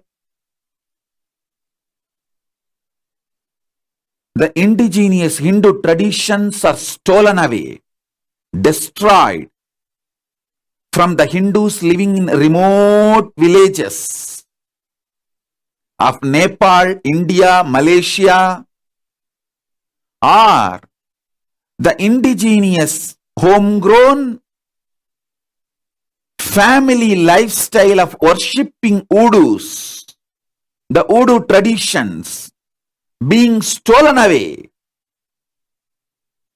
robbed, forcibly taken away from the African indigenous tribes. All these are the crimes against humanity.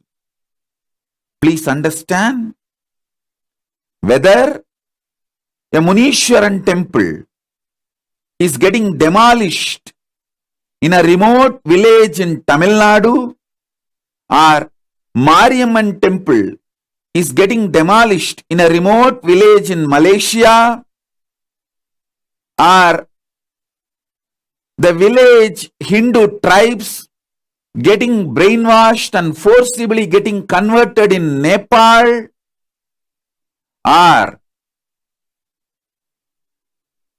the indigenous African tribes and traditions is getting wiped off in the name of modernization, and they losing their voodoo traditions and converting.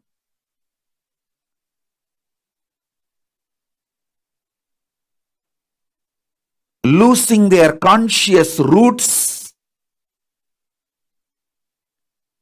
and being consciously manipulated, bullied, exploited by missionary militants and militant missionaries.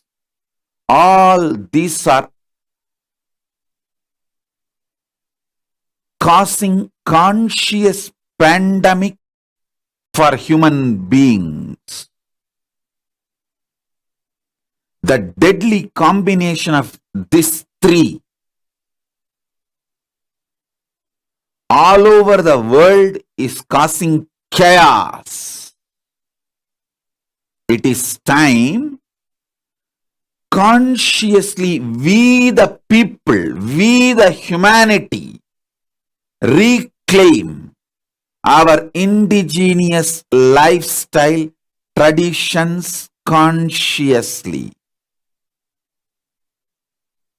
Modernization does not mean getting brainwashed and losing your conscious roots by this deadly combination of crony capitalist autocratic political decision makers extremely misinforming, brainwashing mainstream media and militant missionaries and missionary militant religious political ideologies. Common man follows science, science follows simply obediently the large powerful media and pharma mafia. Even in this global pandemic corona, common man follows science. Common man is controlled by science and science is controlled by big pharmas. Big pharmas have evolved more like a modern day mafia than solution for the problems of humanity.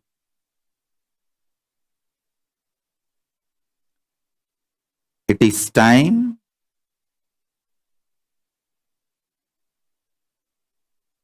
we the people, we the human beings, we the conscious beings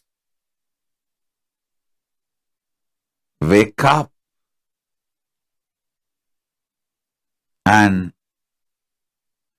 not allow ourselves to get silenced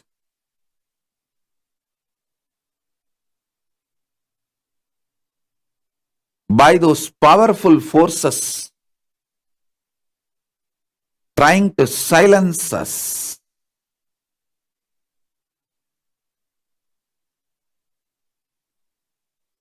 We should get back to our conscious roots, our conscious lifestyle, our own conscious introduction about ourselves, the way we deal our body, our mind, our pleasures, our pains, our relationships, the concept of economy, concept of currency, concept of money, concept of social structure. In every level, it is time we get back to our roots consciously, not allow these chronic capitalists and crony capitalists supported militant missionaries and missionary militants.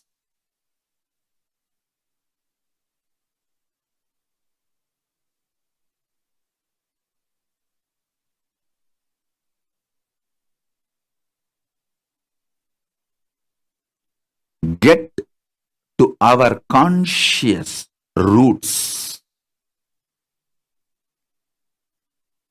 We are made to eat something food-like product in the name of food, plastic food, which makes us not only sick, alters our body and mind once and for all, to be a client for pharmaceutical industry.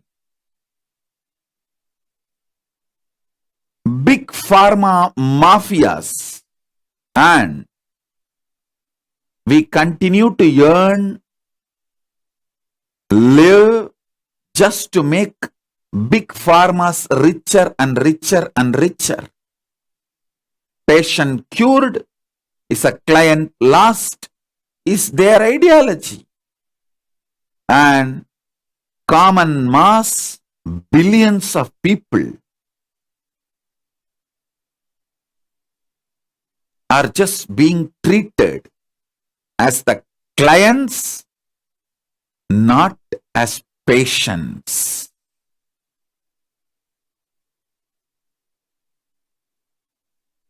Non-violence, conscious coexistence need to enter into all our thought currents, the way of living, in our business decisions, social understandings, the way we influence ourselves and the people around us and the world. Please understand,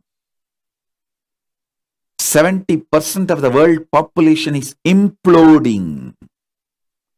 Consciously feel uprooted, displaced. This conscious pandemic really need to be taken very seriously. Efforts to correct the course correction should start now. Kailasa is all about conscious course correction.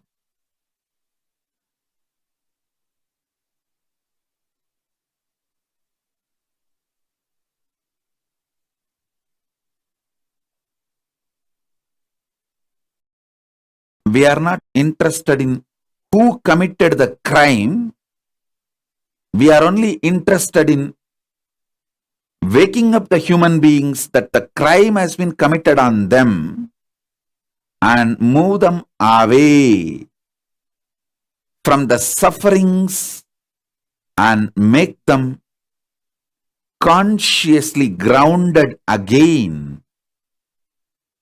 Feel fulfilled again. Feel this home, planet Earth, the only home we human beings have.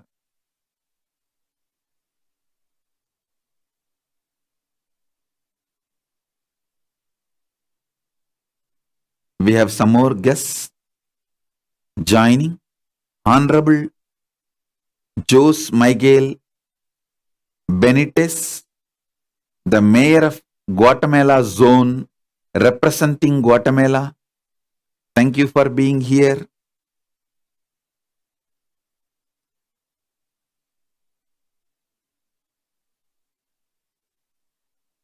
All over the world, in the name of globalization, our indigenous roots are consciously getting destroyed. It is time we revive the conscious-centric civilization, conscious-centric lifestyle, conscious centric.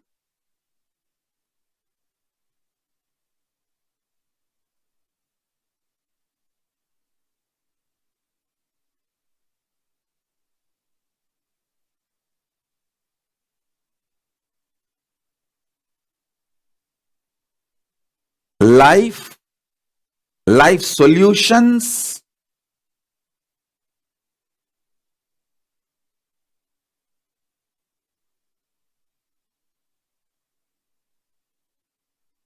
we human beings need to revisit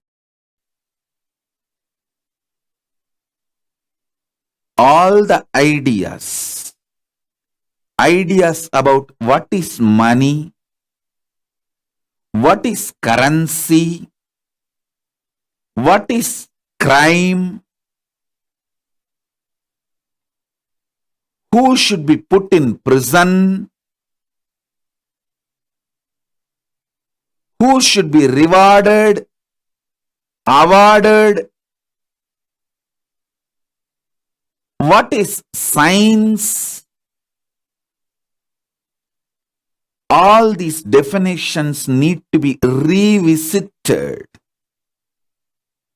consciously. What is human body? What is human mind? What is human being? What is the meaning of health? What is the definition of consciously feeling fulfilled? What is the definition of peace? What is the definition of love? What is the definition of joy?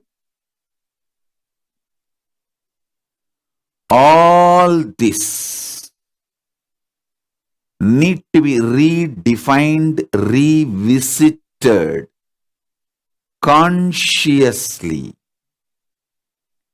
At least last 200 years. Heavy damage is done. I'm not talking just about India or Sri Lanka, Nepal, Malaysia, Bangladesh, Pakistan, Afghanistan. No, I'm talking about the whole world, Africa. The whole suffering human beings going through in Afghanistan is they accepted the ideology which dictates them, brainwashes them to kill people if they have a different opinions. Instead of handling the logic with the logic, when sword is used to cut the head, if there is an idea in somebody's head and you have better idea, try to share your idea. But just because the other person has different idea in his head, just cutting his head is not going to solve the problem. But unfortunately, when you accept those ideologies, once you start killing anyone, once you complete the killing of the people whom you think as ideologically different outsiders, you start killing within yourself. Because the habit of killing by then becomes part of your lifestyle. You can't do anything. You don't know anything else other than either you kill or get killed.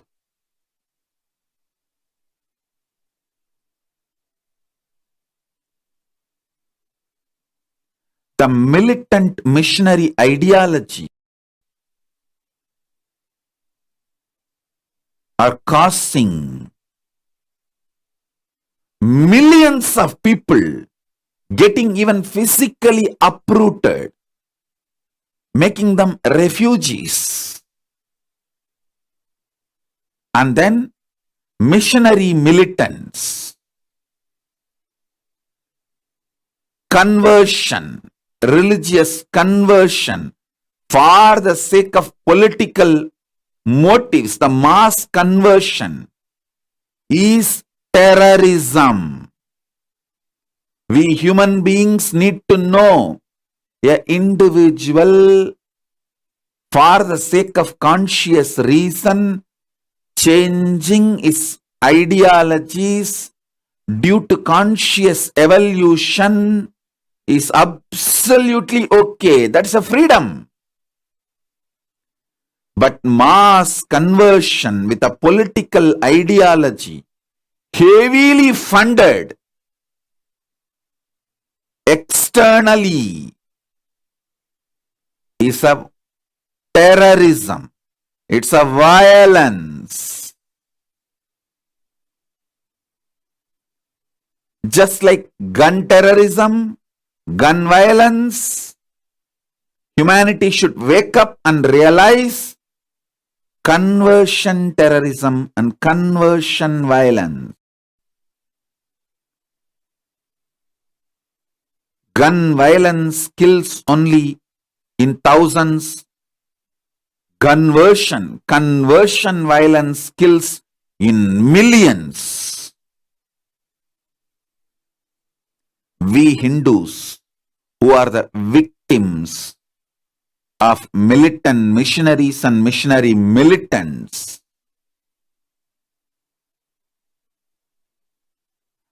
have to wake up to tell the truth to the world. We need to start somewhere. We should make the world understand. Stop this consciously uprooting people.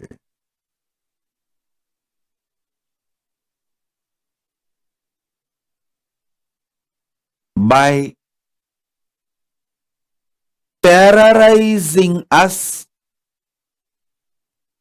with the militant missionaries, missionary militants, and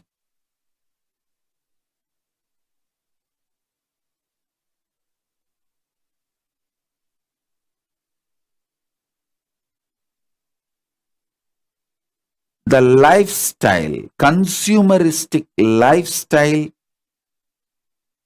being forced on us in the name of culture, modernization by the chronic capitalists. When you get addicted to food-like products in the name of food, please wake up. Your body is becoming the source for income for the big pharma mafias. We human beings need to reclaim our conscious-centric, indigenous lifestyles. We should free ourselves from currency-centric, profit-motivated, profit-centric food, medicine lifestyles forced on us. First, human beings should liberate themselves by the profit motive multinational companies, food and medicine lifestyles forced on us. Second, profit motive large mafia teaching us about our mind, the false theories dumped on our mind to make us as a patient and resource for their companies. By teaching the false ideas, concepts, in the name of psychology, psychiatry, and in the name of mental health. And the false ideas about the currency being taught to us. False ideas about wealth being taught to us. The false ideas about religion, life being taught to us. Let's free ourselves from all this and consciously get back to our indigenous traditions. Our ancestors who are conscious beings who did not look at us as clients or resource for their income or their slaves are the source for their power. Our ancestors were conscious.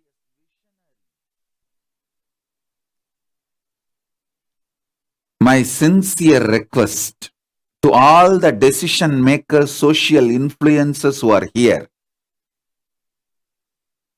let's wake up to this conscious pandemic humanity is going through.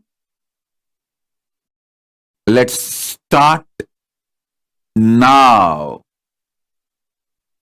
Let's do something now. Let's get back to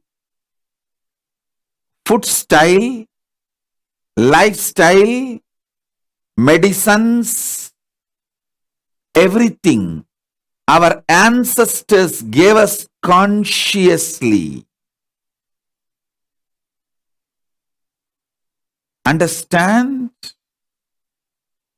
In that conscious lifestyle, if we need to do some evolution, let us evolve consciously in that very lifestyle and stop discarding that whole conscious lifestyle of our indigenous traditions. Conscious indigenous traditions and the conscious lifestyle is the solution for all the conscious pandemic human beings are going through all over the world. Thank you for being here. Maybe in further satsangs, I'll reveal more and more the solution from conscious enlightened civilization, ancient civilization of the humanity, Hindu tradition. KAILASA is all about reviving the ancient, enlightened, conscious-centric, indigenous traditions. Hinduism is just nothing but the collection of around 10,000 indigenous traditions, indigenous lifestyles. We are not like modern day organized religions. We are not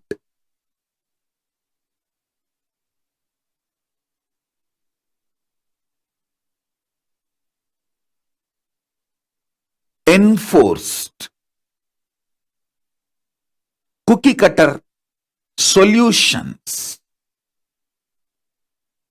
We see human beings as conscious beings, not as source for money, not as source for power, not as source for anything. We see human beings as conscious living beings. Non-violence is the foundation of Hinduism and the foundation of Kailasa's constitution. Let's get back to our conscious indigenous traditions, liberate ourselves from this huge conscious pandemic and help the humanity to free themselves from this conscious pandemic. That's all is my request to all the decision makers who are here from various walks of life. Thank you all. With this, I bless you all. Let's all radiate with integrity, authenticity, responsibility, enriching, causing, living Shuddhatvaita Saivam Paramadvaitam. The state, space, powers, being, superconsciousness, and Kailasa, Maha Kailasa of Paramashiva, Paramashivoham, Om Nithyananda Paramashivoham, the eternal bliss Nithyananda. Thank you. Be blissful.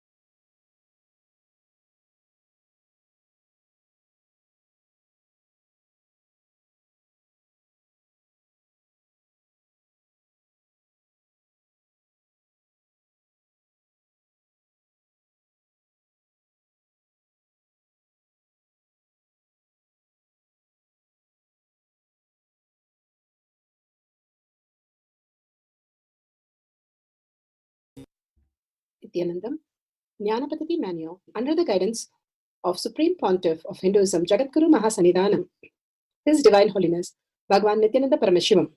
Let's start with the Sadguru Vandanam. नित्यानन्दं परमसुखदं केवलं ज्ञानमूर्तिं द्वन्द्वातीतं गगनसदृशं तत्त्वमस्यादिलक्ष्यम् एकं नित्यं विमलमचलं सर्वदी साक्षिभूतं भावातीतं त्रिगुणरहितं सद्गुरुं तं Namami. Let's go through the disclaimers. Security measures: no photography, video, audio recording. Important cautions: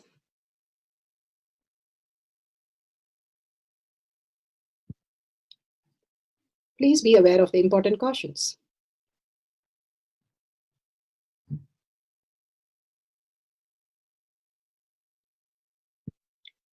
What is power manifestation? Let's hear from Bhagwan himself explaining what is power manifestation.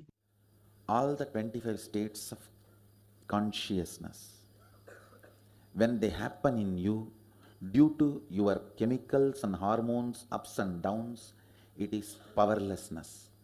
When it happens in you, out of your free will and consciousness, it is powerfulness. That's all. When you fall into sleep, it is powerlessness. When you enter into sleep, it is powerfulness. When you fall into dream, it is powerlessness. When you decide to dream, it is powerfulness.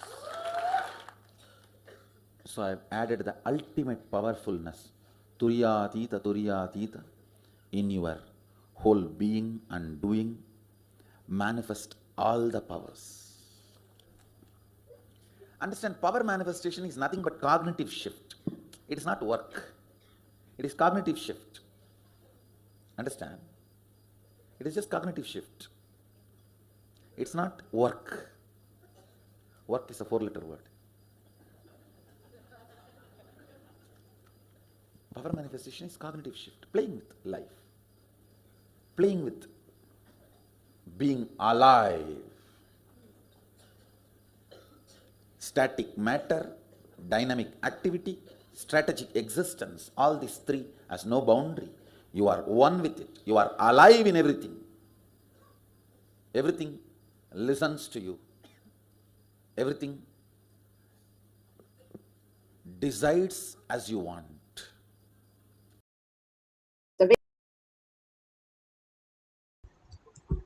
Beautifully, Bhagavan explains what is power manifestation. Everything decides as you want. You play in your life. Everything happens as you desire. The desires that you have gets fulfilled. It's a science because millions can experience that, and each one of you can experience that. Science of power manifestation, is authentic, time-tested, scientific, and foolproof. The pramanas are the evidences. Just by listening to the pramanas, the cognitive shift that happens in us beyond our mind, the self-doubt, self-denial, and self-hatred. Beyond that, there exists a space of oneness with Paramashiva, the consciousness, understanding that greater science by just listening to the pramanas. The Shastra Pramana, the eternal, unchangeable truth revealed in the source scriptures as Vedas and Agamas. Apta Pramana, the experience and the results of the Aptas. Aptas are the Rishis, Munis, Ganas, Nainamas, Alvars, Siddhas, even Grahasthas, Emperors, Bhairavas, and Yogis, all of them manifesting all the powers of Paramashiva.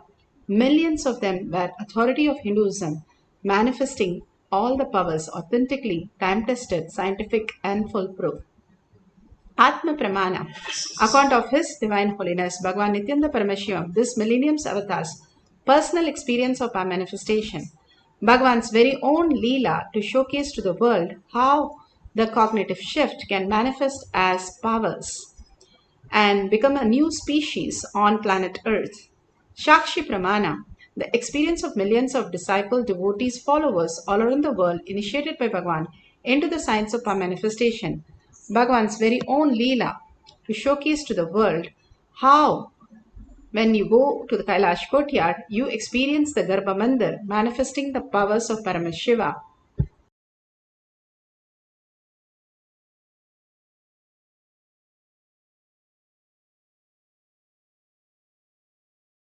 Pratyaksha Pramana, the scientific study measuring the effect of being in the enlightened state. Bhagavan Paramashiva has beautifully given us this greater science to understand what happens in our brain when we start manifesting powers. The thoughtless space happens, and more the prefrontal cortex becomes very active, and through that you experience the higher dimensions, the vertical time zones, and which is responsible for discoveries, invention, the greater realities of how you can manifest abundance, health, healing, bliss, and the ultimate moksha, living enlightenment space itself. Power manifestation is the greatest science that Bhagavan has brought down to planet Earth for each one of us to experience the ultimate as our physical reality. Let's go to the Shastra Pramana. The Shastra Pramana for the power of nature is from Vijnana Bhairava Tantra. Vijnana, consciousness. Bhairava, one who experiences consciousness beyond the mind. Tantra is the method. For the power of nature, the scriptural references from Vijnana Bhairava Tantra, Sutra 59, Dharana 36. विनिक्षिपेत् तुल्यं तक्षणात् गत्वा तल्लया तन्मयो भवेत् घटादिभाञ्जने दृष्टिं भित्तिस्त्यक्त्वा विनिक्षिपेत् तुल्यं तक्षणात् गत्वा तल्लया तन्मयो भवेत्. Bhagavan Paramashiva says in the sutra, just fix your sight inside a pot or any other object with a single pointed awareness, dropping the idea of that object having any length, breadth, enclosure, characteristics, forms, shapes, supports at the very moment that yogi, having absorbed into the depth of the object, instantaneously enters into that space of uniting, and the absorption into the complete oneness happens. Bhagavan beautifully says, like the mind has the identity and the consciousness in your inner space. And when you drop the identity, the minute you drop, you get sucked into your inner space. And simply you start experiencing the higher reality. And it is at the very moment when you drop the identities that you carry for each and everything. All the identities are nothing but patterns that we are carrying. All that which is going on in our nervous system, neurons in the brain, where it starts getting activated on different things. If a word, just one word of somebody abuses, immediately we get angry. If the word is something about something very nice and tasty, we immediately want to eat it. Or something lusty, even one word just triggers our hormone. All that is just a word, or just one visualization is enough to trigger us into fear or greed. All that if a word could just do for even the lower frequencies, lower chakras, what you experience, and lower reality, what happens if you're triggered in the higher reality, how it will be sucked into. You know that you will be sucked into fear when you're put in a very traumatic situation. You know how it feels. Same way, Bhagavan says, it is a lower energy itself is so powerful that you feel. How about something which is more powerful than the nuclear force? That is consciousness. If you drop the identity, you become infinitely possible, infinitely available of all the possibilities in front of you that you can simply choose as your reality. All that Bhagavan says is that you already exist in all the possibilities that who you are. All that you need to understand is raise your frequency to that possibilities, that dimension, then you will be able to understand that reality. Right now, we understand the 3 dimension. For example, beautifully, ant understands only the 2 dimension life. It only knows length and breadth. So if you stack a paper on top of another stack, it will not understand and it will think it has disappeared. It can understand only a length and breadth. Same way, when we do not understand the 4th dimension, the time or the space, we think that more than 3 dimensions, something disappears. But actually, Bhagavan says it exists in the higher dimension. When you raise your frequency from the lower three chakras to your Agnya, you experience the vertical time zone. Beautifully, you experience the higher reality, consciousness, as your reality, the time dimension, the space dimensions, all the higher revelations starts happening in you as the ultimate reality, where the possibility keeps increasing into next possibility. How you can exist on planet Earth without getting disturbed by all the outer world. Rather, you will understand the outer world, whatever you have is just a dream, and raise to the higher consciousness, even manifesting your dream as you want. The greater science gives us the possibility to create our dream as you want, and unclutching more and more by from all these outer world, whatever was pulling us into incompletion, fear, greed, incompletion, or cheating, hatred, stuck, whatever we feel, when we let go those identities and understand Paramashiva is more stronger than me, than what I experience as those lower identities. Bhagavan says, don't tell the problem, don't tell the guru or how big your problem is. Tell the problem how big your guru is. Like one elephant in getting into a pond of water, it will splash everywhere. But even 100 elephants, even 1,000 elephants get into the ocean, nothing happens to the ocean. Bhagwan is like an ocean. All we need to do is merge into that ocean. We become so powerful. We do not have to go by all that which is given in the outer world. All the incompletions, we don't have to face that. Beautifully, how King Kuru decides to do that, even as in Mahabharata, he was one of the greatest king where he lived the greatest virtues of 8 virtues that he followed himself. And because he followed, he wanted to make a difference in the world by giving himself his own body parts, his own cells as seeds to be sown in Kurukshetra. That is why it became a pilgrimage center, that whoever comes there, even as a war they die, they will be enlightened. That was the king's sacrifice of the great virtues, that simply the for anybody coming into that place, living or dying, will be attaining the highest reality. All these greatest kings were able to manifest this great reality is only because the deepest surrender. They don't have any identity, and including their body, they are ready to sacrifice. Just like Dadichi, he was ready to give up his own body, and Vishnu Chakra literally cut his right hand, then left hand, his own body, and sprayed as the seed. And Lord's Shiva's bull and the buffalo of Yama came and plowed the land and sowed his own body as the seed, putting in all the virtues, great virtues, and creating a beautiful Kurukshetra as the greatest place for the greatest happening on planet Earth. And this is given in the Satya Parva, chapter 53 in Mahabharata. All this greater science again and again told to us to understand that the identity that we carry as body, including our body, is just a delusion. When we are able to realize this higher reality, we are growing in the vertical time zone beyond what we understand as body and mind and the outer world. Bhagwan beautifully speaks on the ferociousness, how Bhagwan raises each one of us to the higher reality by pouring the love and being ferocious to raising us into the ultimate. That is the success of guru-disciple relationship. That is the purpose.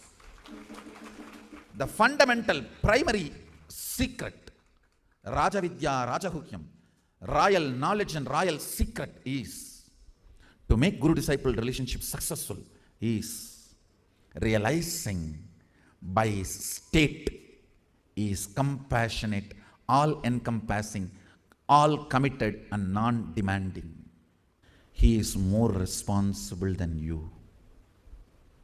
He is more passionate than you. He wants you to realize oneness more than you want to realize oneness. His quantity and qualities of the opened eyes is more than your quantity and quality of the eyes. Yours is two, his is plural. In Sanskrit, two is not plural. In Sanskrit, three, one, two, and then plural. Only in English, one and plural. You are vulnerable to poison or nectar. You are open for nectar or poison. To whom you crib, you eat is.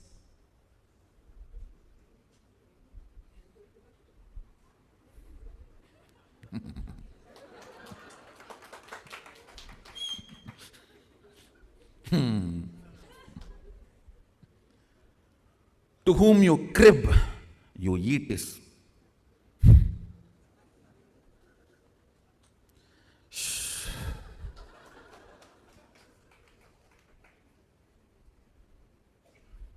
Understand. The second important reason why my relationship with my Guru was successful, when he was demanding, literally opening me up. Understand? The seed need to open for the sprout to happen. When he was demanding, all his demands were illogical because his love was illogical.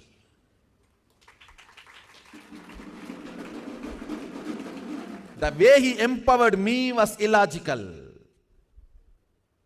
His acceptance of me was illogical. So his demands were illogical. If you have to become extraordinary, you have to be performing extraordinary. His empowering me was extraordinary, illogical. And his demand to me was illogical. Let's move to the Shakshi Pramana.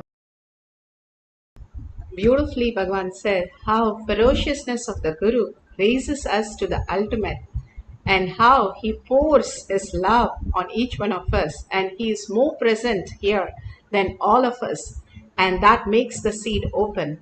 When the water boils to the 100 degrees, at 100 degrees, only it becomes the vapor. Till even at 99, it does not become vapor.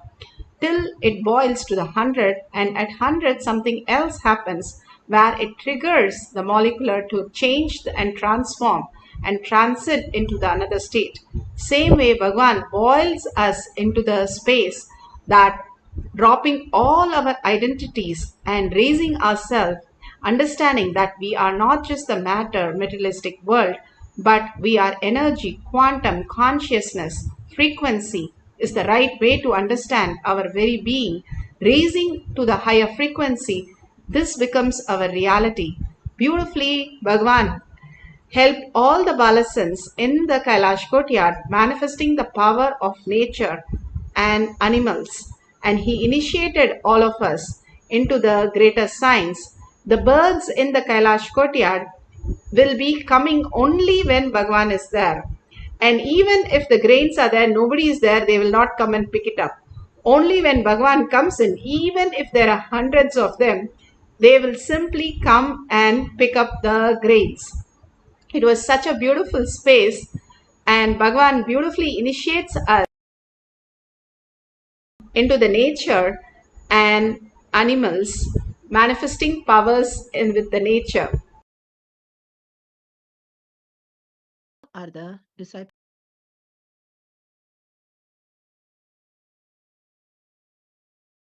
You, like, whatever you say, they'll do. By today, tomorrow, the Balasans will be able to manifest this power of programming biomemory and muscle memory of animals and plants. You can play in front of everyone's eyes directly. Beautifully, Bhagavan initiates all of us, not just the Balasans, into manifesting the power of nature. And here you can see the Pratyaksha Pramana, how they did a scientific study. Dr. Emoto, one of the greatest scientists, he had beautifully taken all the crystal of the water and he froze it and saw under the microscope. He saw that the crystals were formed whenever there was deep, beautiful words like gratitude, honesty, love, and all the beautiful mantras that he chanted. But when there was more and more the cursing or negative words, the crystal simply dissolved and became literally like a dirty liquid. And every word that you utter has a frequency, and it changes your frequency from lower energy to the higher energy. Bhagavan calls our spinal cord as spindala. The spinal is raises, the kundalini raises in our spine, and more the frequency raises to the agnya, the third eye, the heart center, the throat center, and the third eye. Simply the frequency can make you understand the higher realities. The next dimension, the vertical time zone, you start moving up. And how does it happen? When you chant the mantra, when you constantly chant the mantra, your body becomes so pure, and that is clearly seen. Yogi Ram Surat Kumar, he did not take bath for 40 years, and he did not live in a very beautiful place or anything. And nothing, there was no smell at all next to him. In fact, he was using the local bidi, the local cigarette, but still he did not have any smell next to him. Rather, it used to be only sandalwood smell and other nice smell around him. And many, whoever chanted, there has been recorded many cases where many yogis, where they smell even like a sandalwood when they chant the mantras, even Ramanama or any of the Ishtadevata they chant, their body does not smell. That is one of the greatest signs. It purifies, the mantra purifies your body. The body constantly, the negative thoughts that we have, this is not possible, nobody loves me, I am not being bothered, I'm stuck, whatever we have, those do not exist, because this world itself, what we perceive, does not exist the way we think.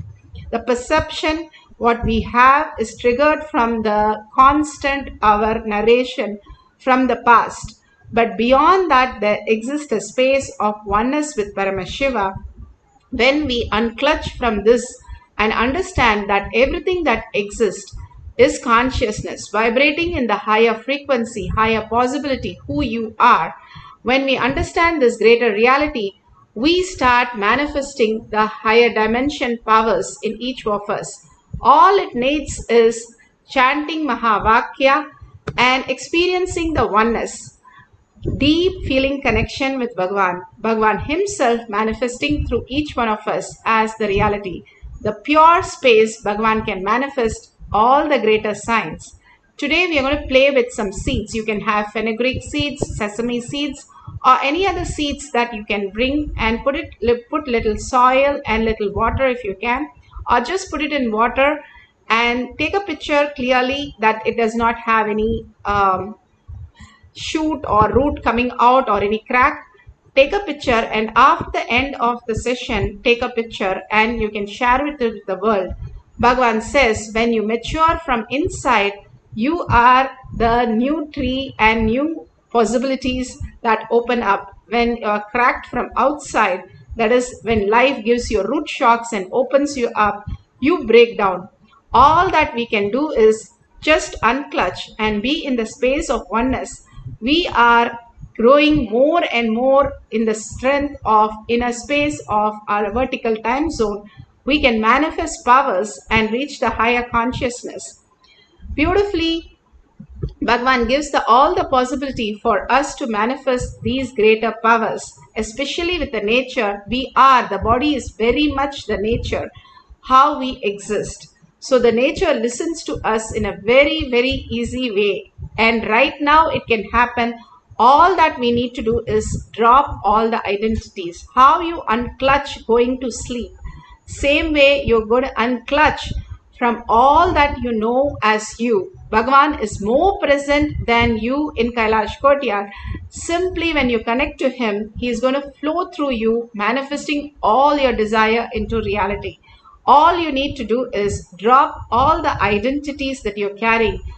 Whatever you know as you, how you go into the deep sleep, you have no words. That's why when you wake up, you say, oh, I slept so nicely, it was blissful. Nobody in the world says, oh, I have to do the sleeping again today also. I want to go vacation from sleep. Nobody says that, because it's the most beautiful space. Now, with awareness, we are experiencing the oneness with Paramashiva. With the conscious mind, we are going to get into the Nirvikalpa Samadhi. Do not sleep, but get into the same state of unclutching everything by chanting the Mahavakya again and again with the deep listening. The more you unclutch from each identity, you get sucked into the conscious space. Even for few seconds, you can experience the ultimate. How you sleep for 8 hours and 2 hours you have a deep sleep.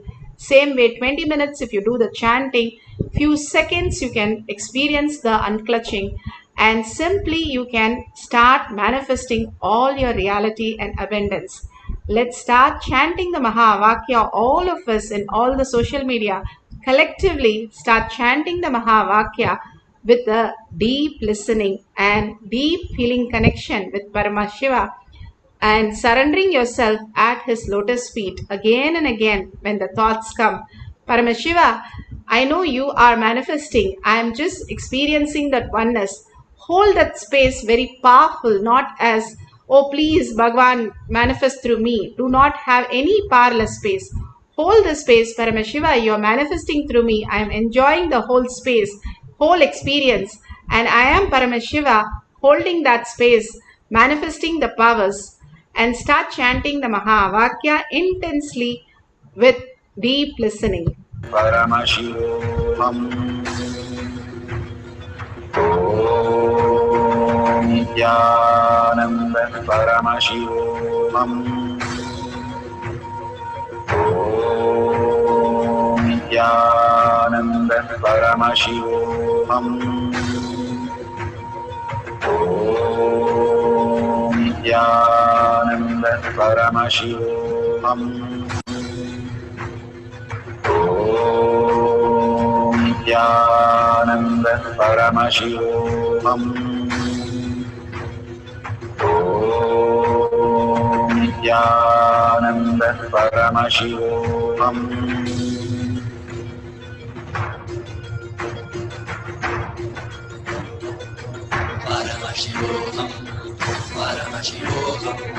Let Paramashiva's third eye manifest in all our third eyes. Let the Amrita pour, let the Varni open up, manifest in all of us.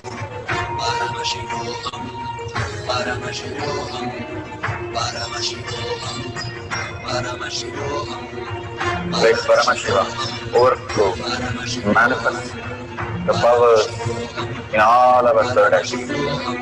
Om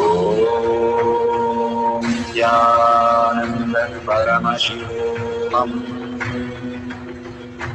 Om Nithyananda Paramashivoham. Om Nithyananda Paramashivoham. Om Nithyananda Paramashivoham. Om Nithyananda Paramashivoham. Om Nithyananda Paramashivoham. Om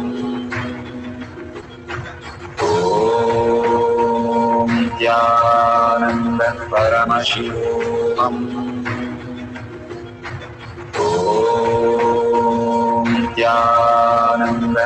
Paramashivoham. Om Nithyananda Paramashivoham. Om Nithyananda Paramashivoham. Om Nithyananda Paramashivoham. Om Nithyananda Paramashivoham.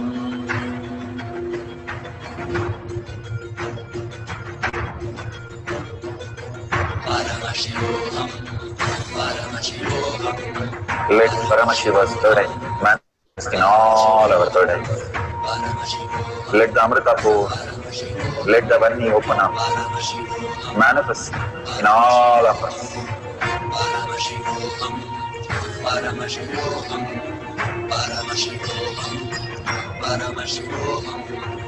Let Paramashivoham overflow, manifest the powers in all our third eye. Om Nithyananda Paramashivam. Om Nithyananda Paramashivam. Om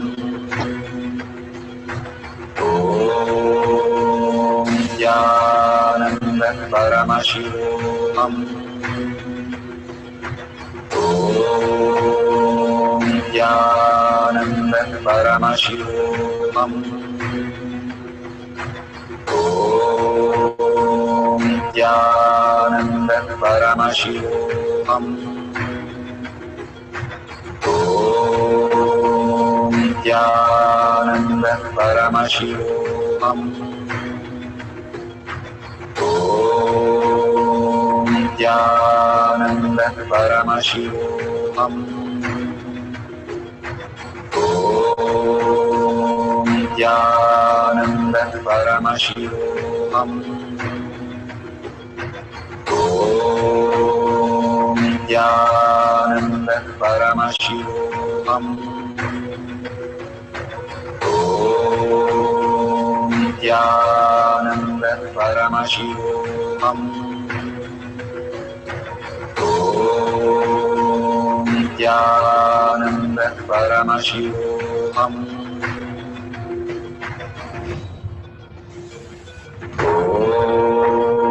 Om Nithyananda Paramashivoham. Om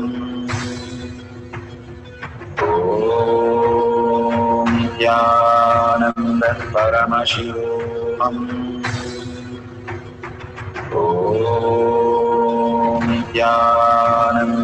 Paramashivoham. Om Nithyananda Paramashivoham. Om Nithyananda Paramashivoham. Om Nithyananda Paramashivoham. Om Nithyananda Paramashivoham. Om Nithyananda Paramashivoham. Om Nithyananda Paramashivoham.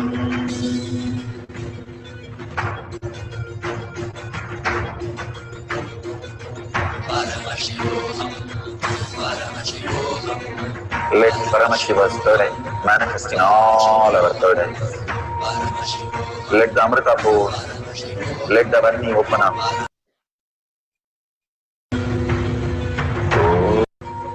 Om Nithyananda Paramashivoham.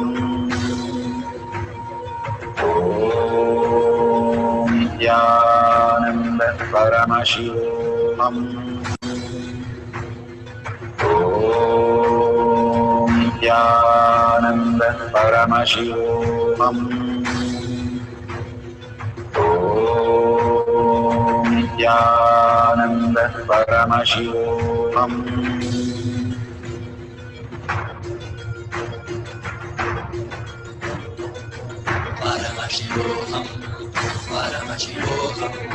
Let Paramashiva's third eye manifest in all our third eyes. Let the Amrita pour, let the Varni open up, manifest in all of us.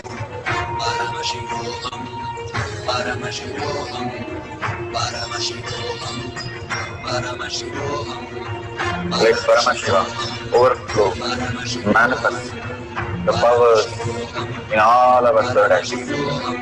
Om Nithyananda Paramashivoham. Om Nithyananda Paramashivoham. Om Nithyananda Paramashivoham. Om Nithyananda Paramashivoham. Om Nithyananda Paramashivoham. Om Nithyananda Paramashivoham. Om Nithyananda Paramashivoham. Om Nithyananda Paramashivoham.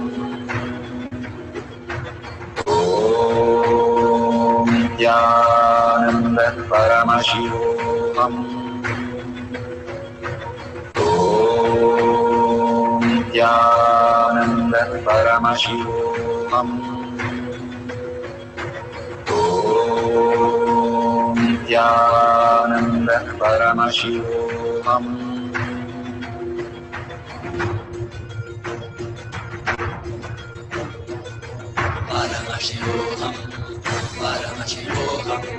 Let Paramashiva's third manifest in all our burdens.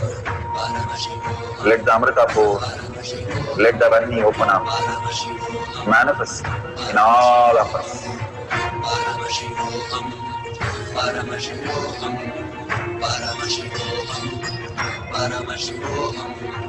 Let Paramashiva overflow, manifest the powers in all our third actions. So beautiful. Please open your eyes and you can verify if the seed, any root or shoot you have started to see, there is any crack, or you can see something green or the roots are happening. Simply Bhagwan beautifully made all the balasins create such a beautiful rose garden with no thorns. And each of the balasins used to have one rose plant, and they used to go and talk to the rose plant, telling the rose plant that you don't have to worry, that I will protect you. And simply the rose plant dropped the thorns. Hundreds of them made this as reality, and multiple times they did it. If we keep a rose plant, it dies. But Balasins not only had the rose plant, they took the roses from those rose plant, offered it for the Pada Puja. Beautifully, the rose plant simply dropped, because they are inner space, they drop the violence. Anything that we have is because of all this, most of that we are going through is so much of violence on not others but on ourselves. And if you keep a plant, you can see how the plants and really getting destroyed when you start using the words out of anger and incompletion. All that is the only thing that we have to drop, the reaction, obsessive compulsive reactionary space. How do I drop that? It is easy to say, but it doesn't happen. Unclutch from that, unclutch from the thought current itself. There's something other than you. If you understand that everything that exists is you, as Paramashiva, everything is quantum. There is, like, if somebody hits you in your dream, you cannot get angry or upset when you see them. You will laugh at them because you know it is just your dream. You will not be incomplete, or anger is not triggered. Same way Bhagavan says, all that perception, the signal which is given to your brain that this world is real, when you understand this is also your dream, Bhagavan says you can just walk out of anger, because you will laugh at it even if somebody shouts at you, because you know the higher reality who you are. You're not just this delusion dream, but you are higher dimensions in vertical time zone, in parallel universe. You exist in multiple possibilities, and you're not just a human to get upset with the delusion. You'll raise yourself. It's like you are the owner of the company. You do not get fear or greed of getting fired or feeling jealous, because you know you are the ultimate. You understanding that you are consciousness, you are infinite, nothing can be taken away from you. You are absolute. If you wake up to the reality, you will understand nothing you have lost and nothing was taken, nothing can be taken from you. Life has no hypocrisy for you. It is only the beautiful space of oneness.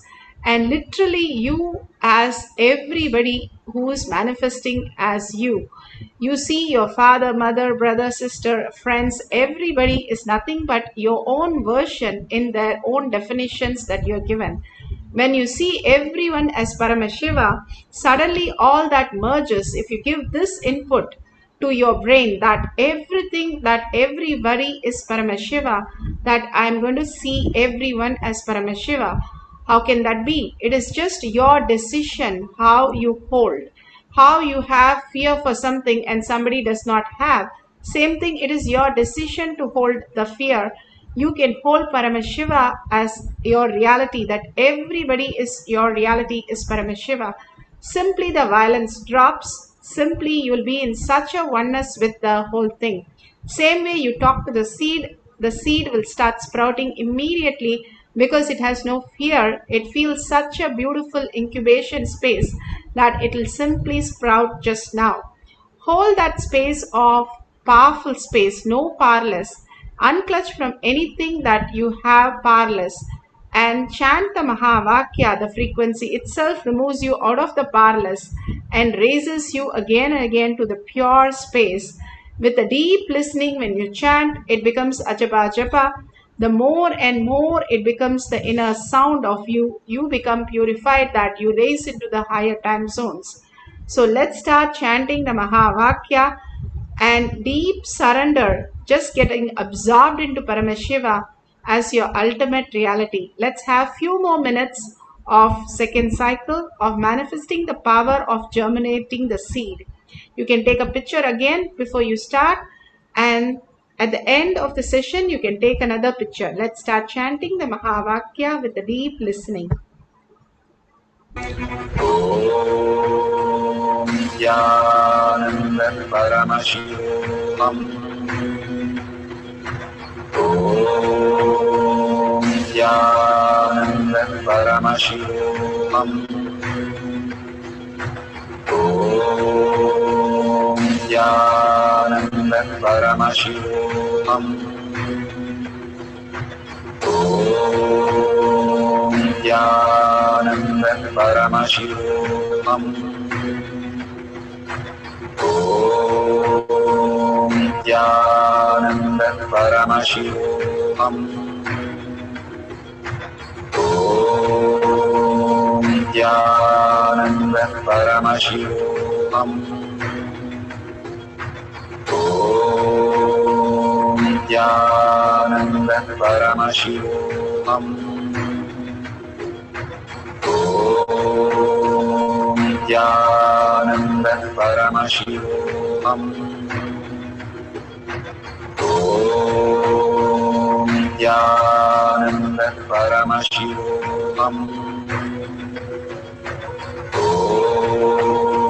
Nithyananda Paramashivoham. Om Nithyananda Paramashivoham. Om Nithyananda Paramashivoham. Om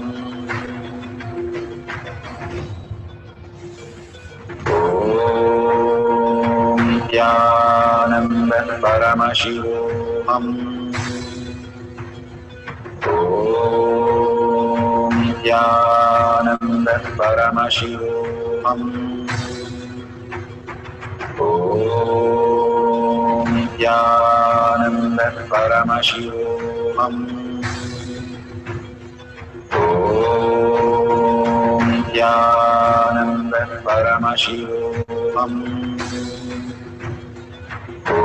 Om Nithyananda Paramashivoham. Om Nithyananda Paramashivoham. Om Nithyananda Paramashivoham.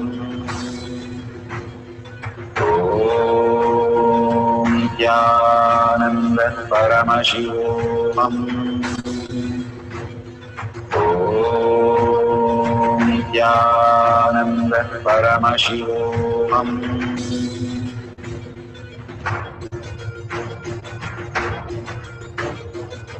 Paramashivoham. Let Paramashiva's third eye manifest in all our third eyes.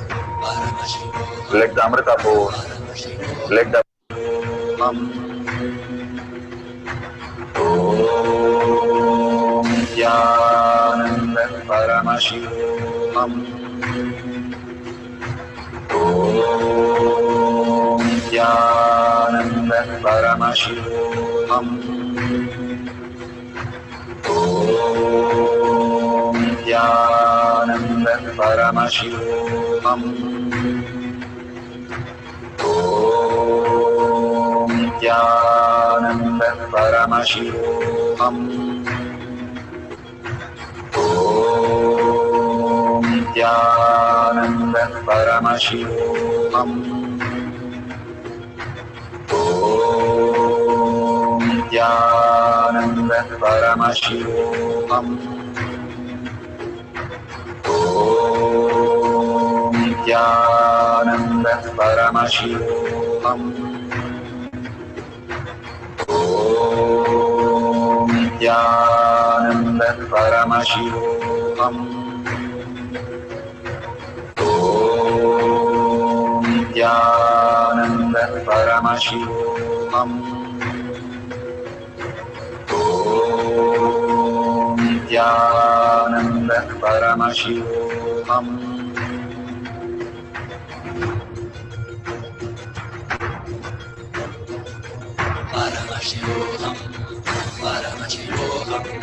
Let Paramashiva's third eye manifest in all our third eyes. Let the Amrita pour, let the Varni open up, manifest in all of us.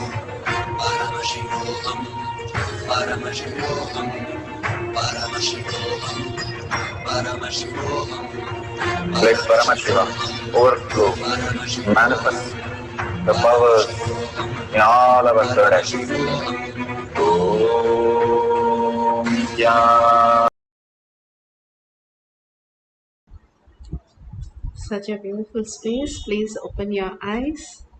Whatever the seed you have seen, the differences, it vibrating and moving, it is germinating, the roots, the shoots, or color difference, whatever, you can take a picture and share the beautiful experience of the powerful cognition, power manifestation in tinyurl.com/power manifestation, or you can go to Kailash Kotyard Manifesting Power page. You can view that and share others' posts also. All these are not social media work, but more and more you enrich others, you experience Paramashiva in everybody.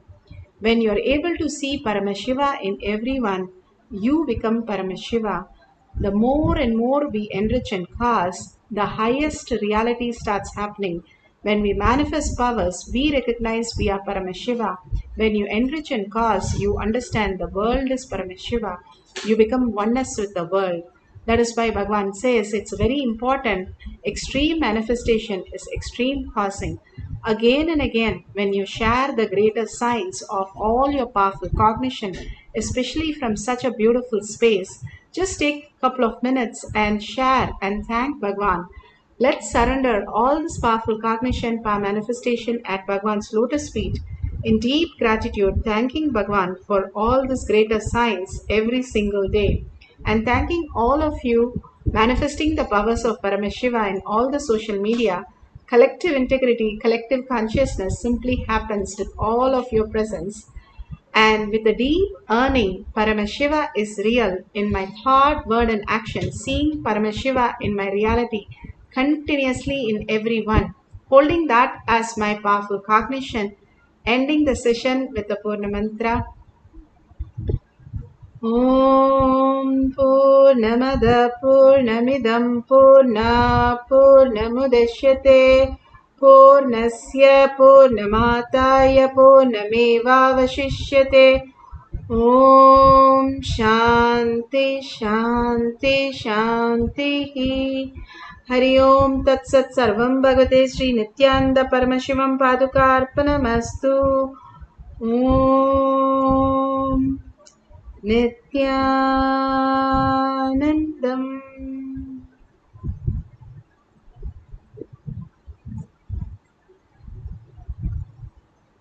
Thank you so much for being here, manifesting the powers. Next session will be in Zoom at 6 p.m. in Kailash Courtyard. Manifesting Powers session will be in Zoom. You can log in through eKailasha.